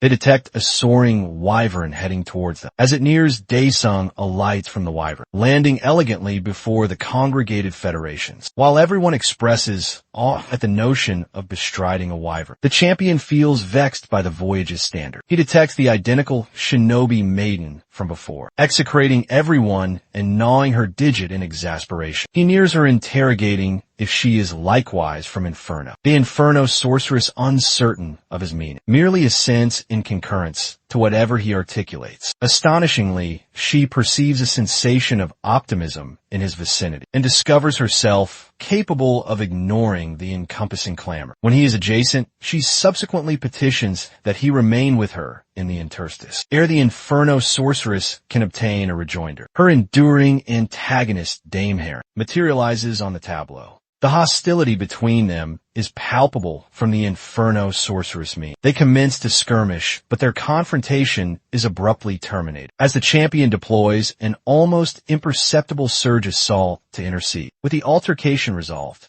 it becomes opportune for them to advance toward the interstice. The Inferno sorceress, disinclined to depart the fiend sovereign's presence, maintains on accompanying him in his vessel, which he deems quite vexatious.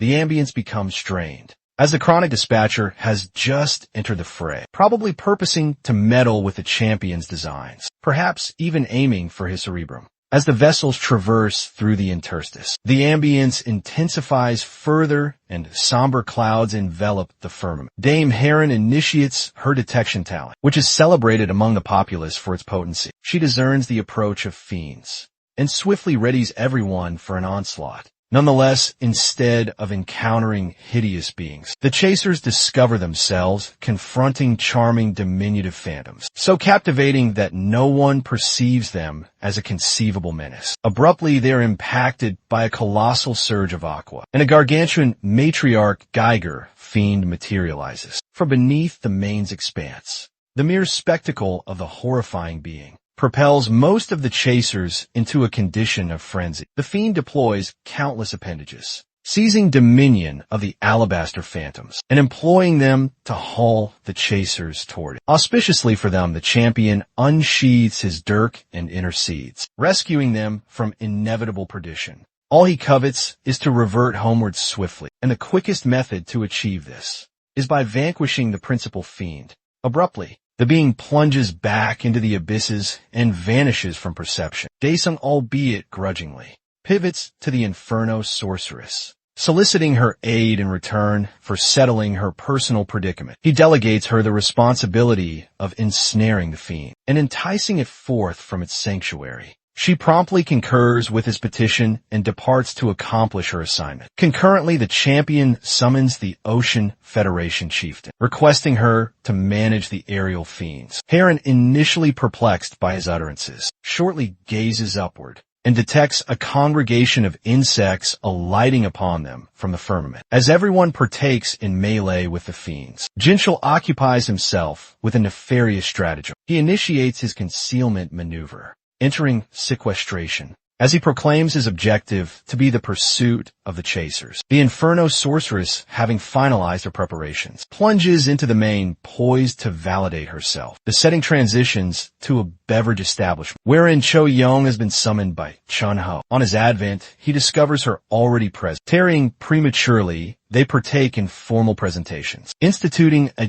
deferential ambience. Concurrently, the setting reverts to the confrontation, wherein the Inferno sorceress employs her olfactory talent to entice the fiend back to the exterior. Daesung sprouts pinions from his posterior and unsheathes his blade. Surging toward the beast, his framework alerts him that his flame. Monarch's respiration talent has been altered, permitting the nebula of infernos to condense. Without reluctance, he initiates the talent, launching a colossal sphere of conflagration directly into the fiend's gullet. The fiend rapidly clamps its gullet shut, pondering if it has ensnared something. Within instants, pustules erupt across its physique, culminating in a colossal detonation. The Inferno sorceress, perceiving the spectacle, discerns that the champion surpasses her anticipations. She bellows at him to honor his portion of the pledge and rectify her. Our champion rejoins, requesting her to tarry a bit longer, as there are yet certain fiends remaining to address. Concurrently, Heron remains preoccupied, repelling the onslaughts of the aerial fiends. She employs her emanation talent to bolster her contingent's spirit and might. Simultaneously, Jean Chaos, contingent, readies their nefarious design. Jean Chao ventures on a Heron's vessel,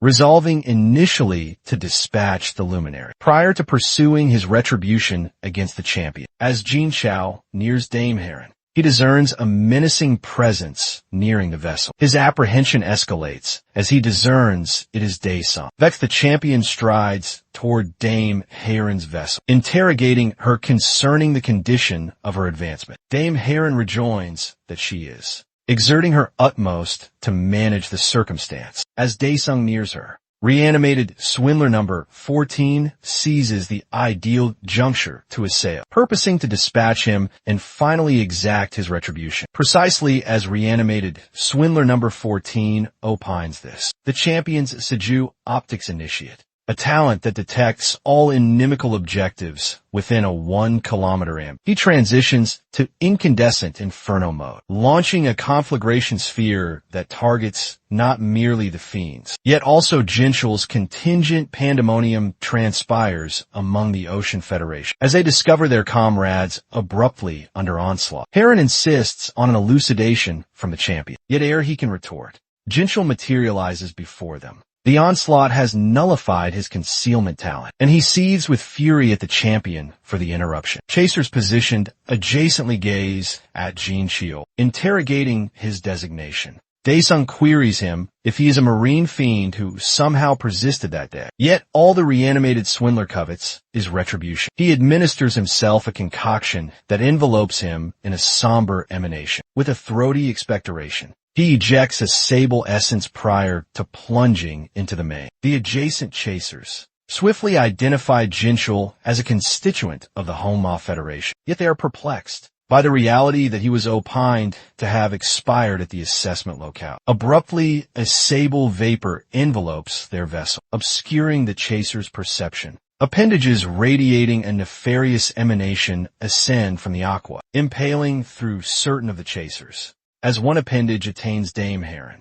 breaching her barricade, the champion retaliates, swiftly ensnaring it with his unclad mitt and safeguarding her from detriment. With his unclad mitt, the champion contorts the appendage, compelling the fiend from amain. With a bellow of agony, Jinchul materializes as an S-tier Gagar monarch fiend, radiating assurance that he shall finally attain his retribution. Directing all his might, Jinchul deploys a potent onslaught aimed squarely at the champion, avid to perceive his expiration. The setting reverts to the beverage establishment, that they are ready to deplete their final assets, to rescue her director in return for her aid. Avid to rescue her director, Choyun queries concerning the aid they necessitate from her, proceeding to the crux. Chunho queries if she can assist them in contacting Dr. Park Dong. Hyuk Choyoung rejoins that the practitioner's whereabouts are exceptionally clandestine and proposes that he should deliberate it squarely with her director. Instead, concurrently, the fiend has triumphantly propelled all the chasers into the aqua. Daesung contemplates employing his unique talent, yet wavers, comprehending that it could imperil everyone surrounding him. Grudgingly, he permits Jinchul, presently transmuted into the Geiger Monarch, to ensnare him in its appendages. Jinchul launches a ferocious onslaught aimed at the champion, resolved to dispatch him this instance. The Ocean Federation constituents stand immobilized, yet abruptly they detect the champion soaring above them, poised to confront the approaching peril.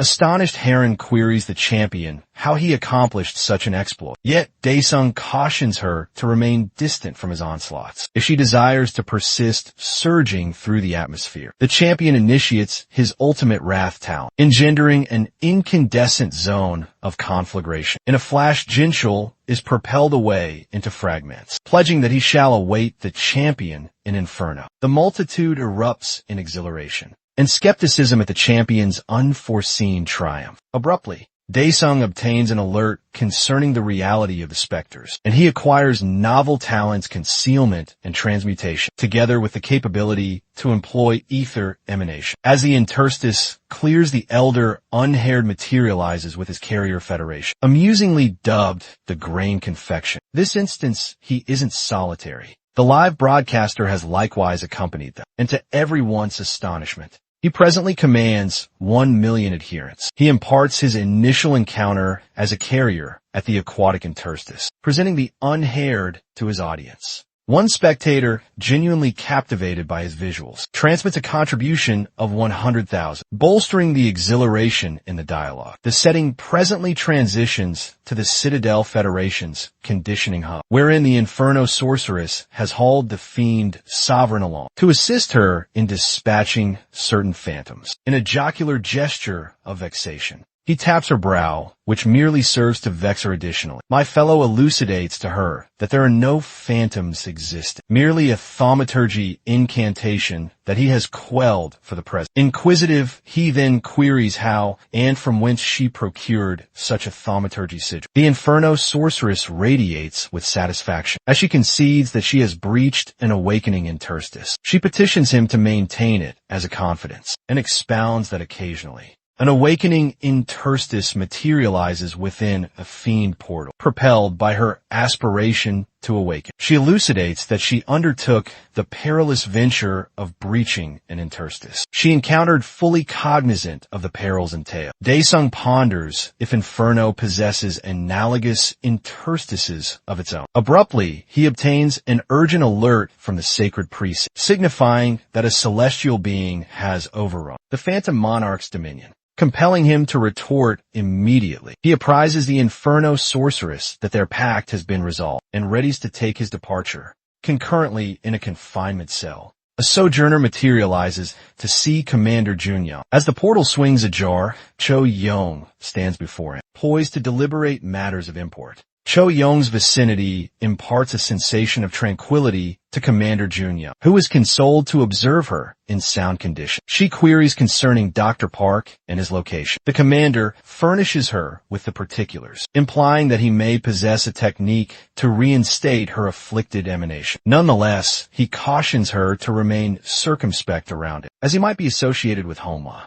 Back at the sacred precinct, as the fiend Sovereign enters, he obtains an alert signifying that his servitor has accompanied him. Inquisitive concerning who it could be, he pivots to discover the Inferno sorcerer's position behind him. Startled, he queries her how she succeeded in entering. Seoyeon avidly voices her aspiration for him to be her commander, and to condition her in thaumaturgy. The fiend Sovereign inspects the maiden's attribute panel, feeling vexation escalating within him, as she might prove to be an impediment to his designs. It transpires that the one who positioned the thaumaturgy sigil on the maiden had enrolled her as a servitor, and by superseding that sigil, the fiend Sovereign has presently rendered her his servitor, albeit he is initially disinclined. He perceives no alternative, and resolves to accompany her to the Phantom Monarch's dominion. As the translocation actualizes, he discovers himself manacled against a partition. The Inferno sorceress peers about, expressing awe at the apparatus strewn on the platform. Dyson summons her, requesting her aid to break confinement, elucidating that his potency is sealed within the manacles, rendering him unable to abscond. She rejoins that she shall give it an endeavor, and to his astonishment, she swiftly liberates him from the manacles. Inquisitive, the fiend Sovereign queries how she accomplished. She vauntingly discloses a passkey she fabricated employing her thaumaturgy, showcasing her talent as if it were a rudimentary assignment. Our champion glimpses through the casement and indicates a fiend to his servitor, identifying it as the principal jailer, known as the Spectre Hoarder. The Inferno sorceress petitions sanction to manage the fiend by herself. The setting transitions to a depot, wherein Cho Young materializes in a vehicle and summons Chun Ho to accompany her, proffering to convey him to Dr. Park's facility. Concurrently, Dr. Park is absorbed in perusing the dispatches when he encounters intelligence concerning his underling Jinxel. Nonetheless, he remains unperturbed, comprehending he has nurtured more than adequate specimens to relinquish. His portable computer signals with an alert, apprising him of Cho Yong's ingress into the edifice, and he perceives a sensation of contentment at her advent. It becomes evident that he had been foreseeing her sojourn, even addressing her as his experimental subject. Reverting to our duo in the Phantom Monarch's dominion, the Inferno sorceress deploys a volley of impairments, utterly incapacitating the custodian as it tumbles to its knees. Our fiend monarch swiftly terminates its existence. With their initial quest finalized, Daesung obtains a talent increment designated for SEO Young. The shadowy maiden boasts concerning how her talents have augmented in Inferno. Disregarding her, our lad instructs her to keep her effigies prepared, since the peril shall only escalate.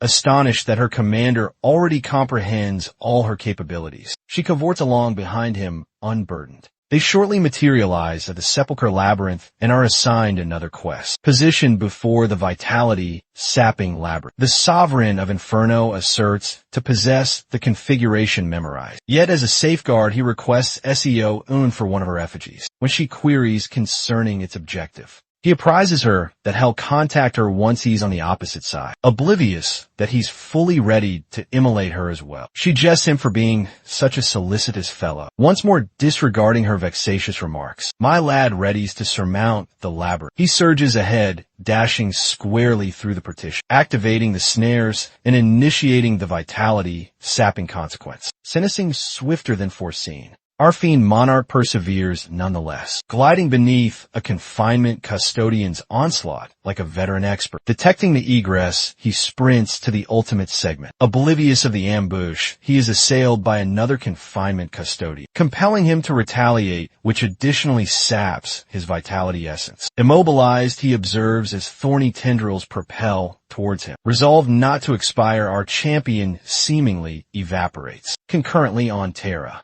Cho-young and Chun-ho station beyond Dr. Dong Hyok's facility. Chun-ho is astonished by how arduous the facility is to discover. Cho-young imparts that she sojourned it once in bygone times. The duo then discovers a colossal lift at the ingress. Abruptly, the barrier unseals, disclosing the doctor's unsettling aid, Nam Jae-woo, who salutes them. Back in Inferno, our shadowy sorceress, preoccupied toying with thaumaturgy, abruptly perceives her commander's voice summoning her. Upon perceiving, for what appears the millionth occasion, that she must translocate, she corroborates her objective and translocates. She materializes before a fiend poised to assail. Yet Daesung swiftly instructs her to unwind and discloses it's him. Metamorphosed notwithstanding her disquietude, he persists in unsealing the stairway, descending subterranean to the Phantom Monarch's chamber. Our fiend, Sovereign, finally obtains the quest to vanquish the principal antagonist. Himself, the duo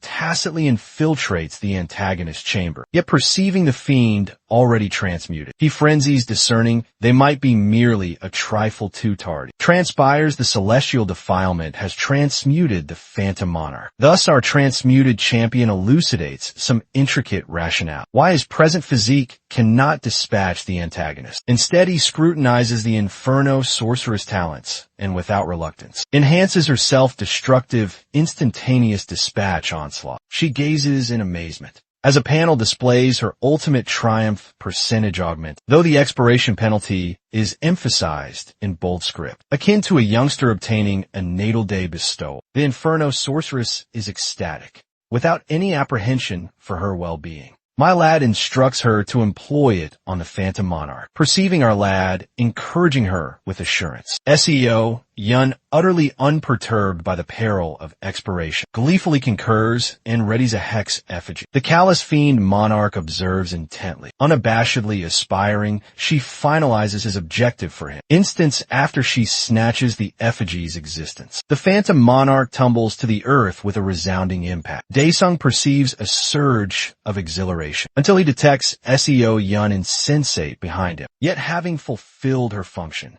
our champion intervenes to dispatch the enfeebled antagonist himself, augmenting himself with sanguine nullification. He foresees the antagonist's subsequent maneuver and charges assuredly to terminate the existence of his former subordinate. Yet as their blades skirmish, his armament is propelled airborne. To his consternation, his thorax is impaled and his spirit is assimilated into the blade of transgression. Thereupon the Phantom Monarch proclaims triumph, deriding his seemingly expired adversary. Concurrently on Terra, Cho-young expresses remorse to the doctor's aid for introducing an uninvited sojourner. Astonished, the unsettling scientist guilelessly queries who it is, accelerating in on his magnificent sports vehicle. The fellow in question makes his epic ingress. Cho Young presents Korea's number 5 chaser, and Marvel Federation chieftain Cho Han. Yeol deferentially voices his aspiration to cooperate with Dr. Dong Hye, as both possess an expertise in emanation engineering. Though Jae-woo internally execrates the fellow for derailing his designs, he preserves his composure and presents himself to the veiled escalator. Nonetheless, Hanyul barbarously disregards him and salutes Chun-ho and Cho-young instead. Squandering no instant the Seoul Federation Day, commands the unsettling aide to convey them directly to the practitioner. Opining Cho-young introduced Hanyul along as a protector. Jae-woo's aspiration to disarray her with ventures only augments, guiding them to a chamber in the facility. He commands them to tarry and departs. Discerning something amiss, Chun-ho remarks how the locale doesn't feel like a customary facility. From circumspection, the Marvel Federation chieftain counsels his contingent to don emanation safeguards. Cho-young elucidates that Jun-young had proposed. She introduced Hanyul for supplementary safeguard, recalling to Chun-ho that he could have merely requested the veiled emanation artificer for aid. As well, abruptly, vapor commences permeating into the chamber. Hanyul's cautionary senses activate, instantly discerning it as a snare. He crashes his shoulder into the secured portals, breaching them ajar with unadulterated might. The trio erupts forth only to be accosted by a legion of altered orcs. Without reluctance, Hanyul materializes a violet blade and a resplendent emanation scourge, carving through the nearing throng with facility. Apprehensive Chun-ho and Cho-young query why fiends are traversing freely. Yet the Federation chieftain identifies the nefarious essence of the snare. Perceiving from a display, the unsettling aide sneers, exhilarated to assess his augmented ventures on the chasers, presently designated by vapor concurrently. The sovereign of Inferno persists within the blade of transgressions. As novel spirits breach the ghouls, surge in to consume them. Oblivious that our lad has reclaimed his primordial physique, with a visage more horrifying than the fiend's, he proclaims that they shall be the ones consumed instead. Externally, the phantom monarch nears his insensate thrall, precisely as he elevates his blade to assail her down. The blade seizes dominion of him. He gazes on in bewilderment as the armament commences to articulate, prior to abruptly pivoting on him, impaling into the phantom monarch, precisely as he had seemingly vanquished Daesung, obtaining a sampling of his own concoction. The phantom monarch is exiled into his personal blade, signifying the culmination of this objective replete with narrative contortions. Daesung abrades his cranium, vexed at needing to rectify every minor predicament in Inferno. Abruptly, a detonation transpires, disclosing his ultimate adversary, gazing squarely into his optics. The peculiar celestial being possessing the phantom monarch queries who he is. Disgruntled, our fiend monarch derides the being for daring to pose inquiries. After overrunning his dominion, discerning he stands before the sovereign of Inferno, the radiant being launches its onslaught, effortlessly evading the onslaught. Our fiend monarch severs off the celestial being's appendage. Perceiving the torment transpire,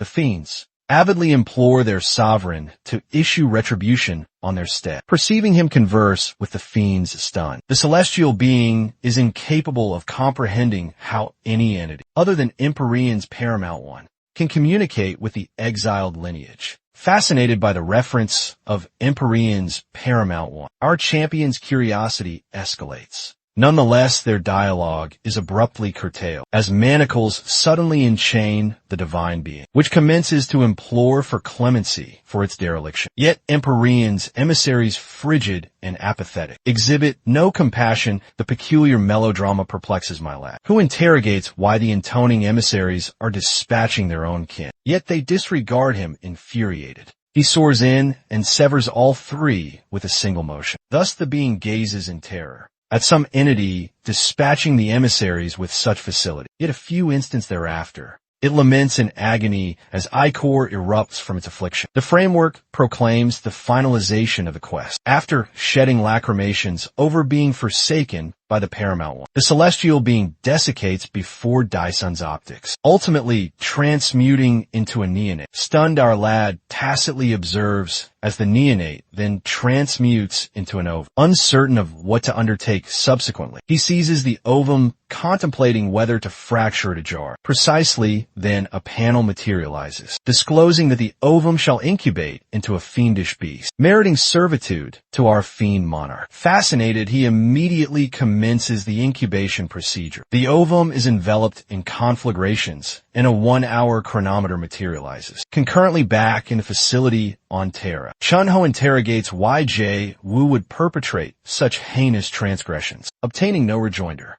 Cho-young asserts that Jae-woo has usurped the facility for his unfeeling ventures, and probably retaining Dr. Dong Hyuk confined, precisely as they correlate matters. One of the experimental subjects detects them, gazing at the hideous prodigy. The other two are horrified. Han Yul swiftly descends. It's the outcome of a human-fiend amalgamation venture. The being with its contorted human cranium salivate, murmurs concerning coveting Cho-young's cranium instead of its fiendish one. Exploiting the juncture, Cho-young's propels the grotesquerie to divert, affording the Federation chieftain the ideal aperture. With a swift and potent onslaught, he propels away the fiendish cranium. This infuriates the orc fellow. When Haniel attempts to assail him anew, he pummels him with his colossal bludgeon, launching the veiled chaser into a partition. Perceiving Cho-young firing at him, the orc fellow salivates at the notion of possessing her cranium on his physique anew. Concurrently, in the sacred precinct, Seo-yeon apprehensively maintains vigilance over Daesung's ovum until it finally incubates. Disclosing a sylph-like being, the diminutive entity levitates up and queries who its commander is. Nonetheless, es un esquanders no instant. Celestial entities to his dismay. The levitating companion asserts it has no recollection of paradise, irritated by how futile his acquisition appears. Our fiend monarch commences reaching for his blade, but Seo-yeon, who has consistently desired a companion, implores him not to exterminate it. She softly encourages the tiny being to demonstrate its worth, if it desires to be preserved. Keen to comply, it materializes a heavenly emporium, while Daesung remains unenthused. The nether sorceress feigns the most fervent response she can gather, as our indifferent champion scans through the wares exhibited on the racks. A destiny ledger captivates his gaze. The diminutive critter clarifies that he can obtain the ledger with mission points and acquire a peek into what's to come. The mechanism additionally elucidates that once per week, he can observe up to 24 hours in advance. Upon discovering this, he swiftly presses the acquire button. A parchment manifests before him, unveiling intelligence that makes my dude solemn all of a sudden. Straight away, after Daesung departs the underworld, instructing Seo-yeon to return homeward, the nether sorceress playfully quips that he ought not forsake his apprentice, but he serenely advises she concentrate on mending her effigy. As her pestering persists, Daesung pivots back with a gravely serious demeanor, hushing her instantly back in the workshop. Although Haniel appears incapacitated, vapor commences billowing from beneath his attire, exposing a futuristic style construction. Korea's number 5 champion rises in fury, now compelled to utilize his concealed advantage. He propels himself towards the orc fellow, plunging his metallic hand into the abomination's visage, utterly deforming it before the orc can counterattack. Haniel's Iron Man-like armor discharges an energy projectile from his hand, obliterating the upper segment of the beast. Observing this, Chun-ho recollects the scuttlebutt about Hanul being encased. Crowned as soul in energy tech, depleted, the Marvel faction chief cautions them that his ether batteries require replenish. Disgruntled Chun-ho remarks they are falling precisely into Jae-woo's strategy. But this development was not an element of the deranged savant's design, as Jae-woo had planned to apprehend them all unharmed. Strained for a resolution, he deploys his most perilous creation to date, as Haniel re-energizes his apparatus. A portal forebodingly groans ajar. Materializing from the Umbra is Jae-woo's treasured masterpiece, a caprine humanoid observing the repugnant human creature Amalgam brandishing a chopper. Cho-young readies to engage it, But Haniel forewarns her that it is probably an S-tier fiend. The cloaked champion and the hideous goat man establish eye contact before our futuristic champion initiates the confrontation. Haniel's fist nearly impacts the creature's countenance, but the monstrosity deftly evades. Goatman clasps his wrist, compelling Haniel to grasp its superior celerity. With raw power, the monstrosity flings him aside, ripping off his substantially armored wrist with its unadulterated might. Chunho beholds in utter disbelief as Cho Yong intrepidly advances at the fiend, stiletto and grasp as anticipated. The being dematerializes, translocating behind her and propelling her smashing into a partition. Fortunately, the Marvel faction chieftain's aura shield activates, just in moment to preserve her, unwilling to succumb readily. The S-tier champion capitalizes on the diversion to amass an energy ray with his extant hand. Regrettably, the goat man bounds from wall to wall like a shadow warrior, cleaving through his remaining hand, before vigorously trampling Korea's number 5 champion into the earth. This infuriates our lad Chanho, who directs the hideous Goatman to cease its onslaught. Goatman translocates directly into Chanho's visage, chuckling at what it construes as a weakling feigning bravery. Projecting a resilient facade, Chanho brags that he knows an individual who would effortlessly butcher the unsightly beast. Unperturbed, the Goatman brings its meat cleaver down upon him, only to have the impact parried by an indistinct shadow. To everyone's utter amazement, the entity that materializes from the shadow is our lad Daesung. While he banters with Chanho about whether he is still breathing, the Goatman endeavors to dispatch Cho Yong. Nevertheless, our demon sovereign dispatches another shadow to obstruct the fiend's fatal blow, capturing the Goatman's notice. Our champion evaluates his newly acquired concealment ability, making himself imperceptible. The perplexed goat glances around in a frenzy, before emitting a piercing shriek to pinpoint him via sound. Daisy deems it remarkable how the goat acts more like a chiropteran. In the meantime, from his command hub, Jae-woo becomes agitated at the spectacle of such a substantial menace to his schemes. As a final measure, he depresses the sizable crimson forbidden button to deploy his monstrosities. The laboratory system declares that it will self-annihilate in 30 minutes. After deploying the venomous monstrosities, begrudgingly Jae-woo forsakes his workshop, assured that even the mightiest champion will succumb against his fabrications upon perceiving the declaration. Our champion squadron discovers themselves besieged by a legion of altered human fiend amalgams. Cho Yong remarks that the workshop has converted into a fiend manufactory under the sinister savant's dominion. Unexpectedly, Haniel elucidates that the beings were likely fashioned by injecting humans with potentiation vials regardless. Witnessing their erstwhile protector disabled, Chunho seeks his comrade's aid. Initially, our demon sovereign contemplates incinerating everything to cinders, but eventually resolves to relocate everyone to the Spectre Sovereign's domain. All 3 of his allies stand in wonder of his phenomenal abilities. Yet the Overlord of the Abyss does not conclude there. He conjures his legion of specters and directs them to obliterate his adversaries. The 2 legions clash in a savage confrontation. Daesung reassures his contingent that they are secure before dematerializing once again. Meanwhile, within the workshop, Jae-woo departs via a lift. To his astonishment, it ceases to function. Shadows slither in from the portal where our champion observes him. The deranged savant is rendered immobile,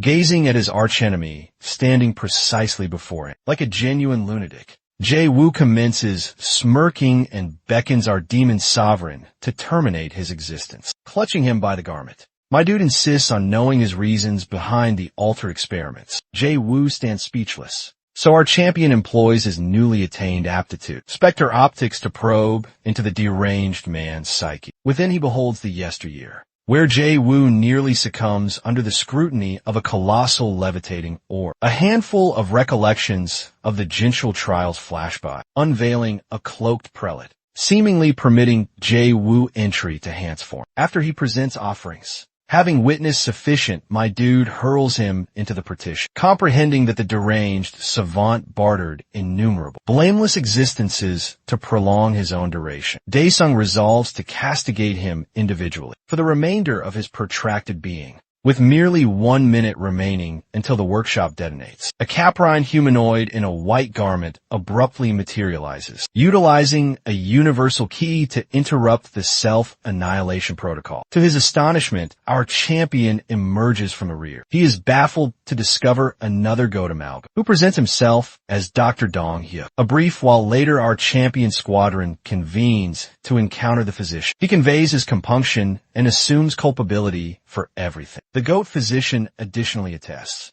that there is ample substantiation to arraign his deranged aid, like youngsters who scrutinize every peculiar individual they observe. Chun-Ho murmurs that he cannot fathom that it is the physician, but Cho-Yoon verifies that his vocal tones correspond. However, Hanyul is captivated that the physician's intellect is unimpaired, even after entirely amalgamating with a fiend. But the physician is considerably more astounded by his bionic physique. The goat physician recollects Cho-Yoon's aura affliction and notes possessing a vial that might entirely restore her. But our champion interjects, posing the query on everyone's thoughts. What did he undertake to culminate as a goat man? Dong Hyuk's countenance blanches as he discloses that he was the inaugural trial subject for fiend amalgamation. He vindicates his deeds by clarifying that he perceived it as the sole method to oppose increasingly daunting fiends. Thus, he and Jae Woo experimented on critically ill individuals. He clarifies that owing to a mishap during the trial, his primary physique was forfeited, notwithstanding the trial's fruition. But Daesung voices his vexation at the physician being utterly oblivious regarding Hans. When Chun-Ho inquires who they are, our champion clarifies that the sect is accountable for the peculiar portals manifesting of late. Meanwhile, Jae Woo rouses to find himself bare and confined in the abyss. He commences to grow frantic, clamoring for someone to dispatch him. Nevertheless, one of the Spectre's sovereign's jailers readies his searing blades, preparing to excoriate the deplorable man conscious for perpetuity. The vista transitions to the Hanses' rendezvous location, where all 4 prelates are engrossed in a grave deliberation. The Eastern prelate Elhim apprises his associates of an unforeseen event that has transpired in the Orient. The other prelates, particularly the southern prelate designated Azar, convey a profound curiosity in hearing further about the predicament. Elhim proceeds directly to the crux, disclosing that he has forfeited 2 of the dimension captors he had sanctioned in Korea.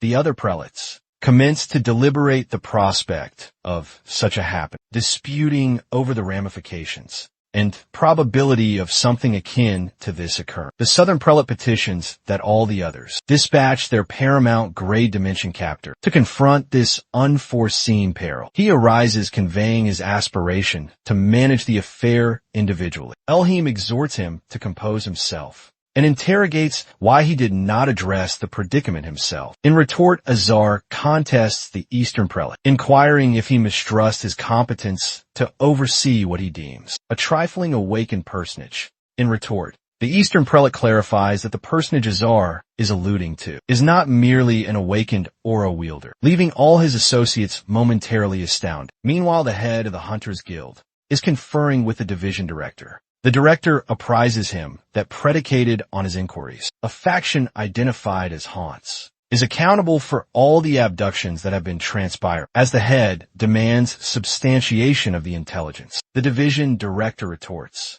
that they have acquired this information from their premier champion Daesung. Perceiving the colossal jeopardy looming forth, the head directs the director to instruct Jean Cahan to commence a confidential inquiry. He stresses that intelligence like this could precipitate pandemonium if it were to disseminate to the populace. The vista transitions to a detention facility where Jun Young stands anticipating Cho Yo. He remarks that she has performed her utmost and proposes that she accompany him if she desires to obtain some bean curd. Cho Young conveys a wish for her superior to encounter someone. She acquaints him with a goat, apprising him that this is none other than the physician Park he is acquainted with. Jun Young experiences a sensation of bewilderment as he beholds only a goat before him, with no sign of the academic's presence. He ridicules the man for having descended so far as to metamorphose himself into a goat. While seated in the vehicle, the superior rests his hand upon his cranium. He derides the goat physician, conveying that he never foresaw engaging in discourse with a goat, and that he feels quite peculiar about the circumstance. The vista shifts to a recognized milieu. evocative of preceding happenings. This instance, the serial predator has fixed his attention on a damsel named Mi-jong, intending to procure her cerebrum. He obstructs her passage, but before he can execute any deed, Detective Yong-woo intercedes. Jong-woo declares that he has captured the personage, accountable for all the abductions. He instructs the gentlewoman to withdraw, and summons reinforcements from Captain Jean Kahong. Jong-woo readies to commence battle, but upon observing his adversary's composed defensive posture, he ponders why the serial predator appears so imperturbable. The predator derides Jong-woo, stigmatizing him a champion who has impaled and slain his own colleague. With these utterances, he successfully provokes Jong-woo's ire. Jong-woo muses that this predator is linked to Lee Siak-woo and exclaims that he should have been the one to eradicate him with his own grasp. In uttering this, he deploys a volley of assaults at the predator, who evades them effortlessly, reminiscent of Aruma Kon, the mortal lad attending a fiend academy, possessing just one supreme evasion aptitude. In his wrath, Jong-woo channels all his vigor into his assaults. Yet, to his utter amazement, the serial predator deftly intercepts his weapon. With his unadorned hand, he severs through the neck of the detective. Despite his resolve to endure this day, Jong-woo perceives the keen verge and grasps belatedly that his neck has been sundered, rendering him inanimate. The predator deliberates whether he has committed an error, recollecting that he was directed not to injure anyone from the guild. However, he soon recalls that the one who imparted this counsel, designated Jae-woo, has vanished, prompting him to feel that he is not to fret about presently. After slaying Jong-woo, he saunters nonchalantly, now pursuing the damsel who contrived to elude. The vista transitions to the division director, who is observing the final video captured by Jong-woo. It becomes apparent that he recorded imagery of the serial predator, instances before his demise. He inquires if Kahong has ascertained the genuine identity of the predator. Kahong apprises the director with the particulars, disclosing that the man is designated Chung-sik and is categorized as a D-tier adventurer. He additionally states that Chung-sik, alongside Jin Chul and others, has affiliated with a clandestine cabal known as the Hunts. The director then inquires concerning Jae-woo. Kahong apprises him that according to what Chun-ho conveyed, the man has perished at the investigation facility. The director, incensed by this haunt predicament, directs Kahong to apprise all the S-tier individuals and dispatch them to eradicate this cabal. The vista transitions to Daesung's edifice, where Dong Chul has reappeared to see Chun-ho once more. He proceeds directly to the crux, disclosing that he is present soliciting contributions. He clarifies his aim to establish a dwelling, designed at furnishing superior living circumstances for the youngsters. Under his guardianship in return for the resources, he assures his complete collaboration in all affairs. Dong Shu Klas Shu Nusant, pondering if his proposition has been conceded so readily. However, Chun-ho counsels him not to become overly elated, clarifying that the ultimate verdict can only be rendered after he deliberates it with his comrade Daesung. The vista transitions to the Hope Haven, where Dong Chul contacts the sister to impart all his schemes with her. He notes that he has approached Daesung's faction to procure financing seemingly. He is coordinating a substantial fundraising initiative. The sister conveys her apprehension, but he placates her, asserting that if he can neutralize a solitary S-tier portal alongside other S-tier individuals, he is certain to achieve a major success. While conversing with the sister, he abruptly perceives someone nearing the edifice from outdoors. Innately, he exhorts the sister to act swiftly and get everyone, herself, included into concealment inside the fiend's sanctuary, as he detects a profound jeopardy approaching and advancing toward him. The immediacy in his expressions permits no indecision, underscoring the gravity of the circumstance. As he ventures outside, he discovers a flaxen-haired brawny fellow serenely strolling toward him. Dong Chul expends not a moment. He straightway commences a soaring leap assault from above. However, the robust fellow deftly parries himself, fully cognizant of Dong Chul's standing as an S-tier individual and poised for the engagement. Dong Chul experiences a wave of trepidation as his assault is readily deflected. He musters his fortitude and reminds himself that he needs to exert more effort and perspire a bit more to validate himself. Nevertheless, The brawny fellow counters by assailing Dong Chul from afar, engendering a sensation of unease for him as he grasps that his adversary is proficient at ranged warfare. His adversary employs a sanguine downpour aptitude and commences showering javelin-shaped sanguine projectiles. In order to preserve himself, the director utilizes his electrical storm aptitude to thwart the assault. Irrespective, the sanguine projectiles impact severely without compassion. When the particulate settles, we observe the director is transfixed with numerous missiles. Notwithstanding his endeavors to counter them, he tries his utmost to cling to his diminishing vitality, vowing not to perish, and collapses to the earth. The ruffian's hand begins to quiver. As the confrontation concludes, the energy gradually wanes, and he perceives that he has depleted all of the colossal sanguine's dominion. When he detects something amiss, he swiftly departs from. It suggests that she is unconcerned about what her sibling has been involved in. This prompts her maternal figure to administer a stern reprimand, leaving the youthful damsel to wail for assistance. Atop the roof of an edifice, a shadowy, sinister figure can be observed there. The lens zooms in and discloses the figure to be the serial predator. The fellow is preparing to slay one of our champion's kin and sees the other as a captive. When all the illuminations in the dwelling extinguish, the predator nears one of the apertures, poised to butcher the blameless household. He employs his abilities to attempt and breach. Regrettably for him, he is repelled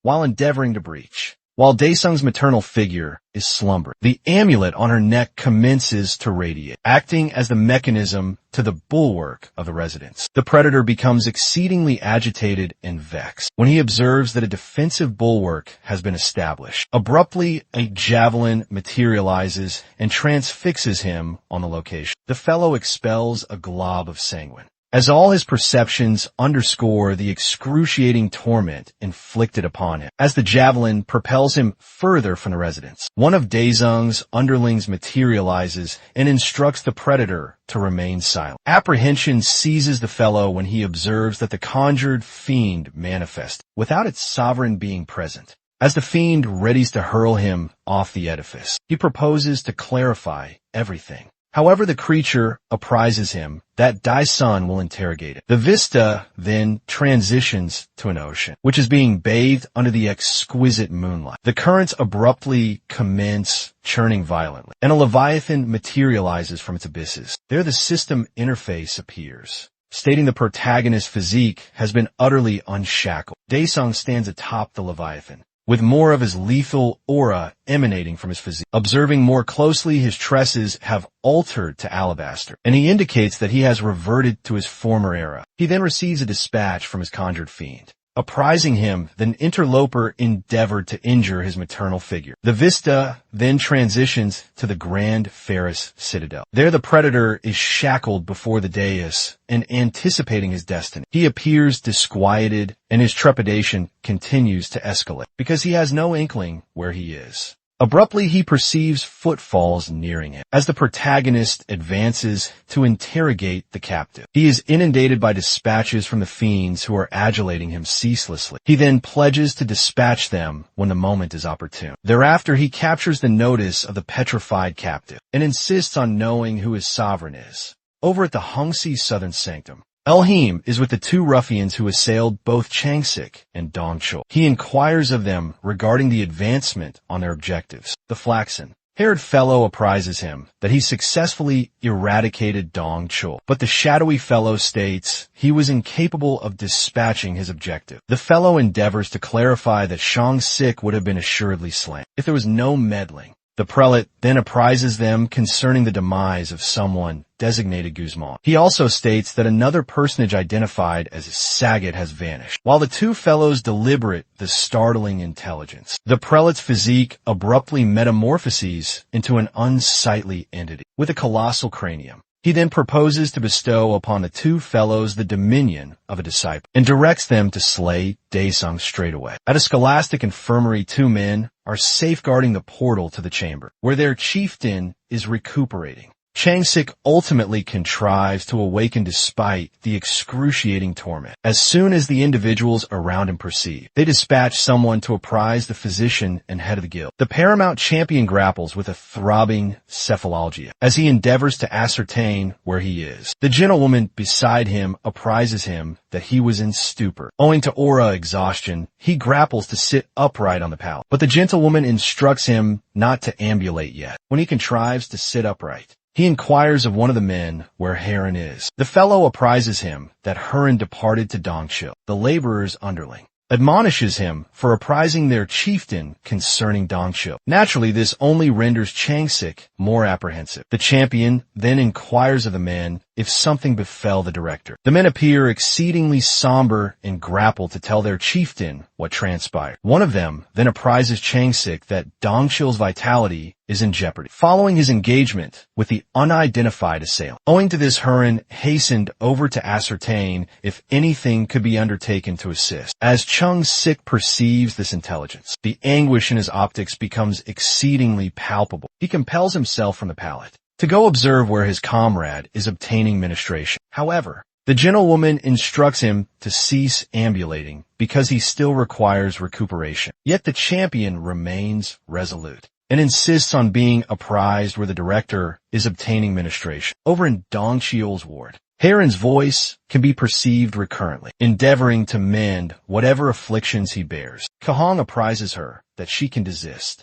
because all of the director's superficial afflictions have already been ameliorated. On the contrary, Heron's demeanor is replete with apprehension and anguish. She clings to the director's hands and declines to acknowledge the reality that he could be expiring. The portal of the chamber swings ajar, and Chang-sik enters to observe the critical predicament of his cherished comrade. Dong-chul lies insensate on the pallet, and all of Heron's endeavors are not yielding any aid. Kahong assures Chang-sik that the director is not deceased, but the elder statesman is in a stupor and cerebrally defunct. Korea's paramount champion attributes Hans for all this disarray and desires to know precisely who they are. Kahong apprises him that the guild is exerting its utmost to locate the fellows who assailed them. His device abruptly commences vibrating vigorously, and when he answers, he is apprised concerning the manifestation of an S-tier portal. Harun and Chang-sik's demeanors become exceedingly agitated when they perceive the utterances S-tier portal.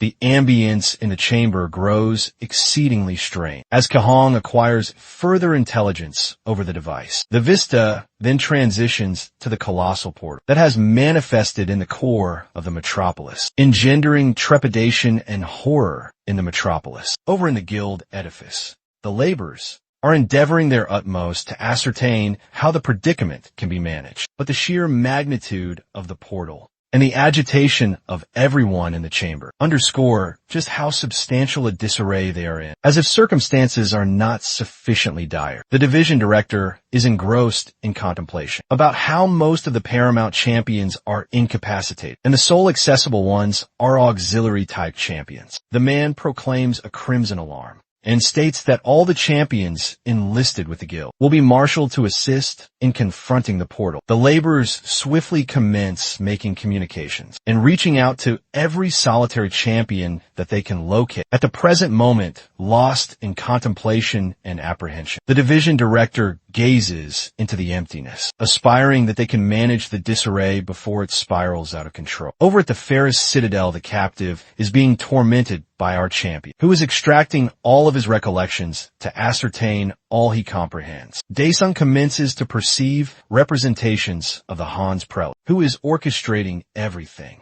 After the unfortunate fellow's recollections have been extracted, Dyson ponders if the personage he observed is the ultimate adversary.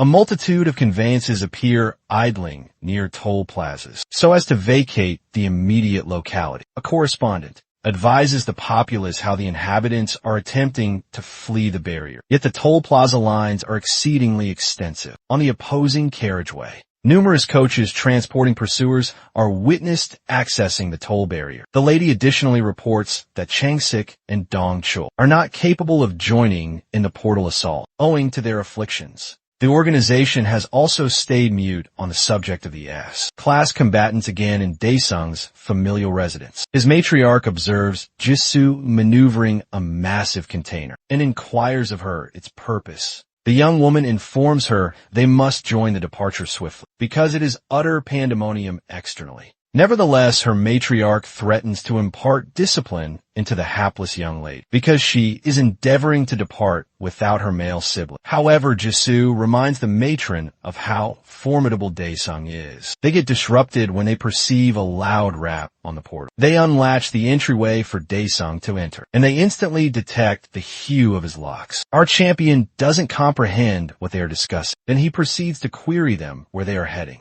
His female sibling tells him they are arranging to evacuate due to the S-class portal. She attempts to coax her male sibling to flee with her. If circumstances become perilous, the protagonist then pivots to his matriarch and instructs her to stay in the dwelling with his sister. He reassures them that their abode is presently the most secure location in Korea. He informs them that he intends to vanquish the monstrosities and come back home securely. The matriarch consents to remain behind, but Jisoo still appears highly apprehensive about all this. With that resolved, our champion readies himself to depart and manage the approaching menaces. Down in the metropolis, armored conveyances are being maneuvered into place to confront the fiends. The soldiers are exerting their utmost to accelerate the procedure as they all advance towards the portal. As the war machines near the portal, Daesung is observed standing on a rooftop proximate to the portal. He gazes at the portal as his foreboding aura radiates from his form there. He speculates if this is entirely a stratagem by his adversaries to attempt and entice him in. Concurrently back at the organization,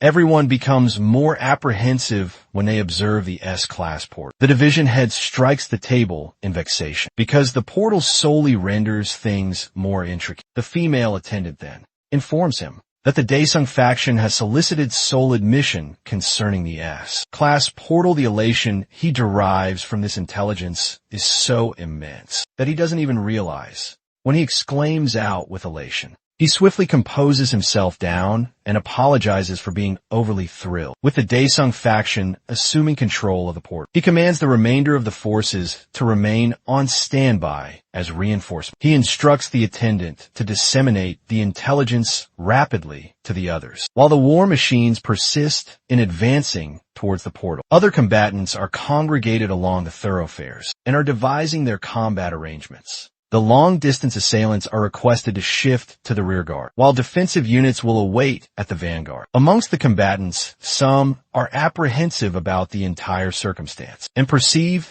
they will be utilized as sacrificial pawns. Abruptly, they all receive an urgent notification on their devices, apprising them about the Daesung faction assailing the S-class portal. The atmosphere commences vibrating and they hear a deafening sound as Daesung's conjured wyvern soars past them. The clamor nearly ruptures their eardrums when the wyvern swiftly glides by them at a low elevation. The combatants are astonished to behold the grandiose beast. They also become exceedingly thrilled when they discern that our champion has arrived to rescue the situation. At the organization edifice, the division head observes as Daesung flies to the portal. Both he and his attendant entrust the circumstance to the fiend monarch and anticipate that he will be competent to manage it. A news correspondent reaches the portal's location and observes that the Daesung faction is assailing the portal solitarily. They rapidly prepare to transmit the significant intelligence to everyone else. Concurrently,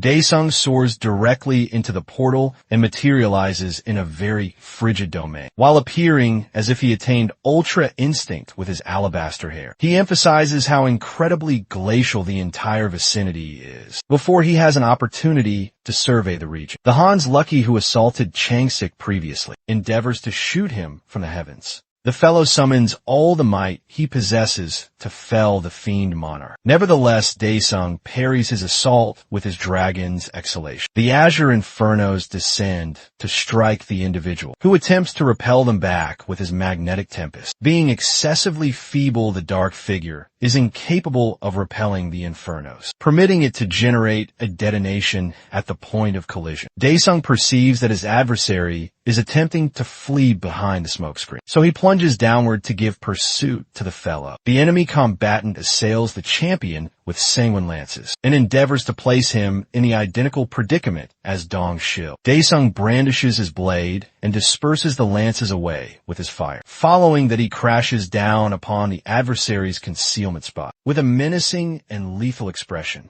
he commands the fellow to emerge from concealment. The dark figure reveals himself, and the two males confront each other as the tempest rages fiercely. The fellow informs Daesung that he is far too dominant to be regarded a combat. Conversely, the protagonist is weary of the vacuous conversation and desires him to conclude it swiftly. The adversary activates the ability Titan's Advent, most probably bestowed upon him by the prelate. This induces his musculature and physique to expand massively and tear through his attire. When a metamorphosis is finished, he resembles someone who ought to be in a grappling arena. Despite his colossal appearance, Daesung doesn't perceive much of an alteration in his potencies. With his newfound potencies, the dark fellow prepares to give our champion a great deal more than he can manage. He conjures a colossal celestial body aimed directly at Daesung, but the protagonist views his stratagems as juvenile amusement. Daesung unleashes additional of his mystical energy and amplifies the commanding aura he is already projecting. His adversary is astounded to behold such a magnitude of potency and has no comprehension how someone can be so formidable. The subsequent Hans Lucky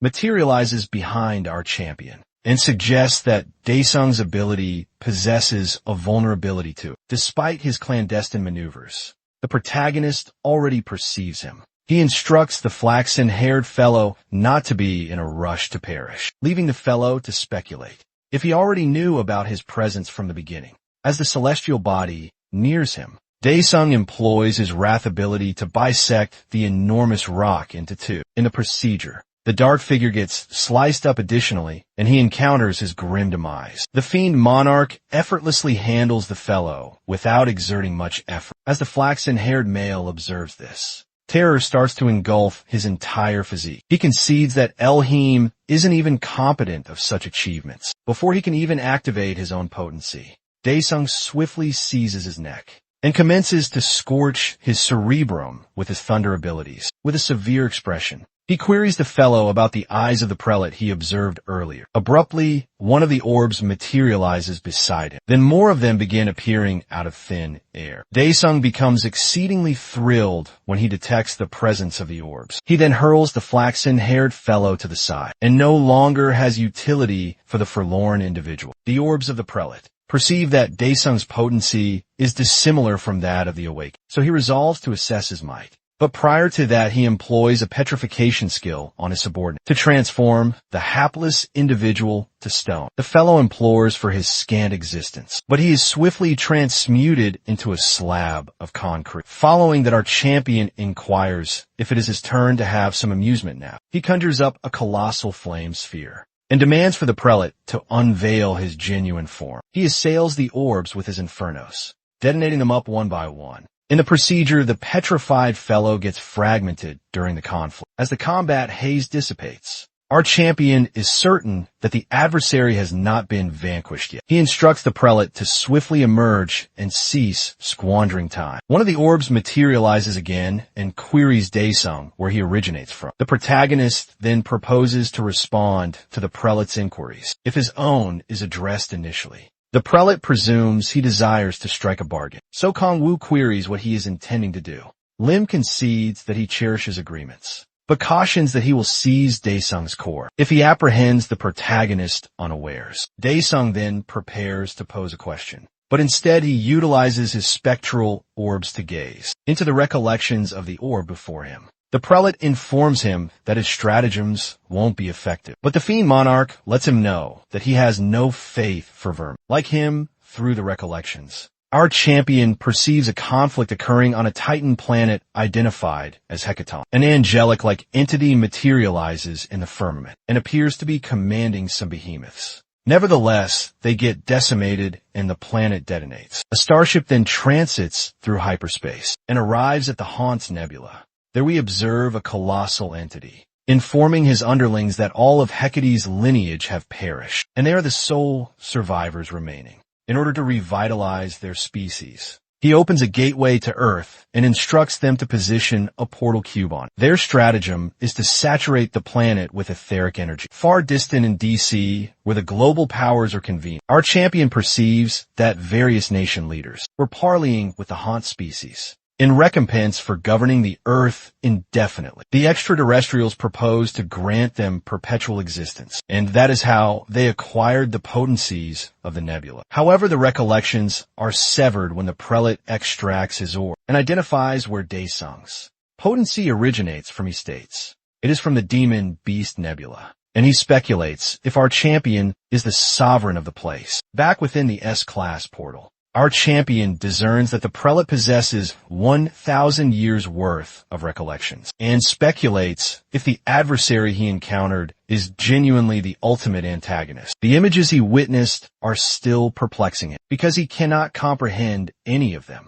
He also detects that there are no monstrosities inside the portal as well. He abruptly observes the charred remains of the petrified fellow from before, as it gradually vanishes back in the metropolis. Hurin and Hanul are awaiting with the other combatants. In front of the portal, the division head approaches the S-class combatants and expresses gratitude to them for assuming command of the preparation contingent. He is also astonished to observe that Hanul can now utilize both of his arms. The combatant informs the manager that he swiftly fitted spare apparatus to permit him to still engage in combat. Heron then inquires how long Daesung has been within the portal, and the manager informs her that it has been approximately 3 hours. He anticipates that our champion will return securely, even though there is a likelihood of a secondary assault if he falters. He gets disrupted by the eccentric Seo Yun, who states that it is impolite for him to suggest that her master will falter. Seo Yun speculates if they have forgotten just how formidable her master is. Heron, who is palpably vexed by the youngster's presence, queries what she is doing there. Daesung's fixated admirer then informs them that the Han's assassins also visited her residence. Heron and Hanul are astounded beyond expression when they hear this. The division head queries the Fortress clan combat, what transpired to the assassins. Seoyeon then informs them that the assassin perished at the hands of her effigy. She states that she crafted a unique effigy that eclipsed her standard. Hexed effigy, but it forfeited all its potency after battling the assassin. In order to reanimate the effigy, she states she will render Daesung more formidable. Concurrently, the other combatants detect that the portal has been neutralized when they observe the hue altering. The division head along with the S-class combatants are utterly bewildered and bereft of words when they observe this. Inside, the portal Daesung clutches 2 gemstones in his palms. The system interface materializes, informing him that he has acquired the great meteorite potency and 2 etheric cores capable of generating an S-grade awakened individual. Nevertheless, he solely contemplates how much currency these 2 gemstones will yield him. After contemplating it further, he resolves to evaluate it subsequently on. The combatants before the portal begin shouting his name when they perceive the fiend monarch emerging from the portal atop his majestic wyvern. The entire multitude erupts and commences acclaiming him on. Seo Yun gestures over to him and attempts to capture his focus. Daesung gazes down at all his adoring admirers, but doesn't appear captivated by all the acclamation. The combatants stand by the periphery as he alights, and they speculate how formidable he is, to be capable of neutralizing an S-class portal by himself. Our champion ambles over to the division head, who addresses him on the organization's behalf. The manager expresses gratitude to him for his arduous efforts. The other combatants thank him as well and persist in acclaiming him on. Despite the reality that he appears weary of them, he starts feeling disconcerted because of all the attention he is garnering, as if he is not managing enough. Seo Yun unervingly approaches him and inquires about the type of monstrosities he discovered in the portal. Harun and Hanul also gaze at him, awaiting his response, but he informs them that there are no monstrosities within. The division head is bewildered by this intelligence and queries how such a circumstance is conceivable. Nevertheless, the protagonist informs him that he encountered 3 individuals inside, one with azure orbs, one with sable, and the final one with alabaster orbs. Harun swiftly discerns that the one with sable was the individual who assaulted Changsik, and the alabaster one must be the individual who battled with Dong Chul. Still, the division head finds it utterly preposterous that not a solitary monstrosity was discovered inside an S-class portal. He then states that the organization will undertake further inquiries. Inside, the portal Hanul identifies the assailants as the ones who assaulted his underlings. But he has no comprehension who the one with azure orbs is. With a severe expression, her inquiries our champion what transpired to the individuals he encountered. Daesung informs her that he eliminated 2 of them, but the one with azure orbs absconded. He informs the manager that the one who escaped appears to be the leader among the assassins, but the genuine architect is someone different. He also perceives he requires some duration to arrange his own intelligence. SEO Yun invades his space again and queries him if he acquired anything from inside the port. The remainder of the fellows are also keen to know if he obtained any plunder from inside the portal. Daesung swiftly dismisses it by feigning cephalalgia and stating that he has expended too much of his vitality. He then instructs them to query Chunho for additional particulars about the subject. He rapidly vanishes from the vicinity before his frenetic pupil can request him for the favor she desires. Regrettably, everyone else is left with unaddressed inquiries and no indication how to obtain the intelligence they require. Subsequently, dispatches on news networks begin circulating around about how our champion neutralized the S-class portal by himself. This intelligence aids to elevate the image of Korea and also enacts significant alterations in its standing on the global chart. Over in Young Chul's chamber, the streamer is commemorating this major accomplishment and alludes to Daesung as the most formidable combatant on Earth. He presents himself to his followers as the head of Han Daesung's admirer hub and informs them that he has been trailing the protagonist since the Gangnam portal episode. He displays a global map to elucidate why Daesung's feat is such a monumental achievement, despite the reality that numerous nations have been able to neutralize an S-class portal. This is the premier occasion that a solitary individual has been competent to do so. He informs his followers that our champion ought to be ranked as the #1 combatant in the world. Nevertheless, his followers perceive otherwise, considering that the portal had no monstrosities within. This infuriates Yang Chil, and he commences yelling at his display like a deranged maniac. He resolves to contact Daesung and inquire about the circumstance at the S-class portal. However, whatever the elder gentleman informs him is beyond astounding for the young fellow. Subsequently, we observe Cho Young being inundated by numerous calls from various news organizations. Because of the Daesung affair, the entire matter is depleting her, and she doesn't comprehend what all the uproar is about. She cannot seem to obtain a respite as more calls keep inundating it, and it is driving her to distraction. Over at the Daesung faction, Chunho is endeavoring to contact the protagonist, but our lad is notorious for not answering his companion's calls. He is about to lose his composure, so he resolves to dispatch a desperate message to Daesung, stating that they need to convene a press briefing urgently. However, our champion is soundly slumbering on his cot and cannot hear the muted vibration of his handset. Chunho is beyond exasperated, and he feels like Daesung should have brought some combatants with him, instead of neutralizing the portal solitarily. The scene transitions to the shrine of Han's sanguine fiends. They're in the boundless expanses of cosmos. We observe Ramish, the supreme cleric of Hecaton, while the cleric is genuflecting before the effigies. Elhim materializes and informs him that there is a predicament on Earth. When Ramish inquires about it,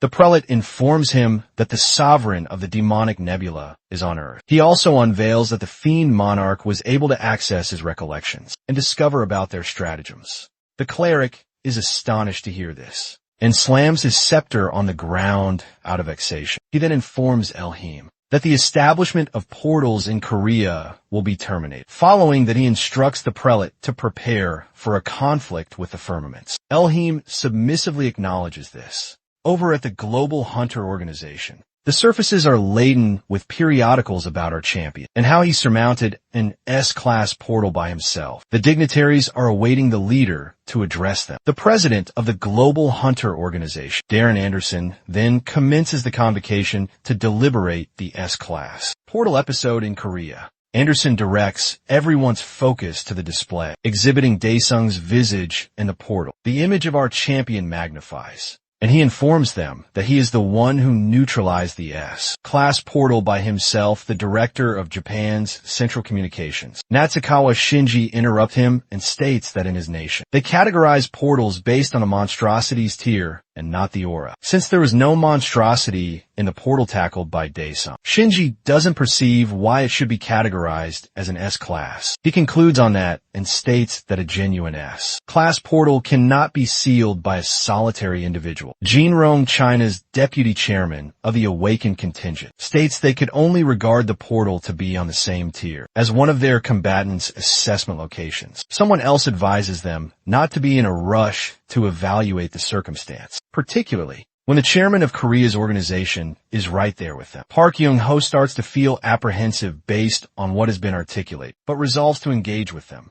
Anderson also informs the rest that the organization will send an investigative contingent to formally acknowledge the circumstance as an S-class neutralization. For the present, he instructs them to heed Young-ho. Korea's organization head then informs them that they have procured crucial intelligence about Daesung, and because of that he is soliciting global actions to be commenced. He redirects their focus back to the display and instructs them to observe the initial video. Subsequently, a conveyance arrives at the Daesung faction edifice. A throng of correspondents who are besieging the edifice instantly identify that the individual inside the conveyance is Chun-ho. Cho-yun informs Chun-ho about the throng of correspondents and queries what they ought to do.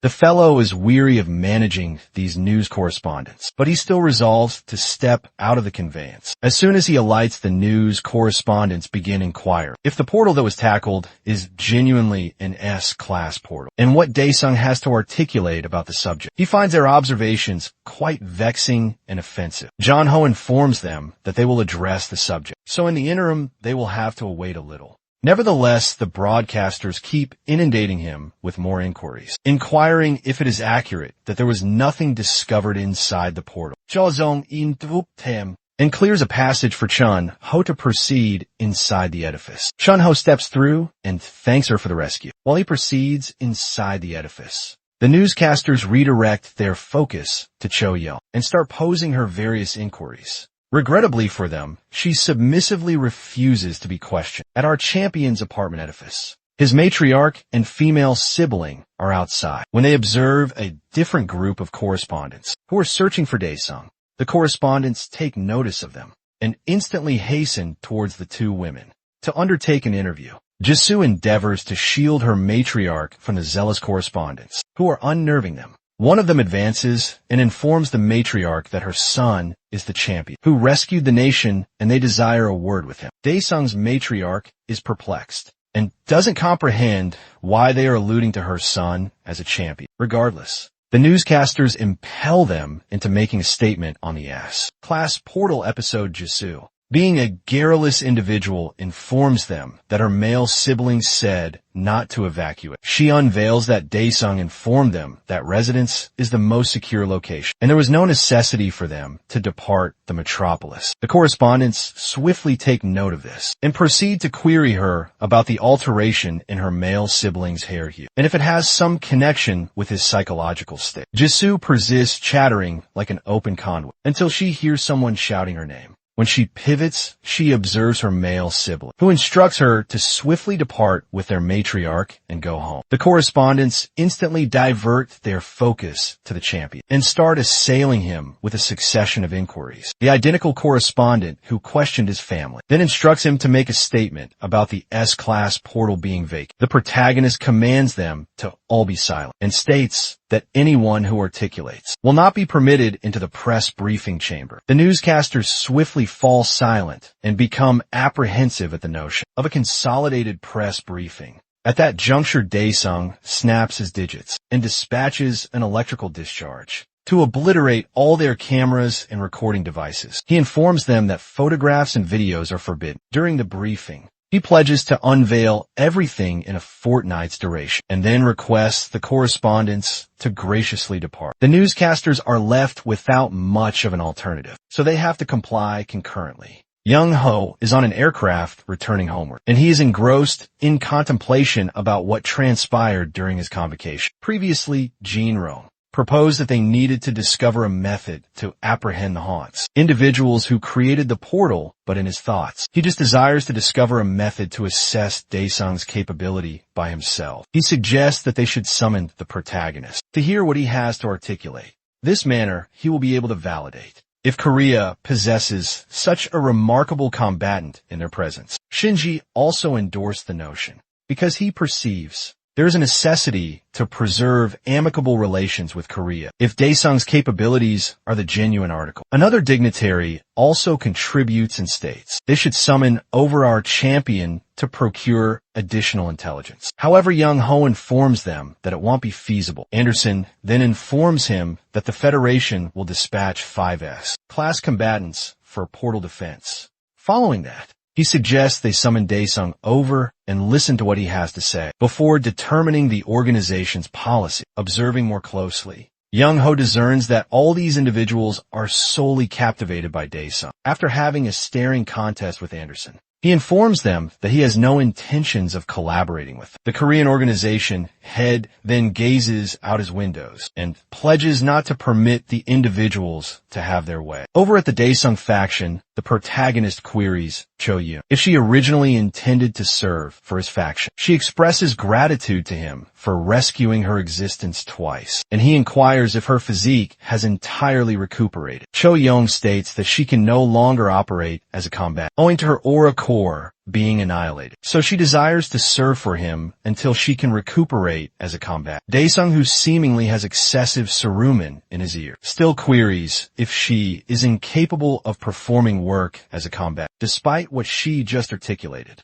Cho Yoon elucidates that she forfeited both her progenitors to monstrosities, so she intends to reclaim her capabilities and exact retribution on those who created the portals. Chanho enters the chamber while lamenting about his companion, but unexpectedly observes the champion there. He swiftly presents Daesung a summons from the Global Hunters Organization. The substance of the missive discusses how Daesung is summoned to a convocation so that they can assimilate from his experience and also uncover essential intelligence about the portal. Cho Young recites the tedious missive to Daesung with all the crucial particulars. Chunol feels elated that his companion will be participating in a convocation with global elite combatants and speculates if he is also summoned. However, our champion informs them that he has no intentions of attending. John Ho advises him to contemplate it and not make such a precipitous determination. But Daesung informs him that the Han's individuals are not people to trifle with.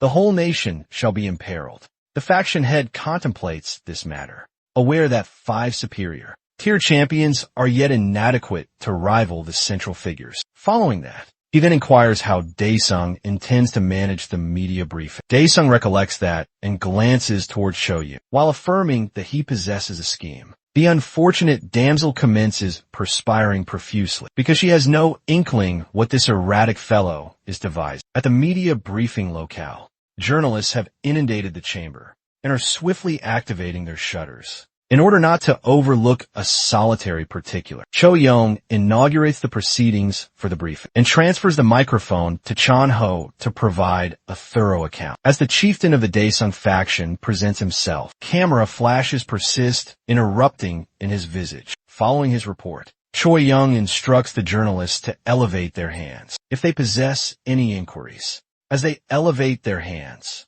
she selects the journalist in the foremost row. The gentlewoman introduces herself as Lee Jim and proceeds to pose our champion a question. Daesung ambles over to the rostrum, and Jimin inquires if he possesses any intelligence regarding the portal, considering that he advised his kin not to depart. He informs her that he had no advance awareness of the portal, but vaunts about being potent enough to halt any portal that materializes. The journalists are all captivated by this, but Shanho is apprehensive that his comrade lacks the discernment to select his utterances prudently. A subsequent journalist is chosen, and the fellow desires to know the nature of adversary that Daesung engaged at the portal since it was reputed to have no fiends. The protagonist informs the fellow that he battled against a very formidable orc, but the journalist is perplexed by his utterances. Dyson swiftly rewords and states he engaged the adversary in the snowfall. John-ho secures the microphone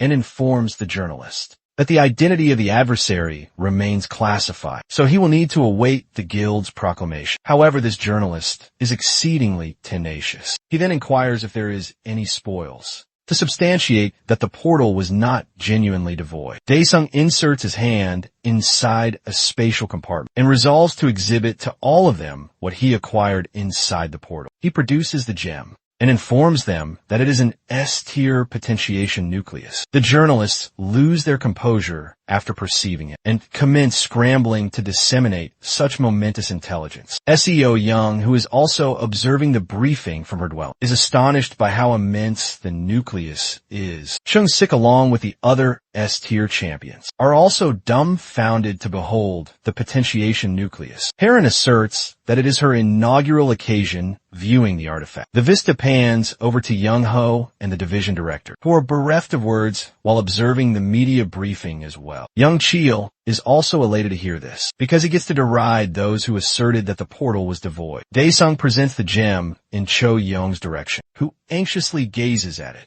and ponders why the deputy chieftain is directing it at her. Our champion then extends her an opportunity to return as a champion. He informs the chamber that he will be evaluating the nucleus straight away. Cho Yoon then comprehends that the primary objective of the media briefing is to utilize her as a test subject. He discloses to her that he informed Jun Young that he would restore her and have her labor for him. Cho Young's hands are quivering anxiously, but she swiftly embraces the prospect and vows to reciprocate the kindness. As she accepts the gem, a blinding radiance floods the chamber, prompting the journalists to shield their optics. The system interface materializes and inquires if the demon sovereign would desire to enlist Cho Young as a subordinate. He concedes the petition, and the gem completely melds itself into Cho Young's physique. Following the procedure, she commences to perceive the aura back in her physique, although it is somewhat distinct from what she formerly utilized. The journalists are filled with bewilderment and astonishment when they observe that the potentiation is genuine. They commence endeavoring to quantify it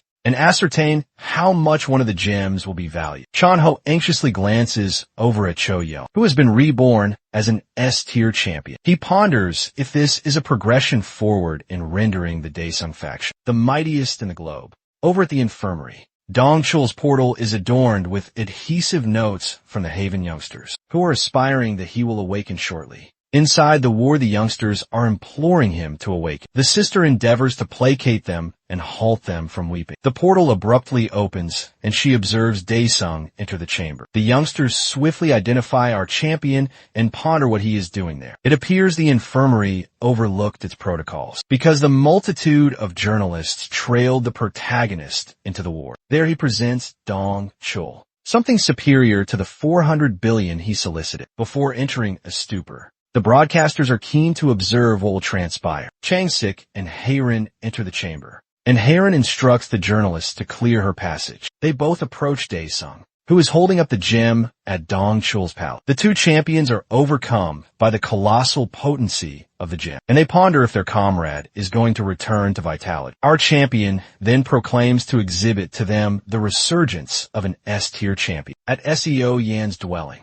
she is endeavoring her utmost to revive her sinister effigy, but circumstances are not progressing favorably. To preserve the effigy, she requires a more potent conduit from her sovereign. The mystical sigil on the earth infuses the effigy with energy, but it is insufficient to restore it to vitality. She resolves to depart swiftly and locate her sovereign. Back at the infirmary, the diminutive youngsters and the nun are astounded as the director's physique commences to levitate. The system interface materializes in Daesung's visage, and he concedes to enlist Dong Chul as a subordinate. The director's garments are torn asunder in the procedure. As the energy surges through his physique, the journalists are all activating their shutters in order not to overlook an instance of this revival procedure. Thereafter, Daesung proclaims that the day's happening has concluded. He swiftly translocates out of the chamber, leaving everyone else perplexed. At that instance, Dong Cheol's optics become animate, and his physique settles back on the palette. He swiftly assumes a defensive posture,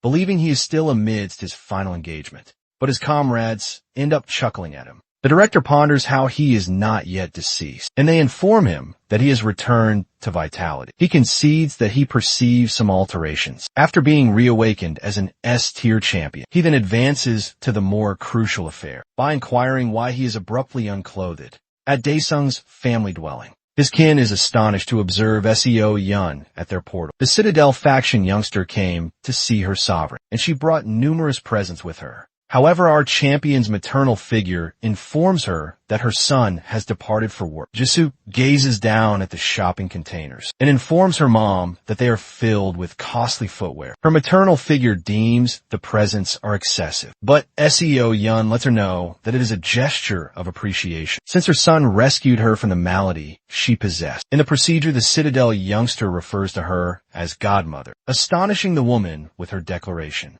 On the other hand, Jisoo is helping herself through the containers, and she produces a limited edition pair of athletic shoes. She informs Seo Yun how much she genuinely fancies, and even commences referring to the sinister youngster as her sibling. Thereafter, Seo Yun resolves to request her sovereign's sibling for a kindness. Jisoo is perplexed and ends up misconstruing the circumstance. But Seo Yun clarifies that it is not what she imagines. The sinister subordinate then informs her sovereign's sibling that she requires a conduit from Daesung that possesses abundant concentrated infernal energy. She also states that the conduit is something that is typically in the men's lavatory, further instilling the erroneous kind of notions in Jisoo's cranium. Our champion's sibling swiftly declines and instructs the girl to solicit a different kindness. Seo Yun halts her for an instant and instructs her to observe a piece of parchment before rendering any precipitous verdicts. As soon as Jisoo observes the parchment, she comprehends that it is an admission to a pop musical that cannot be readily procured.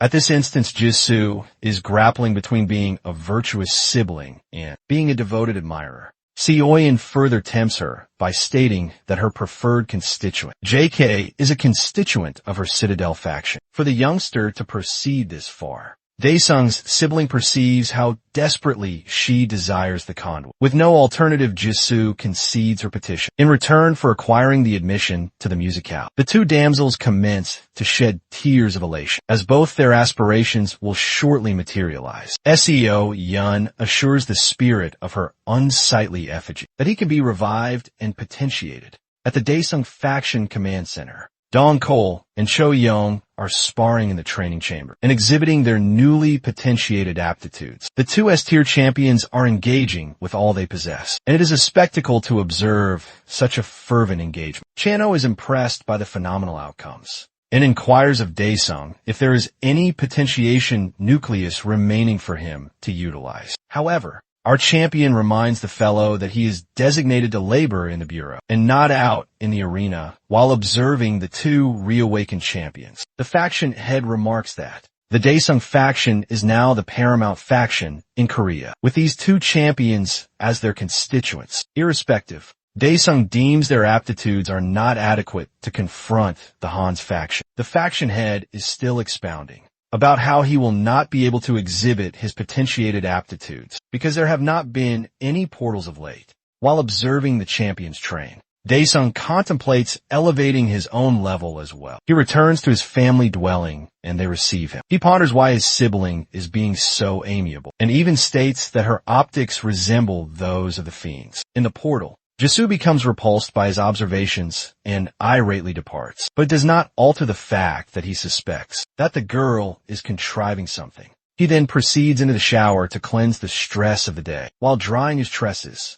His sibling slips past him and silently opens the portal to the lavatory, observing that her sibling did not notice her. She ponders if he genuinely is an S-tier champion. However, he abruptly materializes behind her, nearly giving the unfortunate girl a cardiac event. She shrieks in apprehension, and Daesung inquires of her why she is entering that lavatory, when she clearly possesses one in her chamber. Jisoo then falsifies by stating that she was requested to cleanse the dwelling by their maternal figure. Daesung has no inkling what she is discussing, but she slams the portal in his visage, leaving him perplexed concerning the circumstance. While inside the lavatory, Jisoo endeavors to regain her composure. In her psyche, she regrets undertaking this to her sibling, all due to some pop star ensemble. A notion materializes in her cranium, and she prepares herself to search for the conduit. The subsequent day, Seo Yun and Jisoo convene at a coffee establishment. Jisoo presents an envelope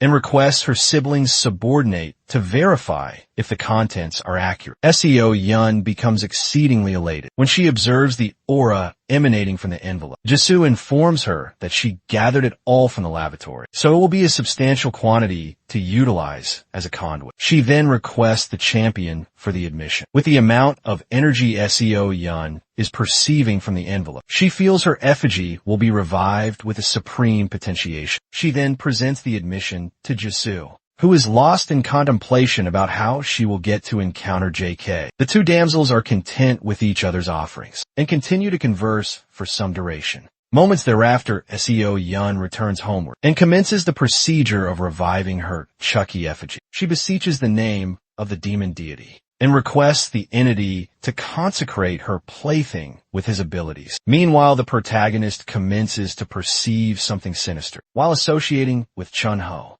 After some duration, the effigy is imbued with abundant infernal energy, and its optics finally become animate once more. Seoyin gazes at her cherished effigy and is gratified to observe that it is back. She hastens to embrace Chucky, but the unsightly plaything repels her away. Chucky commences to call her sovereign, an imbecile for postponing his revival. All this while discuss an unappreciative piece of refuse. He commences trampling on her cranium and vowing that he will besmirch the globe with sanguine. On the other hand, Seo Yun has no inkling why her effigy is acting so deranged and foolish. It likely is a familial trait anyway. After some duration, she contrives to pacify the sinister plaything by transfixing it with some shafts. She concedes that she did not chasten Chucky sufficiently well, so now she intends to inculcate some deference into the indulged infernal brat. However, her device commences vibrating when she receives a communication from her sovereign. She becomes exceedingly elated like a youngster who just acquired some confections. Moments d'afte.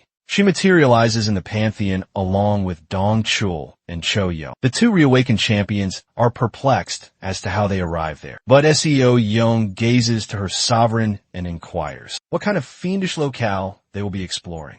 This instance, Daesung lets the two reawakened champions know that they are far too feeble. Dong Chul and Cho Yo are bereft of words because they comprehend this is accurate. The protagonist then informs them that they must elevate their level. Substantially, he gets interjected by his most vexing subordinate, who informs him that she has something to exhibit to him. She then produces the infernal effigy on the floor. Chucky is not overly pleased about being designated unsightly. But what else can you designate this repugnant-looking plaything? Seoyin then informs her sovereign that the effigy is their progeny. This girl has undoubtedly permitted her reveries to run rampant for too long. As you would anticipate, Dong Cole and Cho Young are rendered speechless by this, and pondering if our champion and the erratic youngster actually resolved to engender offspring. To exacerbate matters, Chucky arises and refers to Daesung as his progenitor. Abruptly, the effigy commences rushing towards him, but Daesung repels the foolish entity away. Before it lays its hands upon him,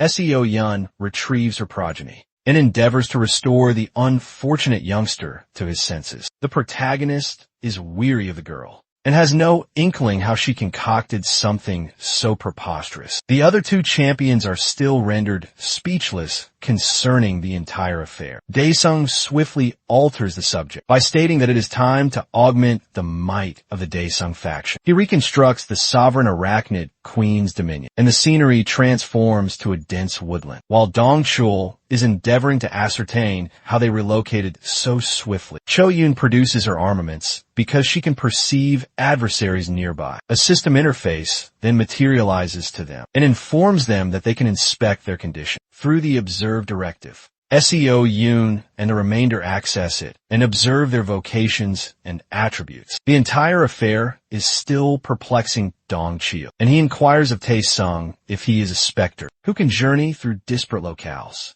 Sung, who feels like their elder in this circumstance, informs them that they are in the Abyss training facility and they need to be prepared. Cho-Yoon maintains her vigilance when they abruptly get approached by a legion of arachnids. Daesung then informs them that they must endure until the time constraint expires. A surge of exhilaration courses through Dongchul's physique, and he cannot wait to get some engagement. The damsels also prepare themselves for the confrontation, and our champion signals everyone to commence. The arachnids charge and leap directly at the champions, without a subsequent thought. Meanwhile, Young-ho is perusing through the prominent subjects of the intelligence. He then takes notice of a caption discussing the reawakening of Dongchul and Cho-Yoon. The fixed line chimes with a dispatch, stating that the division director is requesting to see him. The director enters the bureau, and the guild head inquires of him what the circumstance is. The fellow then informs the elder statesman. There is an urgent communication from the Global Hunters Guild. They have proclaimed that they will convene the Global Hunter Confederation convocation in Korea, and the guild desires to invite Daesung. Young-ho then requests the roster of participants, and the division director presents it.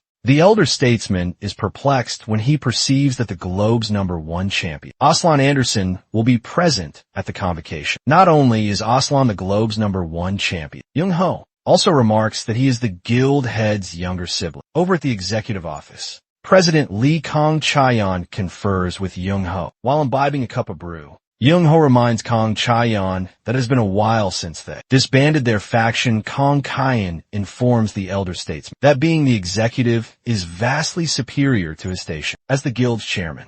After the two men catch up, Young-ho resolves to proceed directly to the crux. He informs the executive about the missive, stating that the Global Hunter Confederation will be convened in Korea. Kong-chaeon is astonished to hear that such a happening is being convened in the nation. With no stipulations, however, his old comrade informs him that they must remain silent concerning the Han's faction in the interim. He reminds the executive how a portal is like a treasure trove for the realm. The portals are vital for the nation's economic circumstance, and if the ether nucleus wanes, the nation's energy provision will disintegrate. Young-ho is irate at the fact that Darren does not wish to assume the accountability if the Han's faction should materialize. He feels that the executive is overly assured, owing to the fact that his younger sibling is Aslan. In addition, Kong-chaeon states that the United States will unofficially be scrutinizing the present circumstance. He then inquires of Young-ho how they will preserve the economic advancement and security of the populace. Young-ho proposes that they prepare the paramount rank metallic, which is our champion if they possess Daesung. They will not need to be covetous of atomic armaments. The executive concurs with this scheme and states that the protagonist must be present at the Confederation convocation. As a delegate of Korea, the guild head offers to manage the affair concerning our champion. The vista transitions to Daesung and Chun-ho, who are discussing the accolade that was presented to our champion. The faction head clarifies that it is the paramount rank accolade and not something commonplace. However, Daesung feels like it is going to be utilized as a canine restraint to keep him under supervision. Due to that, he declines to attend the convocation. Chun-ho lets him know that the administration is also presenting to diminish his levies and provide him superior stipends. This is a genuinely substantial advantage for our champion, and this proposition contrives to pique his curiosity. After perceiving that he will be acquiring 30% of the proceeds, he concurs to proceed with the convocation.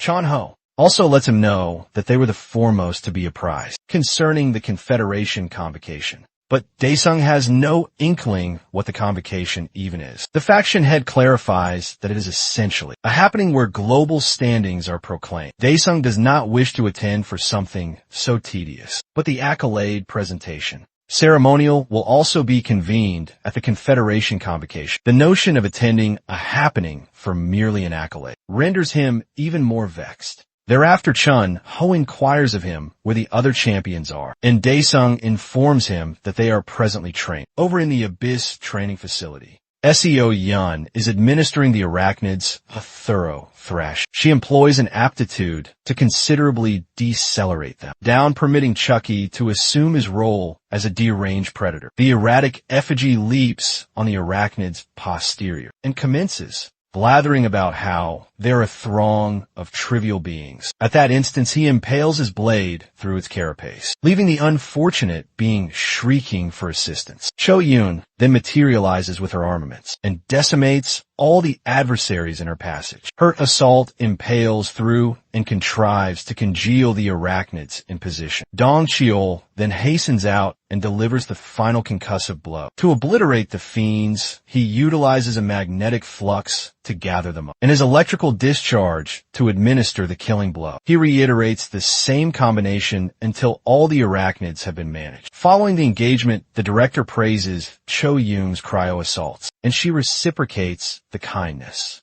by speaking on how remarkable his ruinous assaults are. A system dispatch shows up, and SEO Young lets them know that it is time to vanquish the sovereign arachnid. Meanwhile, on Daesung is despondently perusing through portal valuations, but they have all become scarce if circumstances persist as they are. He will revert to his impoverished habits. Young Chill then bursts into the chamber and informs the bald man that the Hunter Confederation convocation will be convened in Korea. However, the elder simpleton does not perceive how this advantages them. The youthful broadcaster clarifies that if they represent themselves as the sole porter faction of the Dyson faction, they will acquire numerous solicitations and will be able to broaden globally. The notion of this is able to render Daejeong quite intrigued. In the scheme, Young Chill also informs him that our hero's standing will also be proclaimed during the convocation. With this, they are certain to garner notice as the porter faction as well. The elder statesman resolves to seize this prospect and cease sulking, like a poor vanquished seeing that Daesung is in on the scheme. Young Chul then requests him to assist in filming some material during the Federation convocation. Daesung concurs and resolves to discuss it with Chun Ho. Meanwhile, over in Darren's bureau, he informs his visitor that they are convening the Federation convocation in Korea. As they solicited, the visitor is then disclosed to be the female prelate. Karina of the Han's faction. Karina positions a sinister cube on the table, and Darren straightaway identifies it as a portal cube. Karen arises to take her departure and instructs him to take his cabal and conceal inside the portal. He turns to her and inquires what she intends to undertake, and while vanishing, she informs Darren that she is going to do what he genuinely desires. As her physique wanes, the guild executive perceives her, stating that she is going to engage in populace regulation. Thereafter, her presence completely departs the chamber. Darren then proceeds over to his table to make a communication. The personage on the line answers, and he instructs the fellow to gather all their constituents, because a calamity is about to commence. Later on, we observe an aircraft land at the ancient global aerodrome. Journalists are congregated all around the entryway and anticipating the distinguished visitors to reveal themselves. S-tier champions from all across the globe commence emerging, one after the other, as they make their passage into the entryway. It is the inaugural occasion that so many Paramount champions have congregated. One of the broadcasters is stating that their objective is to visit Aslan, who is ranked as the foremost among them. Journalists and onlookers all around commence activating their shutters as soon as they observe Aslan making his manifestation. Everyone's notice turns to the entryway portals as they await for the Paramount dog to enter. The number one champion in the globe is not what you would foresee. The fellow is not, but an actual jester with all that cosmetic. And it appears the menagerie did not desire him either. Either way, he makes his presence acknowledged, and the limelight is all around him. At our champion's home, his maternal figure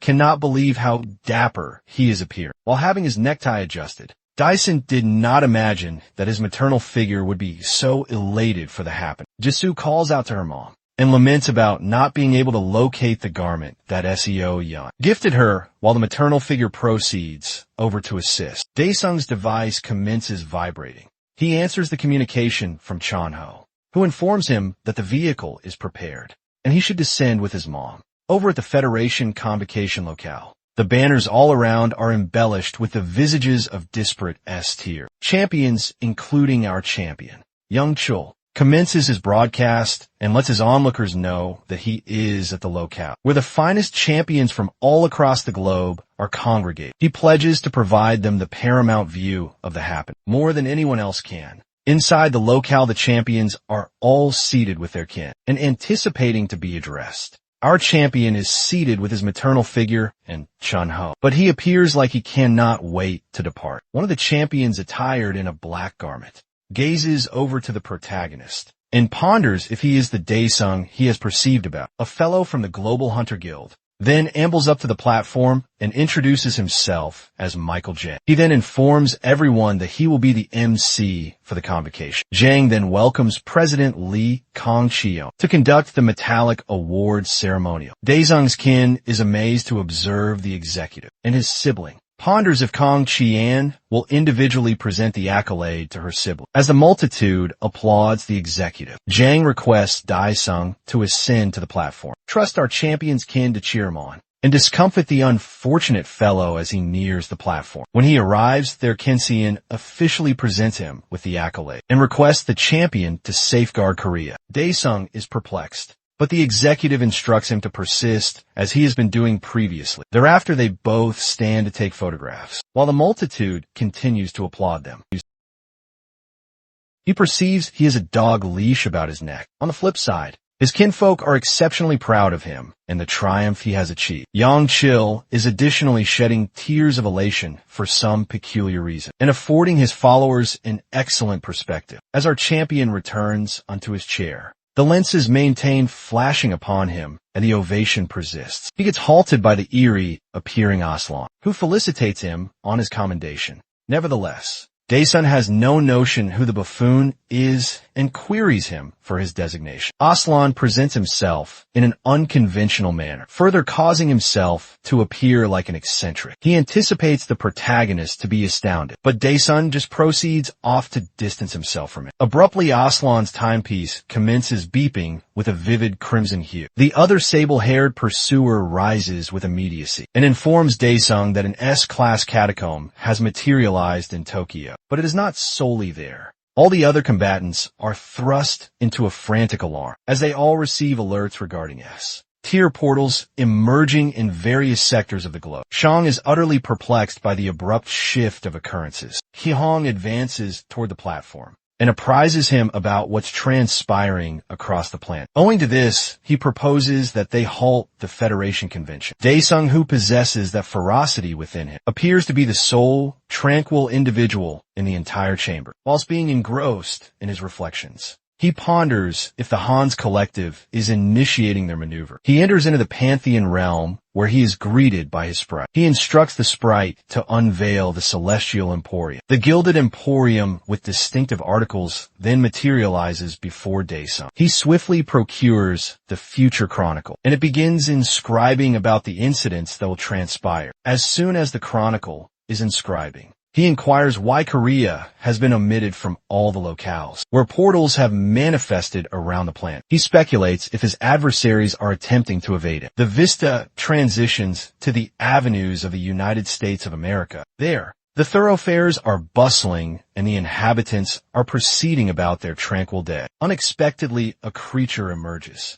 instigating turmoil and dread in the gazes of the individuals nearby. As the ghastly fiend gazes down at the mortals, they rapidly commence fleeing for their existences. Regrettably for them, more of these terrifying fiends materialize. Obstructing their egress, the mortals beseech Providence to preserve their existences, but it appears forlorn, as additional creatures descend from the portal in the firmament. Over in the metropolis of Tokyo, The devastation and pandemonium are already unfolding. A throng of lupin creatures is observed coursing through the avenues, and inflicting ruin. A pursuer guides the creatures to an ensnarement point, where he cues his comrade to detonate the vicinity. A blast erupts, causing cerulean vapor to permeate the atmosphere around, while the fiends are ensnared within it. The pursuer plunges downward and signals for the chase to commence. Some different combatants, attired in ninja garb, unite with him and start assaulting the creatures. They are capable of felling one of the creatures, but one wolf discerns where the onslaughts are originating from and swiftly vaults into the atmosphere.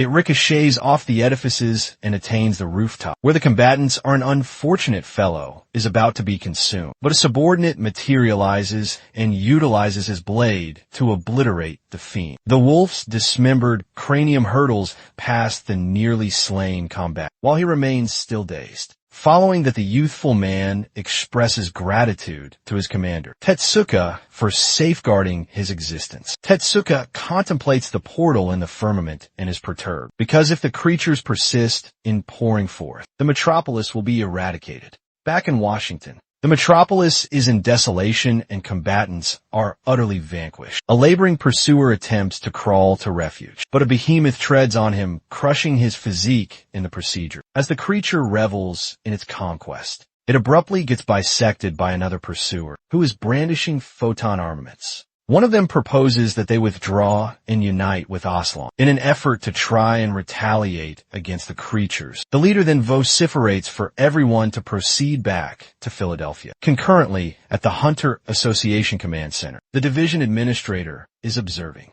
all the pandemonium that's developing in disparate regions of the globe. He observes that South Korea remains still untouched by the numerous portal breaches that have spawned universally. His adjutant then informs him that other nations are soliciting Korea's assistance, since they are unaffected by the predicament. The circumstance is precarious for the administrator, because he ponders how he'll manage affairs if a portal unexpectedly materializes in Korea. He speculates if dispatching the native combatants is a viable recourse. He then designates the lady as Kim Ah-hyun and queries her how the S-class combatants who participated in the assembly are faring. She apprises him that Japan's Tetsuka and China's Cheon-young will have engaged in the conflict via aircraft. The residual American and European combatants will shortly join the fray. The administrator's telephone begins to resonate, and he perceives that Chun-ho is contacting him. When he answers, the faction chieftain instructs him to convene all the S-class combatants for a parley with the Daesung faction.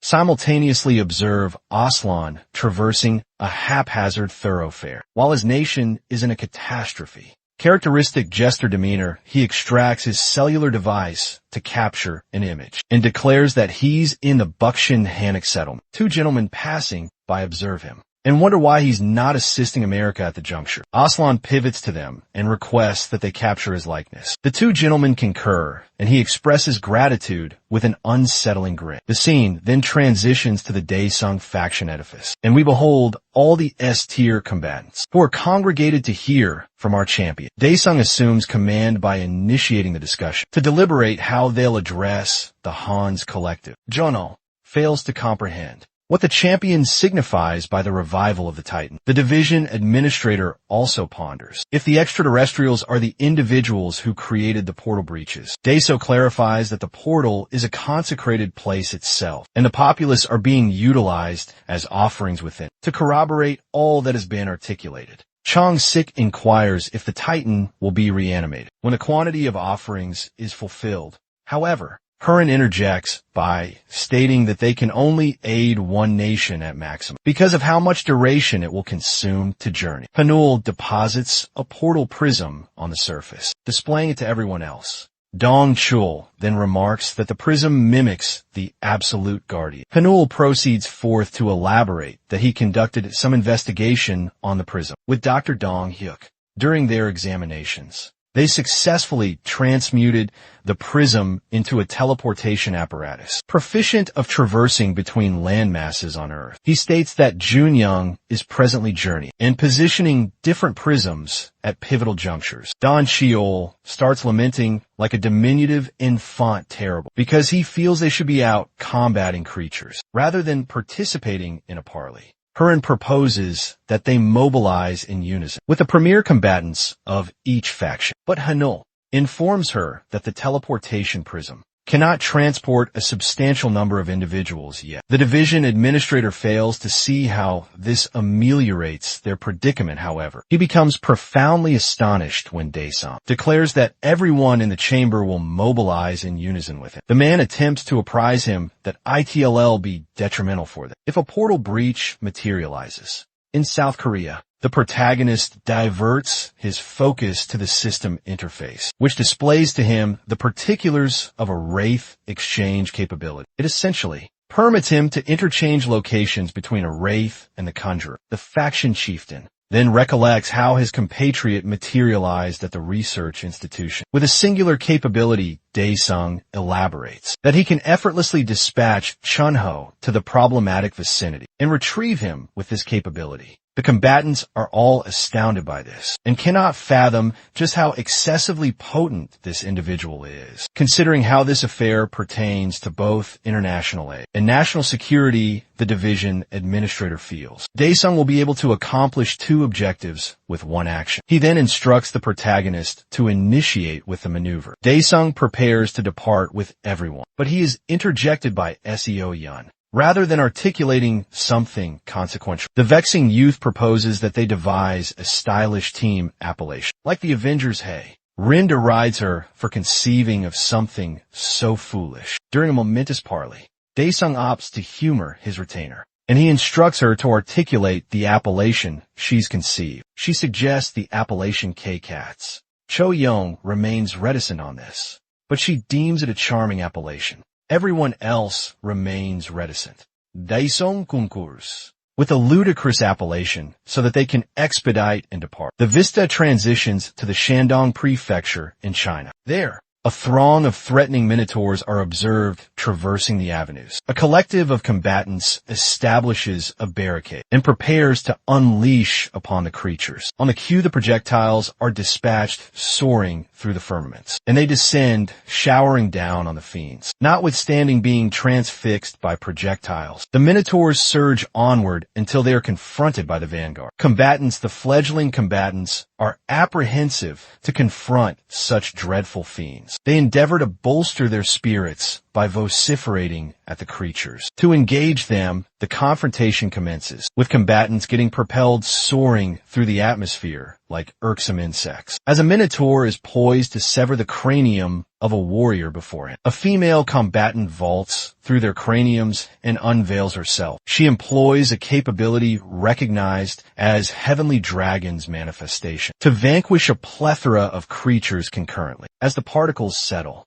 she instructs the combatants to remain resolute for their nation. The warriors take up their armaments and follow Chieftain Chio. Simultaneously, the throng of minotaurs persists to surge at them. Jin Long is observing the confrontation from China's Association Command Center, and he ponders if this will be the culmination of his cherished nation. The bureau chief, recognized as Jin Long, enters to deliver him some intelligence. She informs him that Korea will bolster them with 7 S-tier combatants, contingent that some stipulations are fulfilled. From a missive, he discerns that Korea is soliciting proprietorship of all the derivatives and ether essences from the vanquished creatures. If the nations accede with their entreaty, they will bolster them forthwith. Over at the Korean Association Command Center, the division administrator receives dispatches about disparate nations that have acquiesced to their stipulations. The man then tells Young to transmit the intelligence to the newly established K-Hunters. It appears the appellation K-Cats is excessively ludicrous to be employed officially. Back in China,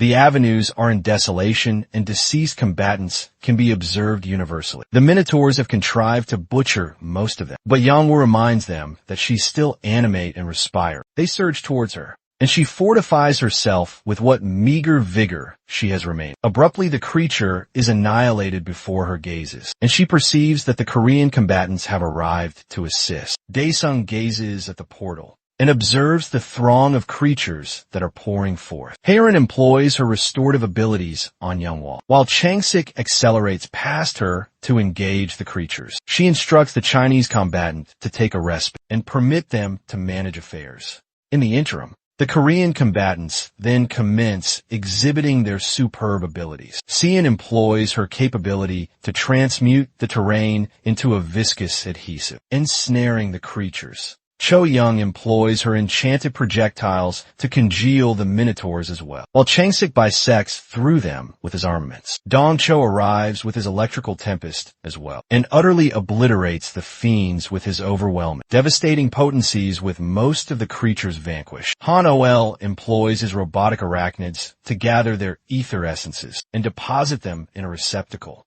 With this, they can resolve the ether essence provision by acquiring them on location. An explosion abruptly erupts behind him, and he perceives the S-class Minotaur, Monarch Ugnus the Immense Infernos, and the creature's threatening presence are sufficient to daunt Changsik and Dong Chul. Ugno smashes his battle axe on the terrain, causing a conduit of inferno to advance for the two combatants. Curran then erects her aegis to safeguard everyone from the onslaught. The two combatants express gratitude to her because they would have been incinerated if they didn't respond swiftly. Heron then instructs them to brace for an onslaught. Nevertheless, young Will proposes that they withdraw because the fiend is culpable for decimating her entire contingent. The Chinese combatant is astonished to perceive our champion approach, prepared to engage the creature by himself. Daesung derides the Minotaur, leaving young Well even more astounded. In the twinkling of an eye, he surges to the creature and employs his infernos to assault. Ugnos effortlessly assimilates the infernos and informs Daesung that his fire onslaughts are futile. In a flash, he swats the protagonist away, propelling him smashing into a proximate edifice. The fiend boasts of being the sovereign of the infernal fiends and designates our champion an inconsequential vermin. Cho Young endeavors to assist by discharging her enchanted projectiles, but the projectiles are incapable of penetrating past the infernos. A paralyzing dread seizes her when she perceives that her onslaughts are futile. The creature persists its destructive spree, but Daesung transports both himself and the fiend to a disparate location. Dong Chul clarifies what transpired to Chong Sik, who is left utterly perplexed. Agnos is now in an alien territory with the Fiend Monarch. The system interface then indicates that the Fiend Monarch can now discharge his complete mana there. Daesung fails to comprehend how such an adversary is compelling him to exert so much exertion. With one flourish of his blade, he discharges a Sable Inferno that convulses the very underpinnings of their location. Ugnos is utterly atomized by these infernos, which he cannot assimilate after the confrontation. The Fiend Monarch procures an S-tier ether essence. The system then instructs him to eradicate the procurer, who is amassing spirits at the consecrated place. While scrutinizing the display, the protagonist ponders if he must expend all his credits to activate the demon deity before the Titan reanimates. Meanwhile, at the portal breach, one of the Chinese combatants appears to be the one amassing the spirits. He declares that this is his inaugural occasion and trusts Hell attain perpetual existence. After finalizing the procedure, a blade is abruptly thrust through his thorax by our champion, who then queries the procurer what he aspires to attain. In his final instances, he implores the Titan to receive the offer. Daesung discerns something formidable and swiftly retreats. He then perceives a colossal appendage emerging from the portal to seize the tributes. Daesung abruptly perceives himself in an ebony dark expanse. The Titan's appendage grasps the spirit tributes and recedes into the gloom. The protagonist desires to have a dialogue with the Titan, so he slashes the expanse beside the procurer, but he is astonished when he perceives that his onslaughts have no consequence. The Titan's appendage unveils itself once again and confers potency upon the Chinese turncoat. After the procurer acquires the potencies and the tribute platter descends to the surface, our champion perceives himself back in the metropolis. He ponders if the territories were interchanged when the Titan acquired the tribute. However, he perceives that the turncoat has transmuted into a preternatural entity. The fellow then designates himself as a fragment of the Titan and designates the protagonist a contemptible maggot. The creature surges to deliver a strike, but Daesung instantly circumvents it before the onslaught can make contact. The fiend monarch materializes beside the creature and pummels the fellow's visage into the terrain. He commences delivering a succession of blows on the fellow. In an effort to silence him by the juncture, he's finished thrashing the turncoat. The unfortunate chap's visage resembles a distended pustule, notwithstanding acquiring the drubbing of his existence. The turncoat believes that if he perishes, he will unite with the Titan and be reanimated. Daesung hoists him by his tresses and queries if he intends to return to the Titan. However, he has somewhere different in contemplation for such a worthless reprobate. The turncoat abruptly perceives himself secured to a surface in Hell's excruciation chamber. The tormentor of the chamber is poised to discharge an infinity of excruciation on the unfortunate fellow. Back in the metropolis, Seo Yun and the other combatants rendezvous with the fiend monarch. Cho Yong informs him that the predicament has been addressed, with our champion still animate. Dong Cole demonstrates to Changsik why they didn't need to fret about it. Korea's paramount combatant now perceives who the genuine creature in all this turmoil is. Young Wall is also astounded to perceive that Daesung addressed the S-class creature. By himself, Heron endeavors to ascertain if our champion has any lesions, but Seo Yun endeavors to get her away from the sole male in her existence. Following that, Dyson addresses everyone by stating that Hell be addressing the portal superior, while the remainder of them will concentrate on the combatant extrication. The combatants cannot fathom their auditory senses, and they ponder if he genuinely intends to confront the superior unaccompanied. On the flip side, the protagonist is resolved to thwart the reanimation of the Titan. Subsequently, we observe young Chill conversing with his spectators, and he states that he has significant intelligence for them. While actuating his mouse, he informs them that it's substantial intelligence he acquired from the Daisun faction. He then disseminates the confrontation sequences from the fray in China, and the spectators are all taken aback. He informs them that the combatants are a newly established collective that was formed to assist the other nations. Young Chill also informs them that he acquired all this intelligence from Chun Ho. He then encounters a news broadcast discussing how the K hunters have neutralized the portals in China and India. According to the news source, the collective is on their trajectory to Europe. The vista then transitions to the umbral side haven situated inside a port. Paramilitary contingents are on the scene and arraying themselves. Aslan traverses through the entryway and is acknowledged by some warriors. One of the men addresses him,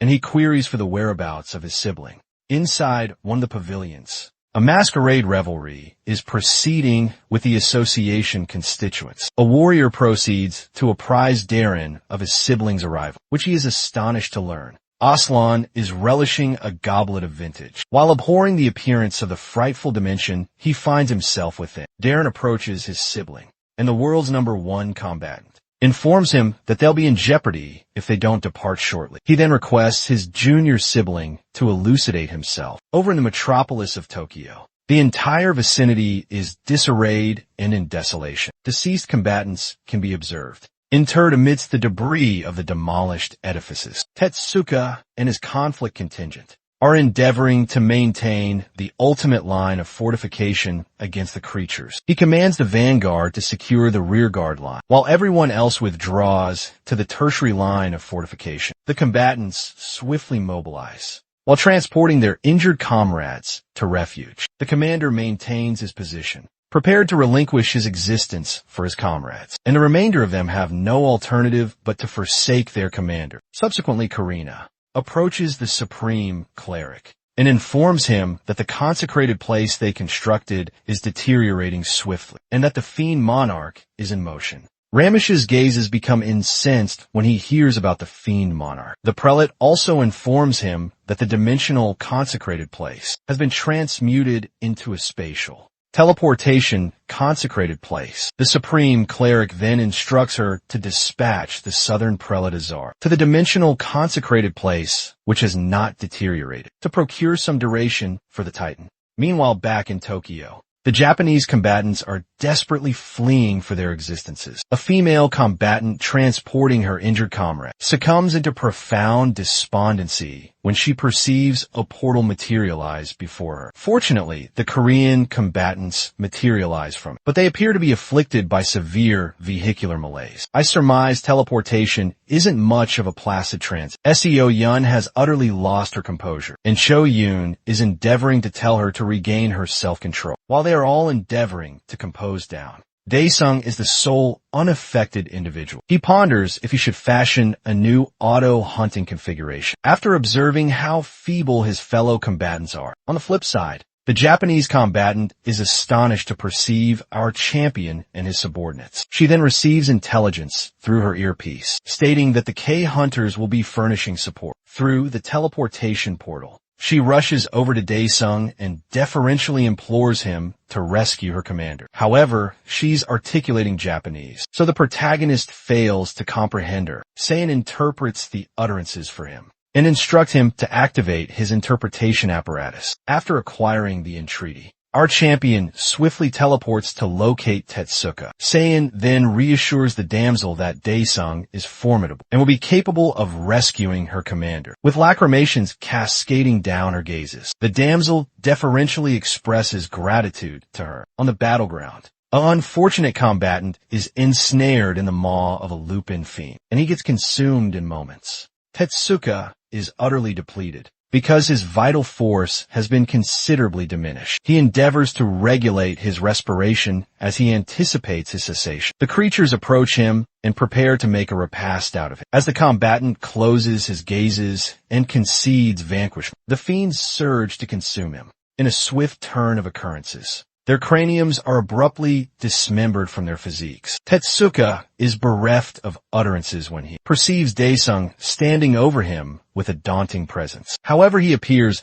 quite apprehensive to perceive the fiend monarch. Our champion queries him if he's all right, but the combatant's interpretation apparatus is damaged, so he fails to comprehend a syllable that's being articulated. He then perceives something perilous and vociferates at Daesung to be vigilant. The protagonist pivots back and perceives a locomotive soaring directly down at them. It impacts and causes an immense explosion on collision. But Daisuke and Tetsuka are utterly unharmed. However, a verdant sphere propels out of the vapor and soars directly at the protagonist. Our protagonist deflects the verdant sphere far off into the firmament. The sphere unfurls and unveils itself to be the southern prelate. The MC swiftly deduces that the adversary is from another cosmos. He propels himself skyward to assault the prelate, who is also prepared to deliver a strike. The two combatants collide, causing an immense explosion in the firmament. Tetsuka shields himself from the vapor, and when he opens his gazes, he cannot fathom that the two combatants are utterly uninjured. The protagonist concedes that Azar is a redoubtable adversary. The prelate augments the magnitude of his cranium and acute dentition, while articulating about how much he desires to ingest and imbibe. What a loathsome epicure the MC endeavors to interchange to a different territory, but it's unfeasible owing to the prelate's outrageous caloric content. While Daesung is still astounded by this, the prelate consumes his physique and ingests him in one mouthful, ensnared in a critical predicament. Tetsuka is bewildered about what course of action to undertake. Azar gazes over at him and discharges a ray from his maw, but he misdirects his objective because he's endeavoring to restrain our champion. Simultaneously, the female combatant we observed previously rushes over to the scene in quest of Tetsuka. She vociferates his appellation for some duration, until she summons to her from astern.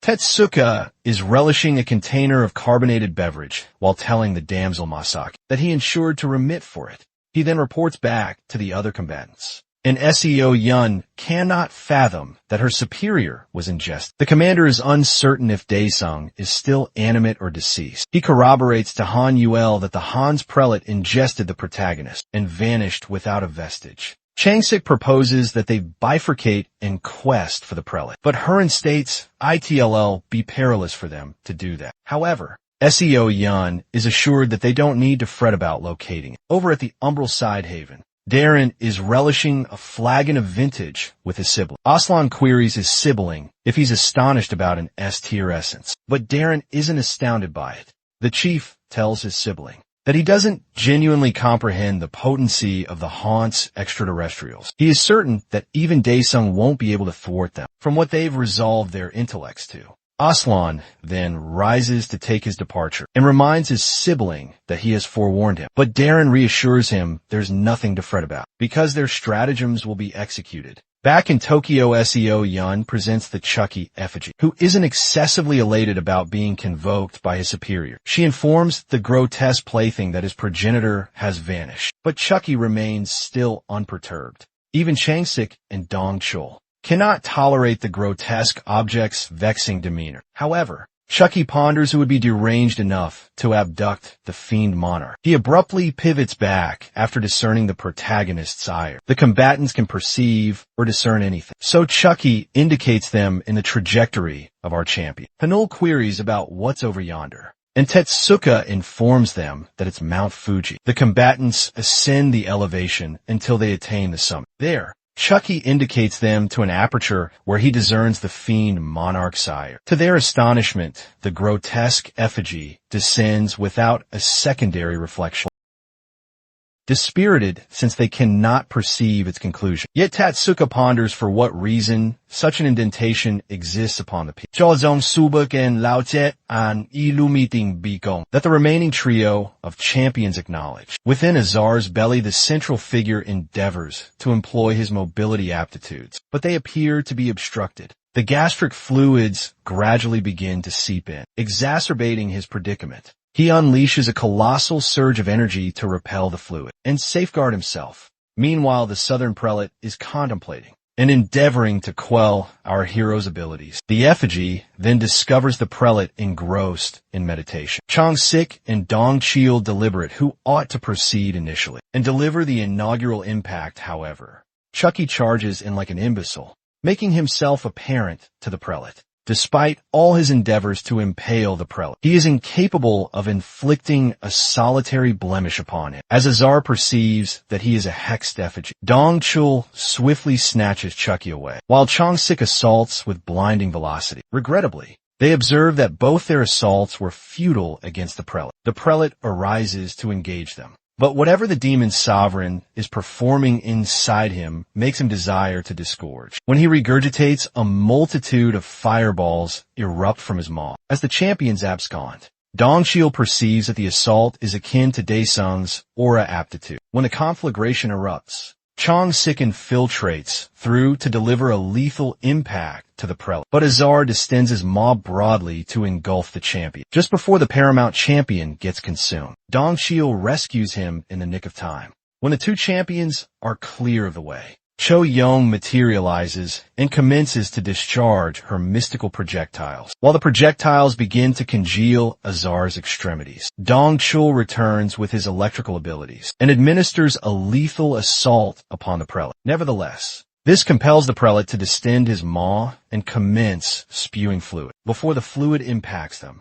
Hurin materializes her bulwark and safeguards them. While she is safeguarding everyone, SEO Yun dashes out to assault. They endeavor to recall her, but she is resolved to retrieve her sovereign. She impales the cranium of her hex effigy in an endeavor to instantly slay the prelate, but the system informs her that aptitude will be superseded with one designated swoon if the target's spirit is too substantial. The assault contrives to impact Azar, inflicting upon him a great measure of torment before he loses consciousness. The champions are astonished that Sioyan was capable of performing such a feat. With one impact, even she is astonished that her aptitude actually functioned, implying that this thoughtless damsel dashed out devoid of a definite strategy. Down in Philadelphia, the populace are behaving like mindless automatons. For some rationale, the fiends from the portal are merely ambulating past them. Without assaulting, one of the fiends queries their chieftain for what reason they're not assaulting the mortals. The chieftain informs him that the Titan favors the spirits of unadulterated warriors. Observing more closely, we see some filaments are being affixed to the mortals and manipulating them like marionettes.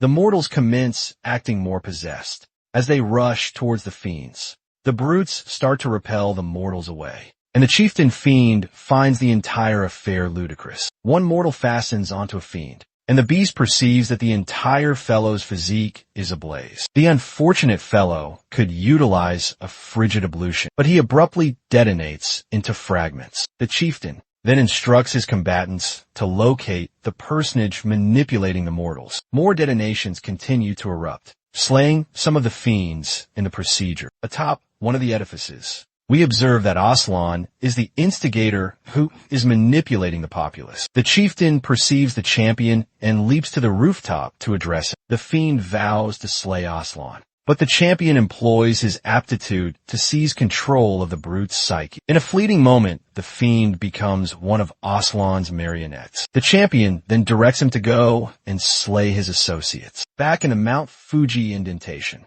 the Korean champions are not genuinely certain if Azar is deceased. Dong Cole instructs Changsik to query Seo Young, since she is the one who assaulted the prelate. She then informs them that the prelate only swooned and he is not deceased. They lose their composure when Chucky ascends atop Azar, and distends his maw the effigy informs them that Daesung is unquestionably inside the prelate's belly. Seoyin ponders what the unsightly plaything will undertake when he descends there. On the other hand, Panul presents the effigy something before he proceeds inside the belly. By the instance, Azar awakens. He discovers himself confined securely with ferrous restraints. He swears to slay and grapples to break free of the restraints. However, Changsik readies to assault the amorphous mass. A translocation portal abruptly materializes before them, and Seo Yin is gratified to observe. The protagonist abruptly emerges from the portal with Chucky and felicitates them on rescuing him.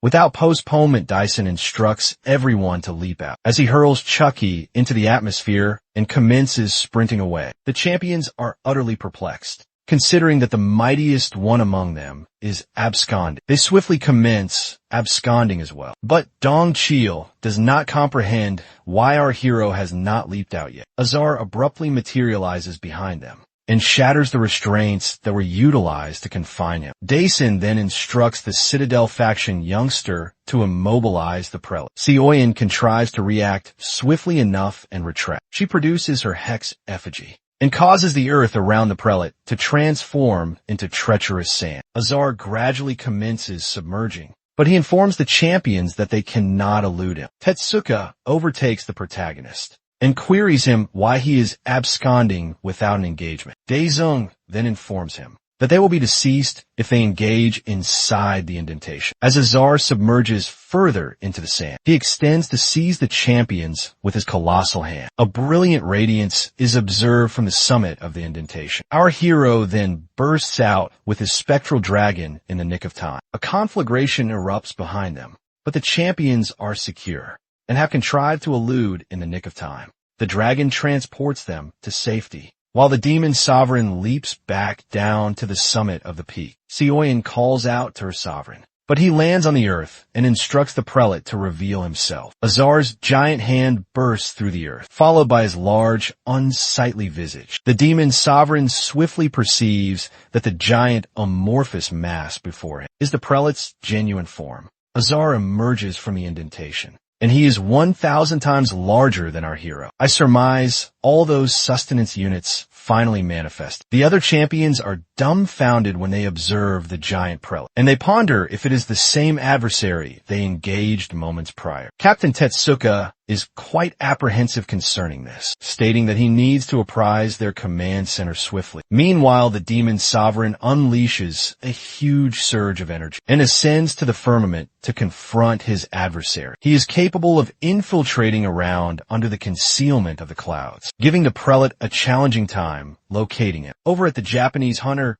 Guild Command Center, Jinji becomes exceedingly agitated and fearful when he observes the giant prelate on the display. His aide then informs him that Tetsuka dispatched intelligence concerning Daesung being in engagement with the giant fiend.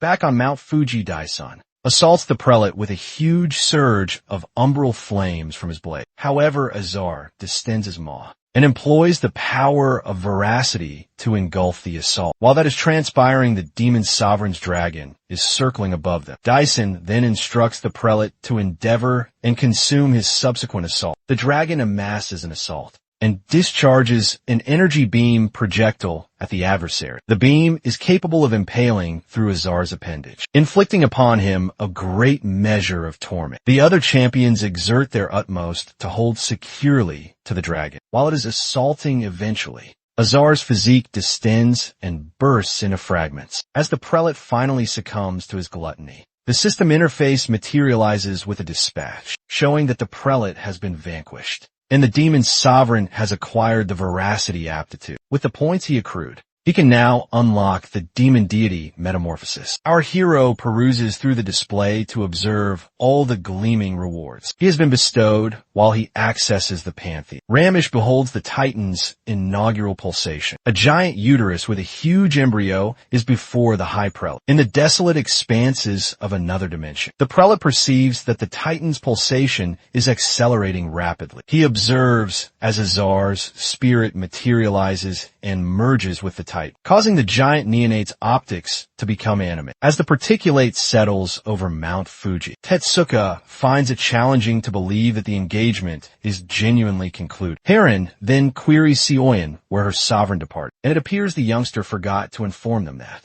he went to inspect some items at the pantheon. She then instructs everyone to amuse themselves until the protagonist returns. However, Tetsuka offers to furnish them with the finest amenities and services. Dong Chul seizes the prospect to query if there are thermal springs adjacent, while Daesung peruses through the items in the pantheon. He resolves to divest all the unutilized items and ether nuclei. After that, he transfers all his accomplishment points into the actualization ring, but he is incapable of attaining the full 100%. He feels he will be capable of achieving the full actualization if he confronts one additional prelate. Daesung then establishes a video communication with Chanho. The faction chieftain felicitates him on managing the prelate, and the demon sovereign queries him where they should proceed subsequently. He informs Daesung that the Global Hunter Guild has commenced dispatching champions on a substantial scale, so he and his contingent can return to Korea. However, our hero ponders where these fellows have been, and even Chun Ho finds their abrupt movement dubious. Daesung deems the guild is irrational for endeavoring to safeguard amenities instead of populace. After that,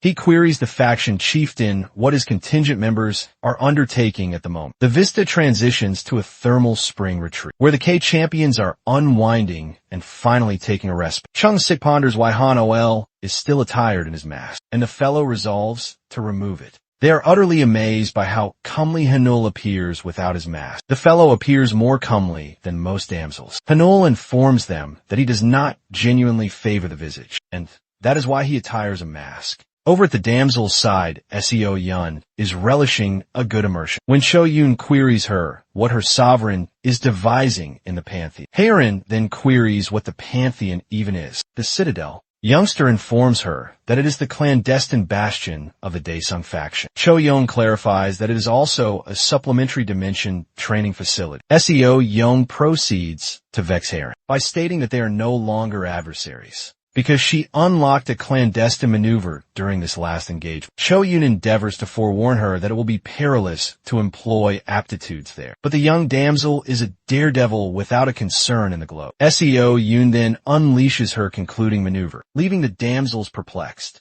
Meanwhile, an attendant is directing our hero to the men's ablution. As he steps into the robing chamber, his subordinate's effigy materializes. The damsels abruptly find themselves in the same thermal spring ablution as the protagonist. A lunar cycle later, Kihong is invited to an intelligence channel to provide particulars of the circumstance of the portal rupture event. Kihong then introduces himself and commences to clarify that the event is finally entering a recuperation phase. The interlocutor then queries him concerning his notions on the detriment that other nations have endured, owing to Korea's tardy response to assist them. However, Kahong informs the fellow that he did not arrive there for an interrogation. Meanwhile, a demonstration has emerged from populace who desire Aslan gone, and the Global Hunter Guild executive to relinquish. The populace are all parading through the thoroughfares and clamoring for the demise of Aslan. Intelligence reporters on the scene are documenting the entire happening, stating that these demonstrations might not be ceasing shortly. A demonstrator is briefly addressed, and he informs the broadcaster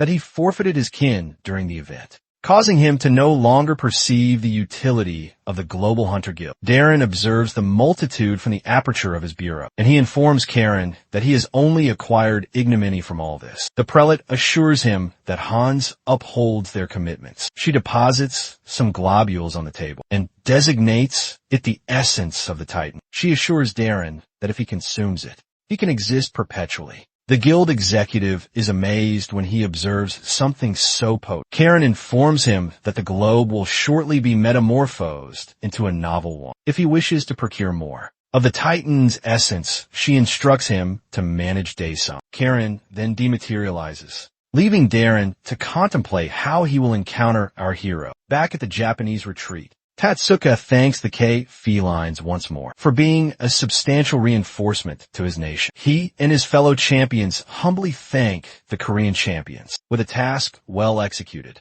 The protagonist exhorts everyone to consume and amuse themselves, while everyone is indulging in their victuals and libations. Seoyin queries her fellow damsels something indecorous. Our hero swiftly arrives to terminate the discourse and pledges to administer his foolish, subordinate, infernal condition. She endeavors to state it was an oversight, but he swiftly dematerializes with the silly damsel. Over at the grain consumers' portafaction, the amanuensis abruptly receives a communication. Daesung perceives her discussing the Japan Hunter Guild, so he resolves to take the communication from a lady. He introduces himself and commences to discuss managing the byproduct refinement in Japan. When he concludes the communication, the amanuensis queries if they will be journeying to Japan. In a very fervent demeanor, the bald man states he will be journeying, but informs the lady that she must remain behind and safeguard the bureau. Back on Mount Fuji, Hanul informs the emic that there is no translocation queue because it was most likely interred or obliterated. Daesung proposes that they utilize his dragon, but Heron instructs him to be conventional and utilize an aircraft. Changsik also is not at ease with riding a dragon, so he informs the protagonist to proceed by himself if he selects that. Tetsuka arrives with a sleek Toyota to provide them a gratuitous conveyance. Most of them hasten to enter the vehicle, leaving just Cho Young with our hero. She is very apprehensive concerning Seo Young, but she tells herself that the damsel will be alright. Regrettably for the Citadel faction youngster, she is confronting a perpetual legion of fiends in the pantheon. Later on, we observe Yang chill broadcasting the instance when Tetsuka thanked the K felines. He exhibits it to his onlookers, who straightaway adopt the designation K felines instead of K hunters. He commences chuckling about how the designation is quite memorable. Then his device commences ringing. He answers the device to hear the Porter faction chieftain informing him concerning Japan's solicitation. Young Chul is elated to hear that the elder statesman will be managing the byproducts, and he felicitates him. The elder statesman offers the young broadcaster an opportunity to film some material in Japan, and he humbly concedes the Vista transitions to Haneda Aerodrome, where we observe numerous individuals entering and departing on disparate aerial conveyances. The aircraft transporting the K felines is about to ascend, and they appear to possess the finest premier class accommodations. The protagonist is also with them, and this is his inaugural occasion flying premier class. He takes an accommodation beside Darren, who commences to communicate with him via extrasensory perception. The executive introduces himself to the demon sovereign, who ponders why he is employing extrasensory perception. Darren then informs him that he has a unique proposition, and this piques our hero's curiosity. He informs the demon sovereign that the globe will shortly perish, and a novel one will be fashioned. While Daesung contemplates this, Darren offers him a station as the proprietor of the novel unique globe. The protagonist is not intrigued by any of it, which makes the executive perceive that Daesung does not believe him. Darren states he will clarify better in the guild command center, but our hero still is not intrigued. Daesung remarks that he has been feigning to be the proprietor of a ruined globe. Already the executive then arises from his accommodation and states that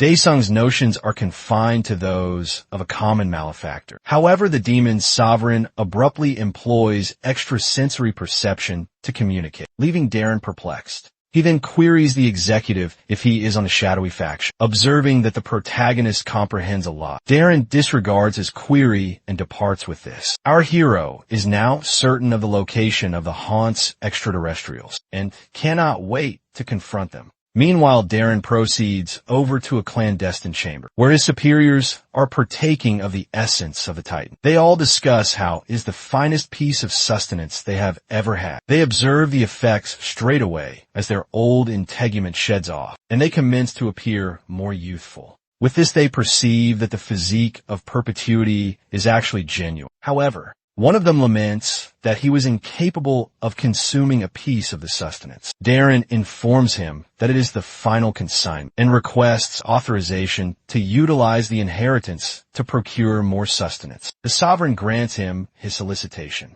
but he is not pleased that he must answer to such elder simpletons. On his way out, he swears to manage them once he procures the inheritance. At the Daesun Faction Command Center, our hero concludes the operations of the KK until subsequent notification. John Ho thanks them for all their arduous labor. As the protagonist is about to depart his accommodation, Hearn calls him and requests authorization to utilize their unique training facility. Chong-sik also exhibits curiosity in desiring to utilize the training facility as well. Nevertheless, Dyson cannot bring them into the pantheon unless they are enlisted as his subordinates. He instructs them to go homeward to rest initially, and that they should contact him a week thereafter. The champions are elated concerning this, and cannot wait to utilize this unique facility. The faction chieftain reminds them that each faction must dispatch operatives to manage the byproducts in the Euro-Asia territory. The Daesung faction is already dispatching someone to Japan. Panul states the Joseon faction has already relocated to China as well. Dong Chul is astonished that they are relocating so swiftly, and Chang-sik clarifies how lucrative the enterprise is. Yong and Daesung states the youngster could have likely gone homeward if she vanquished the sovereign in the pantheon. The vista transitions to a maritime port where containers are being unloaded. Daesung is observing his containers get unloaded, and he feels he will be capable of making billions with the quantity of byproducts he has procured. However, Yang Chil comes to query the elder statesman when they will get to commence filming some material. Daesung then states that they should go capture a photograph together. They proceed over to Mount Fuji, where Young Chil gets to commence his broadcast. His onlookers are genuinely elated concerning his material. He then informs them that he will be exploring the peak to get byproducts with Dice Young. The elder statesman then exhibits his protective garment to the onlookers, stating that it was launched by his faction. He informs them that the garment has a protective function to shield against fiend assaults. Young Chil perceives how the elder statesman is all over his broadcast, but he swiftly resolves to relocate to a deeper section of the peak. The vista transitions to a desolate locale in the abyss, and we observe a young Dice Sung absconding from Fiend. He contrives to find a concealment spot there. He ponders if he must perish and commence his protracted journey anew. The demon, Sovereign, then awakens from the phantasm and ponders why he has been experiencing these types of reveries. We observe he is on a family excursion, but for some rationale, Seo Yun accompanied them. His maternal figure instructs him to go play in the water like his sibling and amuse himself. Some diminutive miscreants abruptly approach him and query if he is Han Daesung. They are astonished to observe that he is actually the fabled hero, and they request to observe his impressive dragon. The other individuals on the strand get genuinely elated and commence ambulating towards our hero when they hear that he is on the strand. The protagonist commences perspiring like a conduit when he starts acquiring a whole lot of notice. He recollects that Chun Ho forewarned him concerning this, and he regrets not heeding the chieftain's utterances as everyone throngs around him. He is perplexed concerning what to undertake. He turns their notice to them, and they commence requesting his inscription, Some individuals just desire to clasp his hand, and others arrive with ludicrous solicitations. Our hero finds it challenging to manage all this, stating that renown is like an intoxicant. Back on Mount Fuji, Yangchil and the elder statesmen are still exploring the deep sections of the peak. One of his patrons contributes a huge sum of currency and requests the broadcaster to go deeper into the cavern. More individuals commence contributing more currency, but Yangchil informs them that he cannot proceed any further. The onlookers keep exhorting him until he emerges from the confined spot. He discovers something and informs Daishang to descend swiftly. A brilliant radiance illuminates on the elder statesman's visage as he stands before a portal cube. He informs Yangchil that they have discovered a portal. Owing to this, one of the onlookers contributes 100 million won to the patron. Just like that, the youngster is now an affluent individual. The subsequent day, Heirin and Changsik find themselves in a conventional training facility, and not the unique one that Daesung pledged them. The portals to the facility open, and they observe their fellow champions nearing them. Don Cheol instructs them to wait, because the protagonist will shortly be there. Seo Yun offers to conjure her sovereign with her effigy, if he happens to be tardy at that moment. Our hero materializes and instructs her not to contemplate something foolish. After that, he informs everyone that they will commence the conditioning session, observing that it will be challenging to render Heirin and Changsik his subordinates. Daesung alters the topography to resemble one of the expanses of the abyss. Changsik and Heirin still marvel at how readily our hero can alter an area. Cho Young recollects being in the same area previously, and Seo Young states this is the locale where she had her last condition. Heirin commences to deride the damsel for being dragged off there, after she caused vexation for her sovereign. The protagonist instructs them to cease the chatter, because they will be proceeding to the unique conditioning straight away. The damsels are quite inquisitive to know what this unique condition will be, observing that they grappled against genuinely formidable sovereigns. The protagonist resolves to alter their conditioning methodology. Changsik concedes that it was quite challenging for them to manage the portal sovereign. Daesung then produces a blade and informs them that he will be the objective for their condition. The champions are taken aback by this, but the protagonist expends no time in making the inaugural move. He dispatches the inaugural assault, causing a huge conflagration with his flames. Meanwhile, in subterranean sanguine sanctum of the haunts extraterrestrials, a portal opens and Daesung peeks his cranium through. He and Young Chil plunge out of the portal into the eerie cavern. The young fellow queries the elder statesman where they are, but he has no inkling. It is also too dim for his old optics to perceive anything. Young Chil proposes that they should swiftly depart, because he senses something ominous concerning the locale. But the elder statesman informs him that they should wait a bit. He presumes that they are in an F-tier portal, and that he can readily manage the fiends. Abruptly, a large crimson substance sprouts from the earth. Young Chil shrieks out when he observes the crimson, viscous entity affixing itself to the ceiling of the cavern. Daesung instructs him to be silent,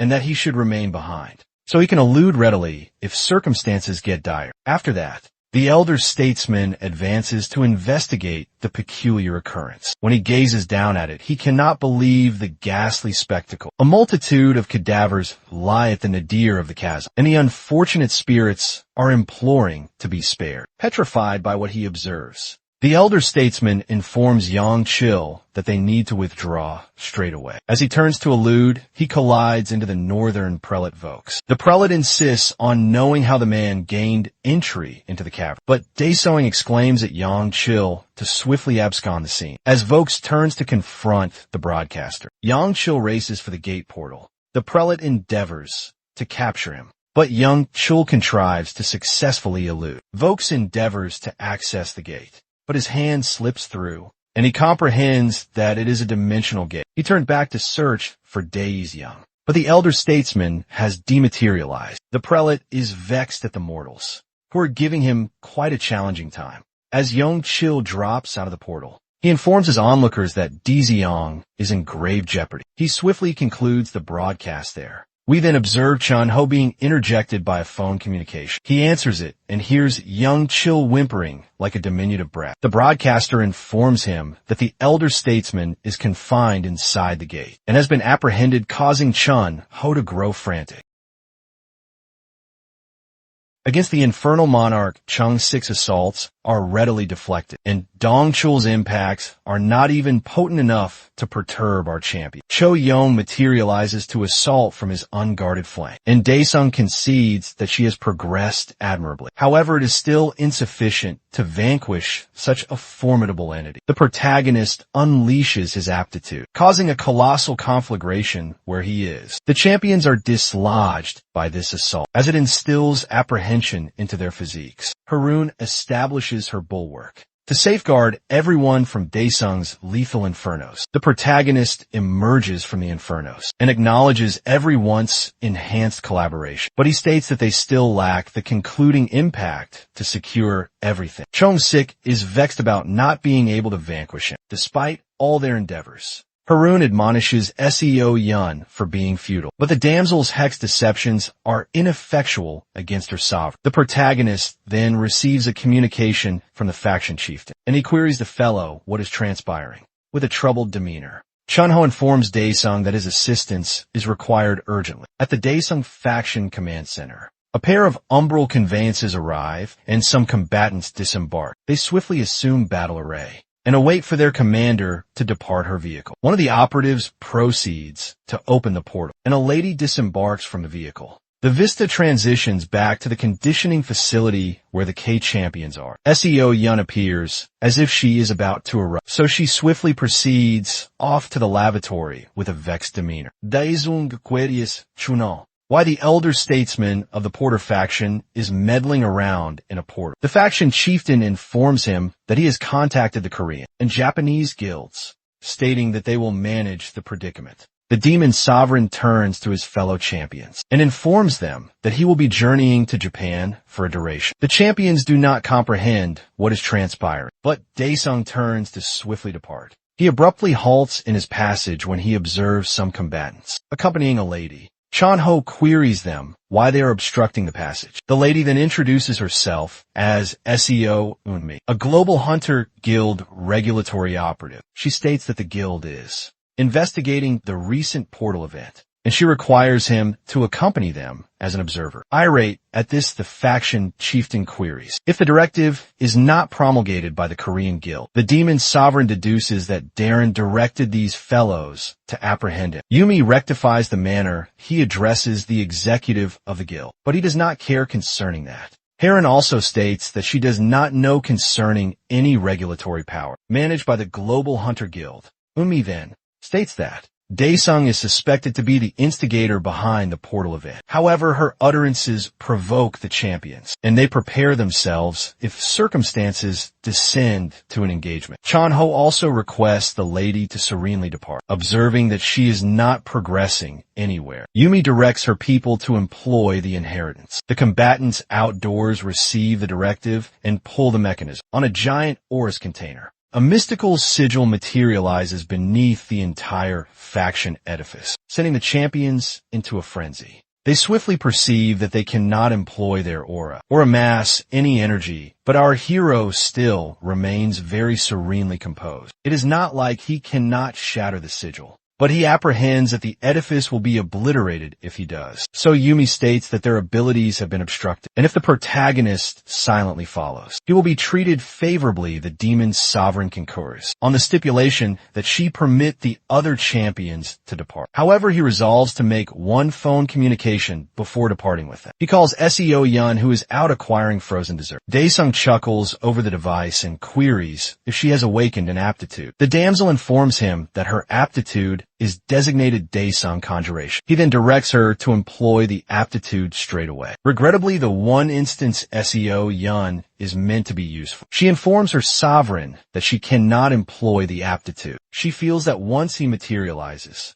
he will admonish her for absconding, so she implores him to wait a bit. The demon's sovereign endeavors to coax her to employ the aptitude straight away and pledges not to admonish her. But this silly brat ends up terminating the communication on her sovereign. The protagonist is utterly infuriated by Seo Yun's foolish deeds. After that, Yunmi queries if he is prepared to accompany them. However, Dongchul and the other champions decline to follow her. Hurin even states that any deed against the hero will be construed as a belligerent menace against the Citadel faction, as well Yunim combatants ready to engage. But she leaves the verdict to Daesung.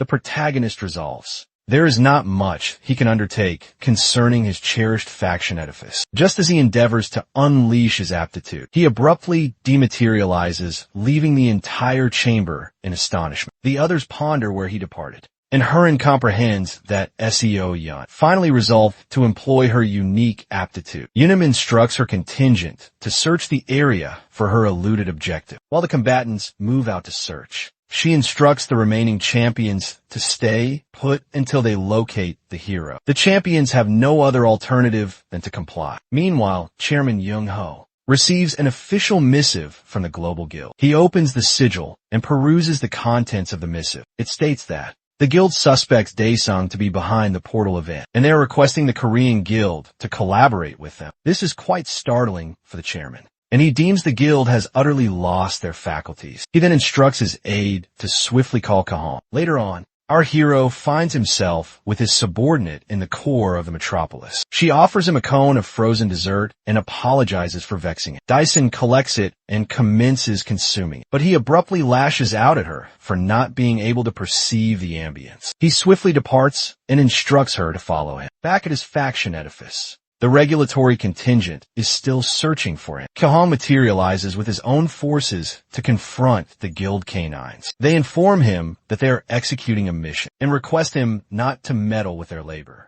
Nevertheless, Kahan is irate that these ruffians feel assured enough to just do whatever they desire. In his nation, the combatants take his deeds as a menace and ready themselves to engage. The chieftain requests the champion to depart one additional time before circumstances get unsightly. On the other hand, Kahan instructs his operatives to ready for battle. His combatants produce their energy blades, but Daesung materializes just as they are about to clash. The regulatory contingent perceives their objective and straightaway moves to apprehend him. However, the protagonist translocates himself and the entire adversary contingent to a disparate dimension. Kahan is bereft of words when the ruffians abruptly dematerialize without a vestige. The regulatory contingent finds themselves in a desolate expanse, designated as the Sepulchre Arboretum, while they endeavor to ascertain where they are. A group of tormentors abruptly materializes as the contingent perceives the fiends. They deduce that the protagonist is unquestionably the one behind the portal rupture. The operatives rush to assault the fiends, and both factions get engrossed in a fervent clash. Flora tendrils materialize from the earth and commence plucking off the combatants one by one. While the operatives are receiving the thrashing of their existences, they insist that the hero reveal himself to them. With just one combatant remaining, the demon Sovereign materializes. Dyson employs his abilities to subjugate the unfortunate fellow's spirit. The combatant grapples, but he swiftly succumbs to the power of the demon sovereign. After that, the protagonist translocates back to his faction edifice. Kahan is astonished to observe him, and he queries the hero where the regulators depart. Daesung states that he kept the combatants as captives in order to interrogate them. He perceives a loud rumbling and gazes up to observe part of his command center detonate. Changsik and Choyun are observed pursuing Yun, who is endeavoring to elude. But our hero is only apprehensive concerning his cherished edifice. The awakened S-tier individual discharges her mystical projectiles at Yun. The lady obstructs the projectiles as she abruptly engulfs herself in umbral armor. Changsik infiltrates up behind her and sends the regulator hurling into the earth. By the instance, the two champions land on the earth. They observe that Yunam has eluded. Chung-sik perceives that the hero is no longer with Kahan, implying that he has already commenced pursuing the regulator. Yunam speeds through the metropolis to withdraw, but a frigid perspiration runs down her spine when she perceives our hero's voice behind her. Daesung smacks her neck and sends her tumbling along the earth. She finally crashes, leaving the hero to manage her however he pleases. As her armor comes off her physique, Daesung ponders if he should just transfer her over to Chunho, so he can proceed to Japan swiftly. Meanwhile, young Chul is seated before the gate and aspiring that the elder statesman has not been dispatched to his creator yet. Unbeknownst to him, Tatsuka and Masaki are maintaining surveillance on him. The damsel does not deem they should leave the young man like that, but her captain informs her that there is not much they can undertake. Our hero finally materializes and the champions swiftly perceive his presence. As young Chul observes Daesung, he finally feels that there is aspiration. Daesung apologizes for the vexation that his porter has caused Tetsuka. On the other hand, young Chul runs to our hero with his optics full of tears. The unfortunate youngster implores the hero to rescue Daesung before it is excessively late. The protagonist instructs the fellow to release his trousers and clarify the circumstance. Young Chul clarifies that an extraterrestrial apprehended the elder statesman while endeavoring to rescue him. Daesung deduces that the extraterrestrials are none other than the Hans fellows. Tetsuka then offers to provide him with reinforcement operatives, but our hero informs him that there will be no necessity for that. The protagonist requests the captain to transport the broadcaster somewhere far distant after that. He proceeds into the gate. Young Chul is astonished when the hero dematerializes, and Tetsuka ponders if he always possessed concealment aptitudes. On the other side of the gate,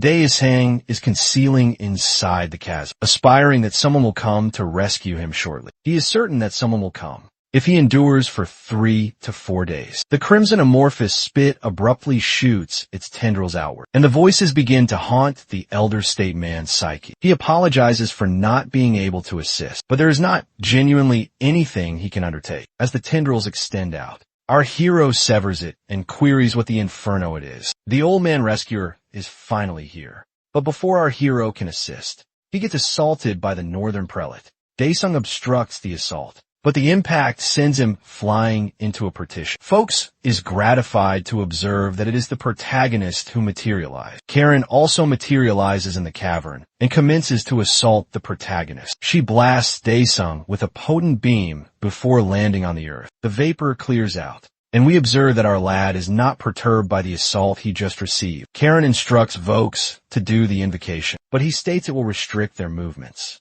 The protagonist dusts himself off and proceeds to take his turn. By unleashing his own aptitudes, Karen manipulates the crimson substance in the chasm, causing the voice in torment to cry out louder. While the elder statesman suffers from the voices, the female prelate perceives that our hero is unaffected by them. These deeds only make the song become more incensed. The protagonist unleashes his energy surge, causing the atmosphere and earth to quiver violently. At the mercy of his aura, the prelates shield themselves from the concussion. They comprehend how much power the hero has been concealing all this while. With a lethal intent in his optics, Daesung unleashes an aptitude to slay them with one flourish of his blade. He brings about pandemonium all around him. The prelates are petrified by the demon sovereign's overwhelming prowess. At the same instant, the titan in the uterus opens his optics. Back in the subterranean sanctum, a huge conflagration erupts owing to the protagonist's assault. A legion of reanimated combatants spawn from the umbrelescence and commence assaulting the prelates.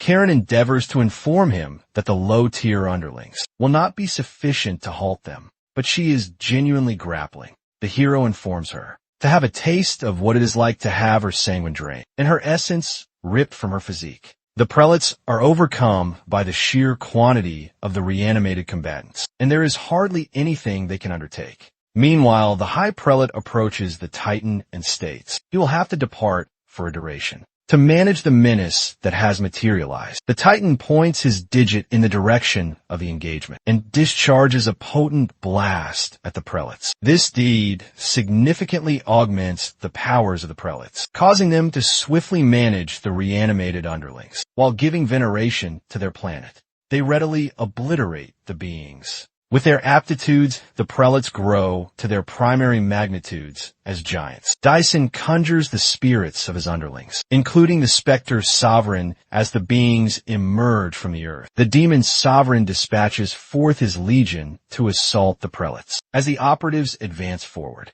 The Spectre's sovereign clashes with Karen on the other side. The Titan breaks out of his uterus to join the engagement. Ramesh informs the Titan that he is not yet at the complete stage of his revival. However, the Titan disregards him and sets out to confront the demon sovereign. At the same instance, the demon sovereign brings down his umbral flames to put an end to the engagement. Just as the flames are about to obliterate the prelates, the Titan swiftly seizes it, leaving Daesung baffled as Voke observes the Titan. He calls out to the being as Hecaton. With a solitary hand, the giant fiend crushes the earth and obliterates all of the demon sovereign's forces. The ruination is unlike anything that has been beheld previously. Daesung exclaims in apprehension as the area all around is being reduced to particulate. He contrives to endure, but his concealment area has been obliterated. Our hero ponders if his aptitudes are ineffectual against the mighty Titan. He then observes the elder statesman who is shrieking for his pathetic existence. Daesung moves swiftly to rescue the man before he meets an untimely demise. However, Hecaton perceives the elder simpleton, who nearly has a cardiac event as he observes the Titan. The protagonist materializes before his porter to safeguard him from Hecaton.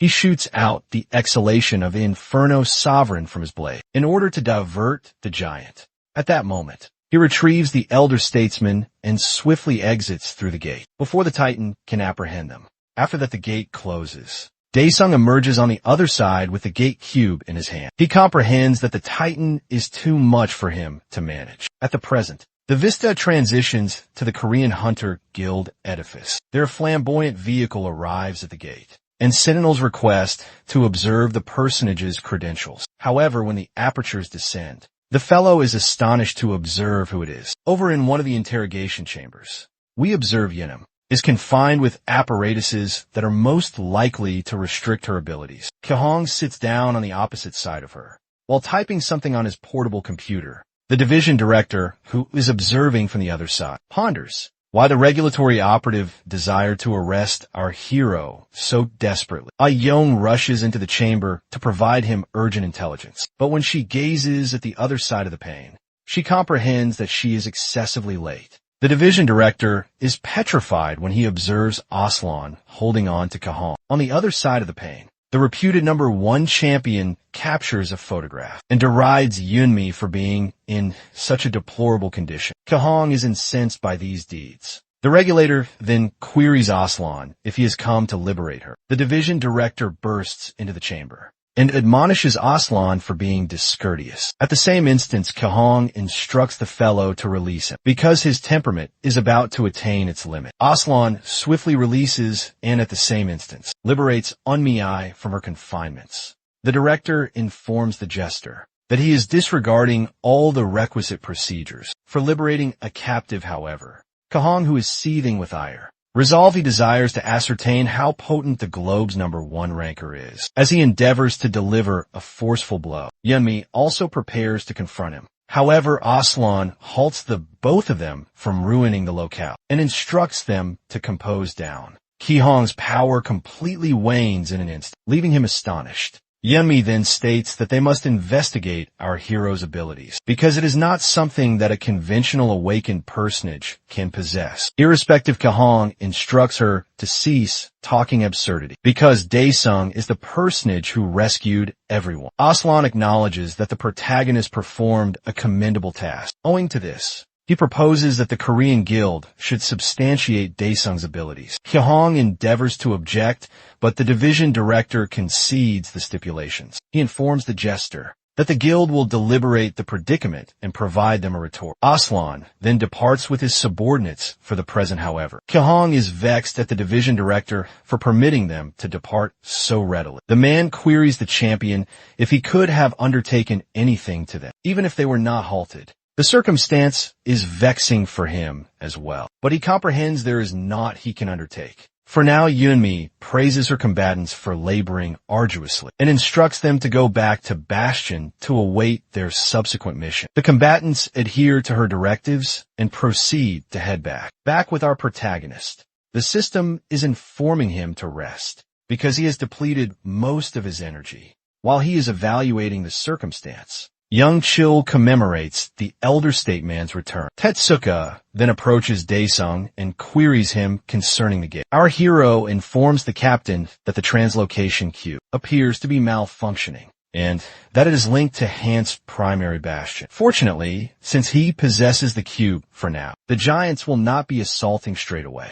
As Young Chil and Daesung thank the demon sovereign, the elder statesman queries how he can reciprocate the kindness. The demon sovereign informs them it is fine because he acquired some advantages from the engagement. After that, Young Chil then requests the protagonist to have a convocation with his admirer club. Daesung cannot believe the sort of silly kindness this fellow is requesting. The elder statesman clarifies that the hero's admirers have grown globally, and meeting them will be advantageous for the image of the Daesung faction. To their great astonishment, Daesung concurs to this, and even resolves to include all the K-Feline's constituents. The young broadcaster cannot even believe how preposterous this will be. At the Haunt's primary bastion, Hekaton dips his hands into the amorphous pit and scoops up the unfortunate spirits. In torment, he consumes their physique to re-energize and mend his physique. After that, Ramish and the two prelates kneel before him. The high prelate apologizes for not being able to get sufficient sanguine and states it is because the Titan was revived excessively early. However, the Titan thirsts for more sanguine. The vista transitions to our hero,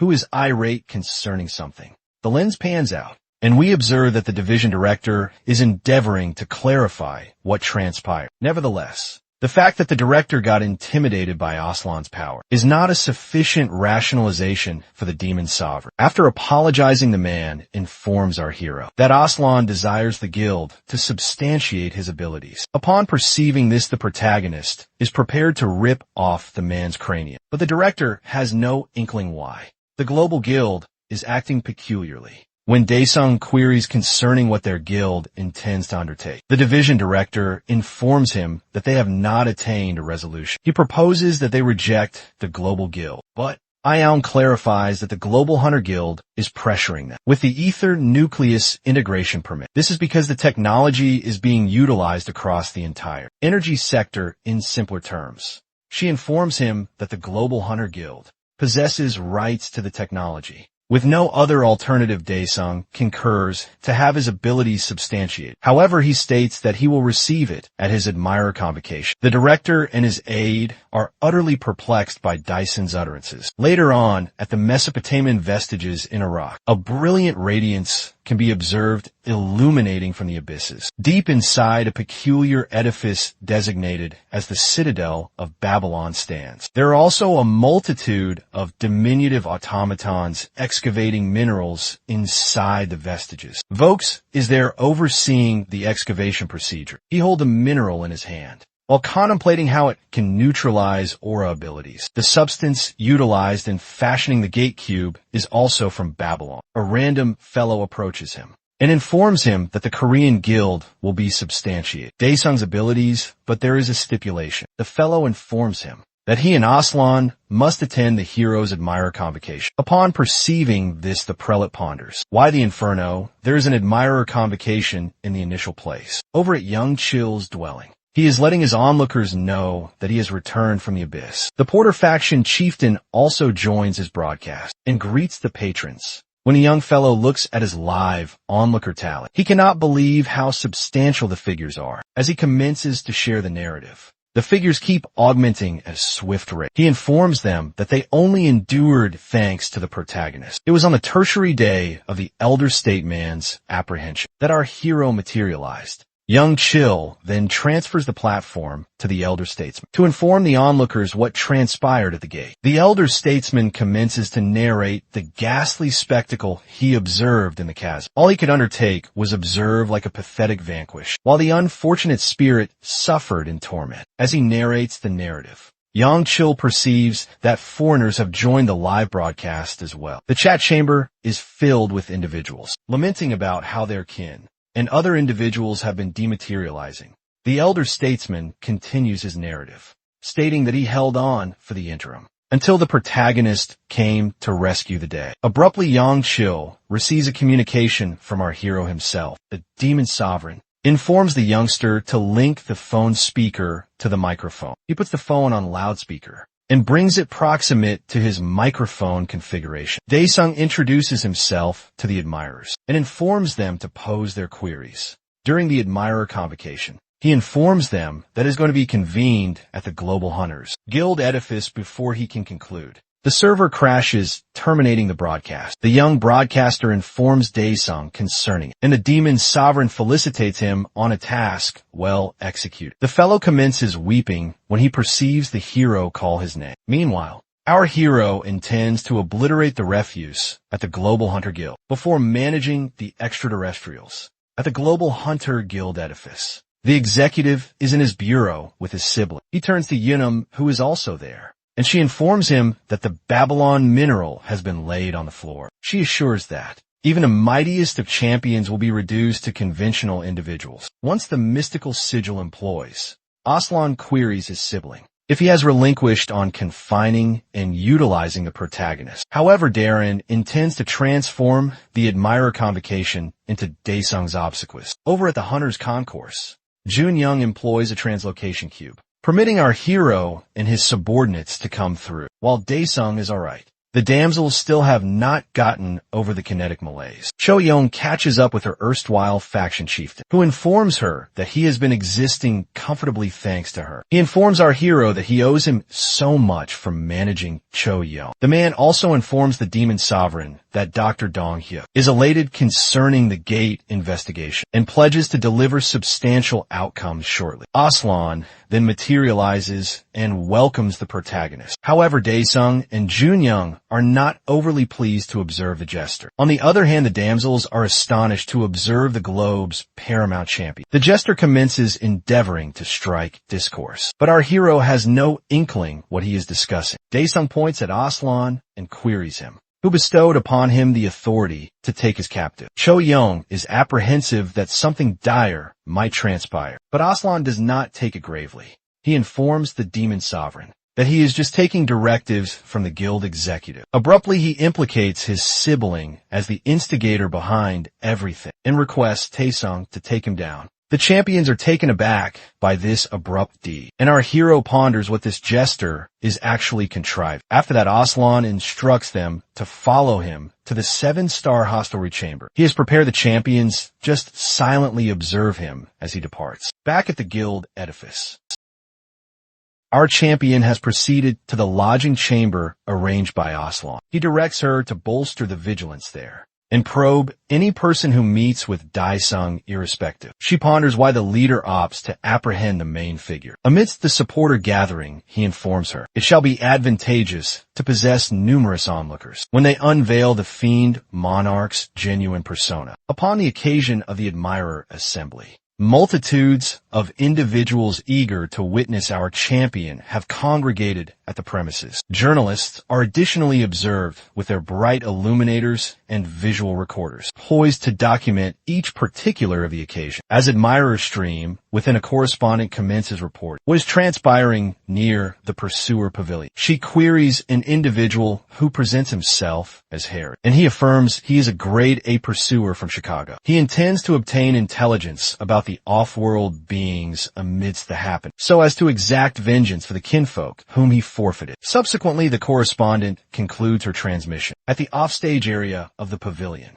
Daesung counsels his followers ere the happening begins, and they all silently attend unto him. When all the places in the venue are occupied, young Chill ascends the platform to engage the assembly. One trusts the trepidation does not overwhelm him. He summons forth the fortitude and presents himself as the MC of the admirer assembly function. The entire audience erupts with fervor, and he initiates the assembly with our champion. Certain other pursuers who were absent from the gathering are viewing the occasion from their respective abodes. Young Chill then ushers Daesung onto the platform. Our champion ascends the platform accompanied by Seo Hyun and Chu Young. Daesung grasps the amplifier and engages his supporters. Abruptly, the illumination in the venue ceases, rendering the assembly bewildered. The primary platform then illuminates and all present resume acclaiming anew. But the main figure is vexed. because supporters are not even allowing him to vocalize. Cho Young then apprises him that their foes have launched their design. A portal abruptly manifests on the platform, and a crimson creature emerges therefrom. The assembly commences to feel dread when they observe this occurrence. As the fiends issue forth,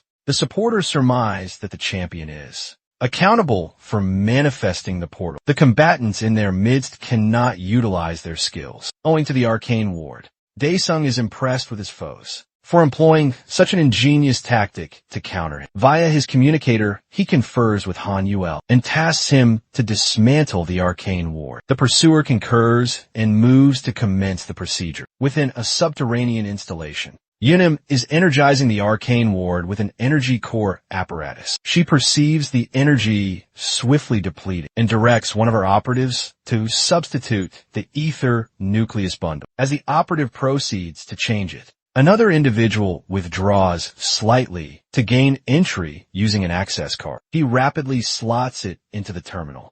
Yet by the moment Yunim detects the agent, it is already too late. The door is accessible for more troops, poised to ensnare the compliance team by surprise. The warriors charge indoors, and the opposing factions commence clashing with one another. The compliance official dons her ebony mail to enter the fray and safeguard herself. Hanol charges into the chamber and enters into combat with the female adversary. Yunim employs her agile movements to attempt to dominate the Korean pursuer, yet he contrives to parry her offensives. The remaining troops endeavor to assist Hanol. However, the female adversary plows through them with utmost ease. As they're detaining her, the Josian combatant informs his operative that they must neutralize the arcane ward expeditiously. The operative then proceeds to disable the overhead sigil. Concurrently back upon the platform, the fiends are inflicting chaos extensively, prompting the audience to flee in terror. The arcane ward around our champion commences to diminish more rapidly than he anticipated. He faces Seo Yun and apprises her the binding is now nullified. With this, the small rascal eagerly awaits a grand time. She employs her abilities to transmute the terrain into treacherous mire, capturing the beasts as a result.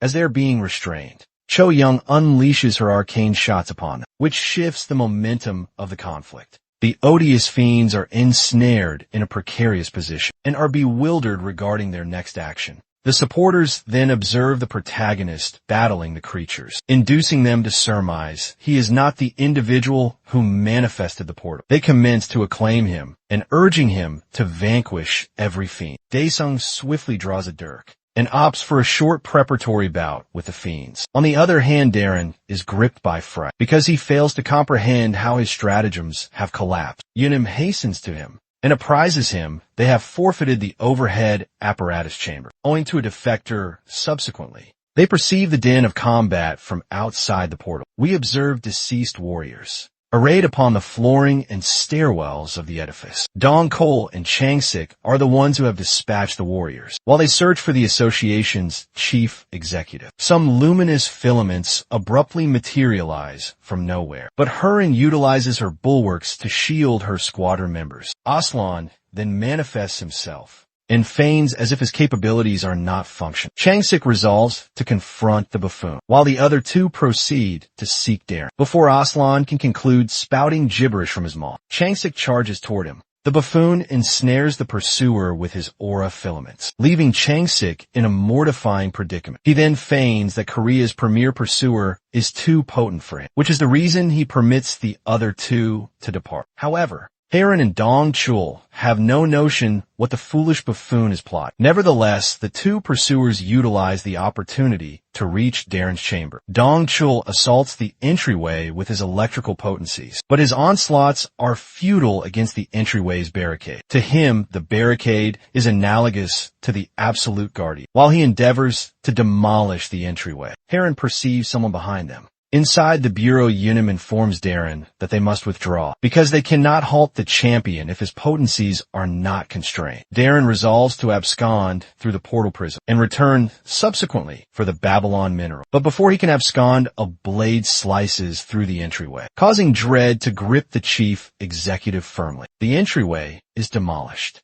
and they're astounded to perceive the fiend monarch before them. Daesung then queries them if they deem it amusing to disrupt his admirer assembly. While our champion confronts the chief executive, the other three pursuers are engaging with Aslan. Changsik utilizes his aura capability on the buffoon, but Aslan is able to obstruct with his filaments. Notwithstanding Changsik's incensed slashes, Aslan contrives to effortlessly evade and diminish the gap between them. The Korean pursuer swiftly recoils to avert a disadvantageous predicament for himself. The world's premier pursuer then acknowledges that Korea's #1 pursuer is very formidable. Changsik is becoming depleted swiftly because Aslan's potency is more than he anticipated. The buffoon then unveils that he is in fact the second best contender in the world. Changsik ponders what this fellow is articulating, but Aslan informs him that he might become #1 if his sibling and our champion genuinely perish while they combat one another. Following that, they observe the collective of admirers who are being evacuated by Choyo and Seo Yana damsels are endeavoring their utmost to escort the non-combatants to refuge and avert them from perishing. As the assembly flees for their precious existences, Aslan intently observes them. Back in the edifice, Darren commends the protagonist for being capable of breaching the absolute barricade. The fiend monarch tells him to judiciously select the individual he wishes to antagonize. Next occasion, if there will be a next occasion regardless. The chief executive doubts that Daesung is even mortal and feels that he and the Han's extraterrestrials are analogous. However, the protagonist calls him out for making compacts with those same extraterrestrials. On the other hand, Darren believes that the fiend monarch acquired his immense potency from the Han's fellows. He tells him that those convoked creatures under his dominion possess the same aura undulations as the fiends. From the portal, Darren also tells our champion to elucidate the ominous aura that's emanating from his physique. Donchul and Hurin feel that the fiend monarch might be in jeopardy. At the juncture, owing to that,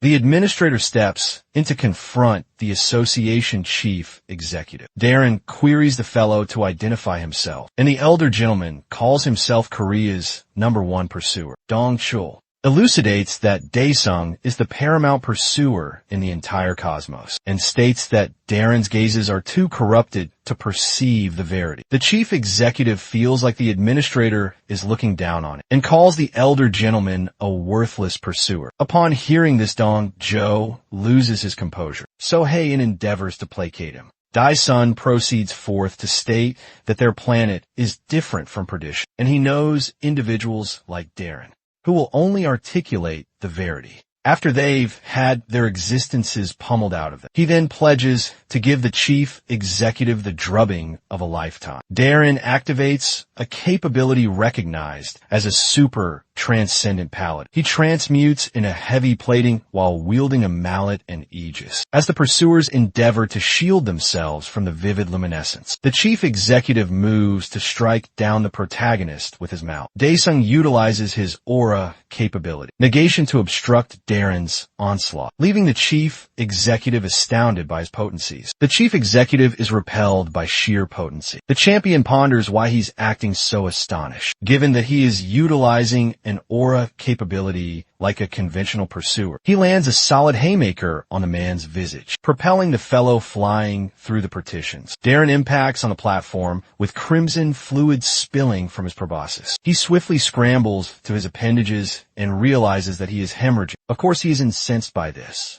Daesung then utilizes a concealment capability, which the chief executive is astonished to perceive. Darren starts getting pummeled like a training dummy, so he erects a barricade around him. However, the fiend monarch effortlessly splits the aegis, causing the barricade to disintegrate. Daesung swings downward with a concluding blow from his blade, as Darren endeavors to obstruct his mallet, is propelled away from his grasps, as his armament is propelled away. Daesung queries him how someone without conviction can be a pallet. The chief executive endeavors to parley for his existence, but our champion thrusts his blade through the man's thorax, following that the fiend monarch ignites him on Inferno like a rotisserie. The Infernos persist to consume him until nothing remains of the unfortunate fellow. With this, Daesung acquires a 100% actualization rate and unleashes the seal of the demon deity Metamorphosis. A formidable aura is discharged from his physique, rendering him him even more dreadful than he already is. The vivid aura propels out of the edifice and all the way into the vast expanses of cosmos. His entire physique becomes attired with formidable-looking plating. Daesung marvels at his potencies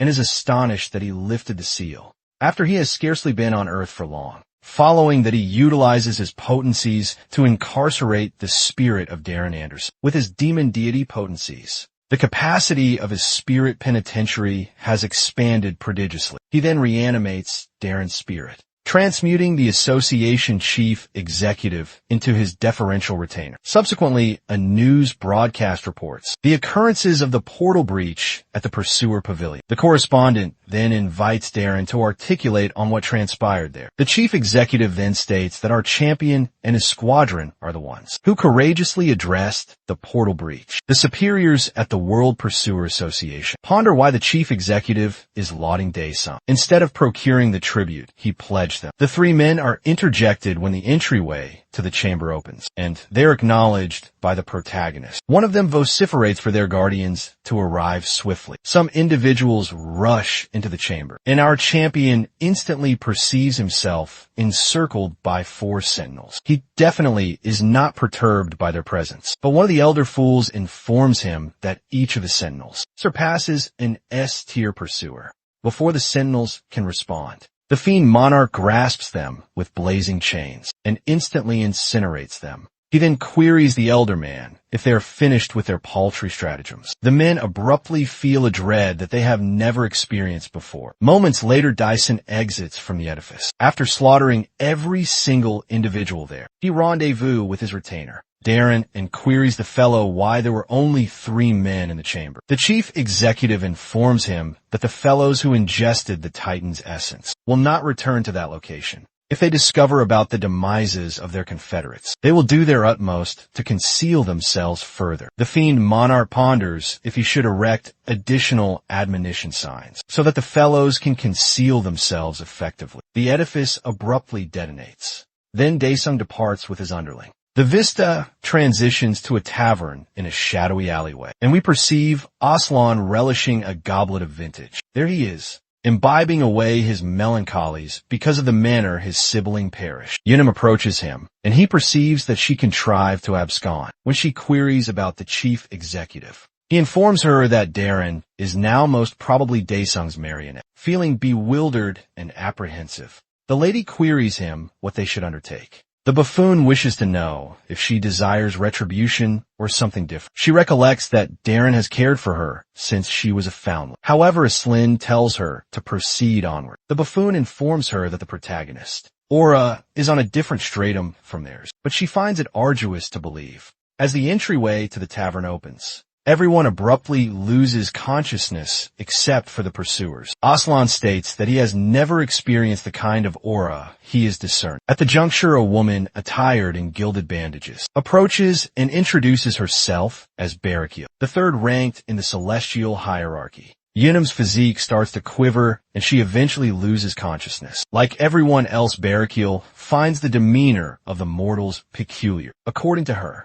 their aspirations extend to the remotest extents of the cosmos, notwithstanding their delicate physiques. Apprehensive for his existence, Aslan queries if the Celestial was dispatched by Dyson. She tells him to be tranquil because she's endeavoring to preserve the planet. However, the unconscious physiques in the tavern beg to descend. Barakiel then perceives that the wellspring of the planet is endeavoring to expel her. Meanwhile, Aslan is laboring to remain on his appendages owing to her immense duress. She touches his forehead while articulating about the malevolent constellations of haunts in the fairest penitentiary on earth. Following that, she bestows the buffoon a sigil and informs him that they will rendezvous again. Shortly, the vista transitions to the dimension where the Haunt's Titan is. Hekaton wrenches out his appendage and sprays his vital fluid all over the terrain. Abruptly peculiar creatures start to materialize from the vital fluid. In a matter of moments, the Titan contrives to convene a colossal legion. He tells the underlings that he requires additional vital fluid and requests Ramish to open up the dimension port. The Supreme Cleric elucidates that Earth's creatures are teeming with ethereal energy, and if they are annihilated now, it would derange their stratagems. However, This does not concern the Titan as he vociferates at Ramesh to open the portal. Ensnared in a critical predicament, the Supreme Cleric contemplates a method to ensure the prelates secure, those capable of procreation. He then tells the Titan to be forbearing, because opening the dimension portal requires duration. Ramesh turns to the prelates and tells them to prepare the portal. Meanwhile, in the Pantheon dimension, the system indicates our champion he can utilize Hell's capabilities in the realm. He is also presently capable of creating up to 4 emissaries. His retainers have convened with him, but they are not certain if they are there for regimen. As he turns his attention to them, Seoyeon ponders why her superior has a diabolical smirk on his visage. He informs them that he's going to make them 10 times more potent than they already are. The administrator ponders how the fiend monarch is going to achieve this. Daesung starts to encompass them with intense infernos, and they do their utmost to shield themselves. They start laboring as the infernos persist to get hotter, but the protagonist tells them to tolerate. Seo Yun cannot endure it anymore, so she requests her superior to halt this lunacy. Nevertheless, Daesung feels it's imperative, because they only have 72 hours until the Han's extraterrestrials encroach. Over at the Korean Pursuer Association, Chairman Jung Ho steps out with his adjutant, who informs him that the juncture has arrived. He proceeds to a parley chamber and sits with the division administrator and some other personages. The display in front of them brings up an image of Darren. The Chinese Association chairman, Wang Wei, states that Darren has convoked for a cataclysm parley, signifying he will have to relinquish his station. Darren then informs them that he will abdicate from his station. After the parley, however, the Japanese and European emissaries want him to be reinstated. On the other hand, the chairman of the Russian Association, Mikhail, states that his nation will hold those culpable based on the outcomes of the parley. Young Ho is vexed because all these fellows are engaging in statecraft in such a grave predicament. He tells them to be silent so that the chief executive can tell them the rationale for the parley. Darren thanks the elder man for clearing the forum. After that, he informs everyone of the haunts incursion that will transpire across the globe in 3 days' duration. While some are perplexed by the intelligence, Michael queries the chief executive if he will be able to bear the gravity of his utterances. Darren informs them he acquired this intelligence from Daesung, and he completely confides in it. The chief executive's demeanor is novel to Jung Ho, and he ponders when the fellow transformed so much. Even the Korean division administrator is persuaded that something transpired during the admirer assembly. Wang Wei then queries if Daesun is the one who thwarted the ruination of Shandong. The other chairman also queried if our champion is the one who rescued their various metropolises. Following that, Darren declares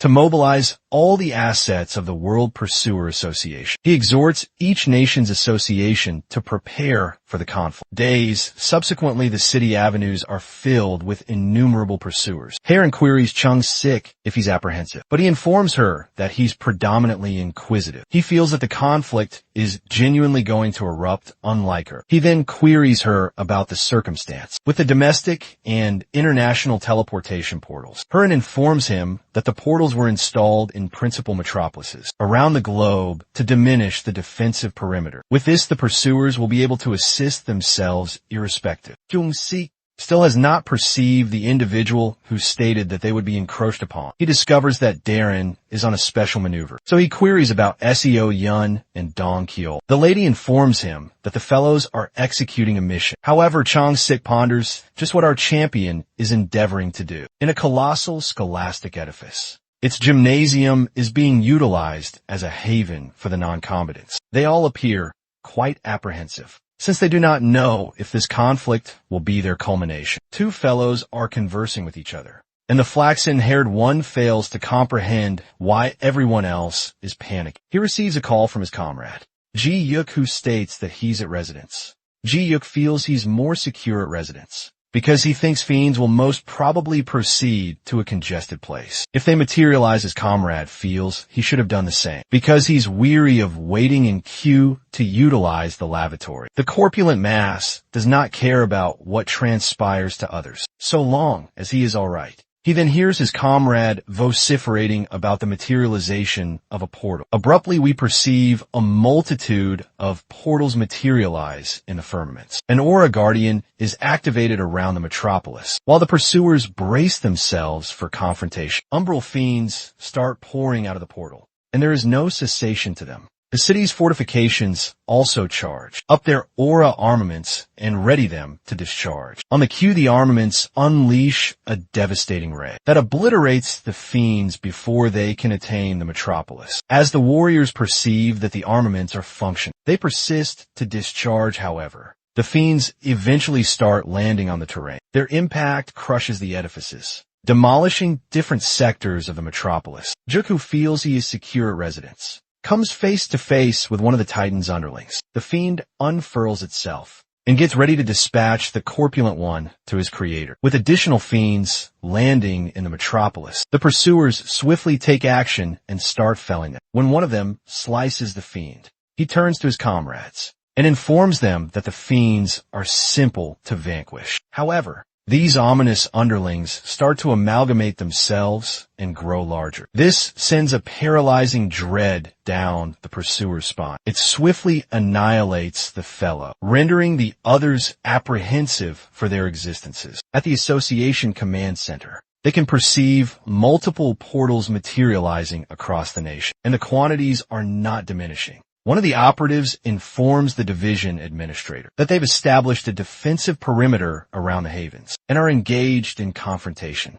but some vicinities have been left undefended. Ion also informs the administrator that the portals and fiends are increasing precipitously. They are definitely in a complete pandemonium, and the administrator has no notion how to extricate from it. Back on the battleground, Hurin is bestowing Changsik a reinforcement to his capabilities. The pursuer activates his ultimate maneuver and vaults into the atmosphere. He contrives to decimate some fiends and incites the remainder to engage him. He utilizes a colossal provocation capability to keep most of the fiend's attention upon him. However, Heron deems he's foolish for utilizing the provocation. At their location, the Titan's underlings start amalgamating with each other until a colossal fiend is formed. Chung-sik propels himself into the fiend's cranium without a secondary reflection, causing Heron to become alarmed. Over in Beijing, China, the Shaolin ascetic pursuers are combating with the Titans, underlings that have materialized in the nation. Optimism is rekindled in the gazes of the inhabitants when they perceive pursuers combating the fiends. The ascetic informs them to evacuate swiftly because the vicinity is perilous, but the populace are proving to be obstinate. As the ascetic pursuers carry on with the confrontation, the underlings execute the same amalgamation, maneuver, and transmute into a larger fiend. The pursuers swiftly deploy a configuration to counter the fiend's metamorphosis. However, one of the ascetics is finding it arduous to acclimate to the configuration. Owing to this, the large underling is able to assault the pursuers effortlessly. Perceiving that the predicament has become more critical, the inhabitants finally resolve to flee to refuge. Young Wall then materializes to assist the contingents. Over in Japan, Tetsuka and his fellow shinobi are also addressing their own portion of the confrontation with his aura capability. He propels out a large quantity of shurikens at the fiends, vanquishing a lot of them concurrently. Following that, he commands his squadron to charge onward. As the contingents rush onward, the fiends, as customary, amalgamated to form one large loathsome creature. This occasion, around the underlings form a colossal three-headed hydra. The fiend lashes downward at them with swift onslaughts, which the pursuers find arduous to circumvent. While the contingents are being overwhelmed, Testuka vaults into the atmosphere to strike down the fiend. As he soars downward at them, the three craniums coalesce together into one. Tetsuka is caught unawares by this and finds himself in a precarious spot. The vista transitions to the tower chateau at Daisuke's residence. There we perceive the fiends soaring directly at the populace. A combat contingent discharges at the fiends with their armaments, but the projectiles are futile. Moments later, the barricade around the residence is shattered. The non-combatants are thrown into disarray. As they turn to the entryway, they perceive that the parking expanse is already teeming with fiends. The loathsome creatures are causing pandemonium. While seeking for their subsequent target, Our champion's kinfolk are concealing in their domicile and endeavoring their utmost to remain silent. His matriarch hopes that her scion will materialize to rescue them. Just as one of the fiends is about to demolish the entryway, it gets blasted with a ray. A convoked wraith that safeguards the kinfolk materializes and designates the fiends as the vestiges of the Chaos Legion. The wraith convokes upon the warriors of the Ferris Citadel to slaughter all the fiends in the edifice. The undead warriors rise from the terrain and engage in a dreadful confrontation with the Titan's underlings. After addressing them, the Spectre informs the Fiend Monarch about the vanquishment of the Fiends, notwithstanding informing pursuers everything in advance. Daesung is incensed at them for not being able to manage a solitary assignment. He tells the Spectre King to remain where he is until he arrives. Daesung intends to address the adversaries for breaching into his residence and menacing his kinfolk. He turns to his retainers who now possess horns on their craniums and have been transmuted into lethal slayers. He opens up a portal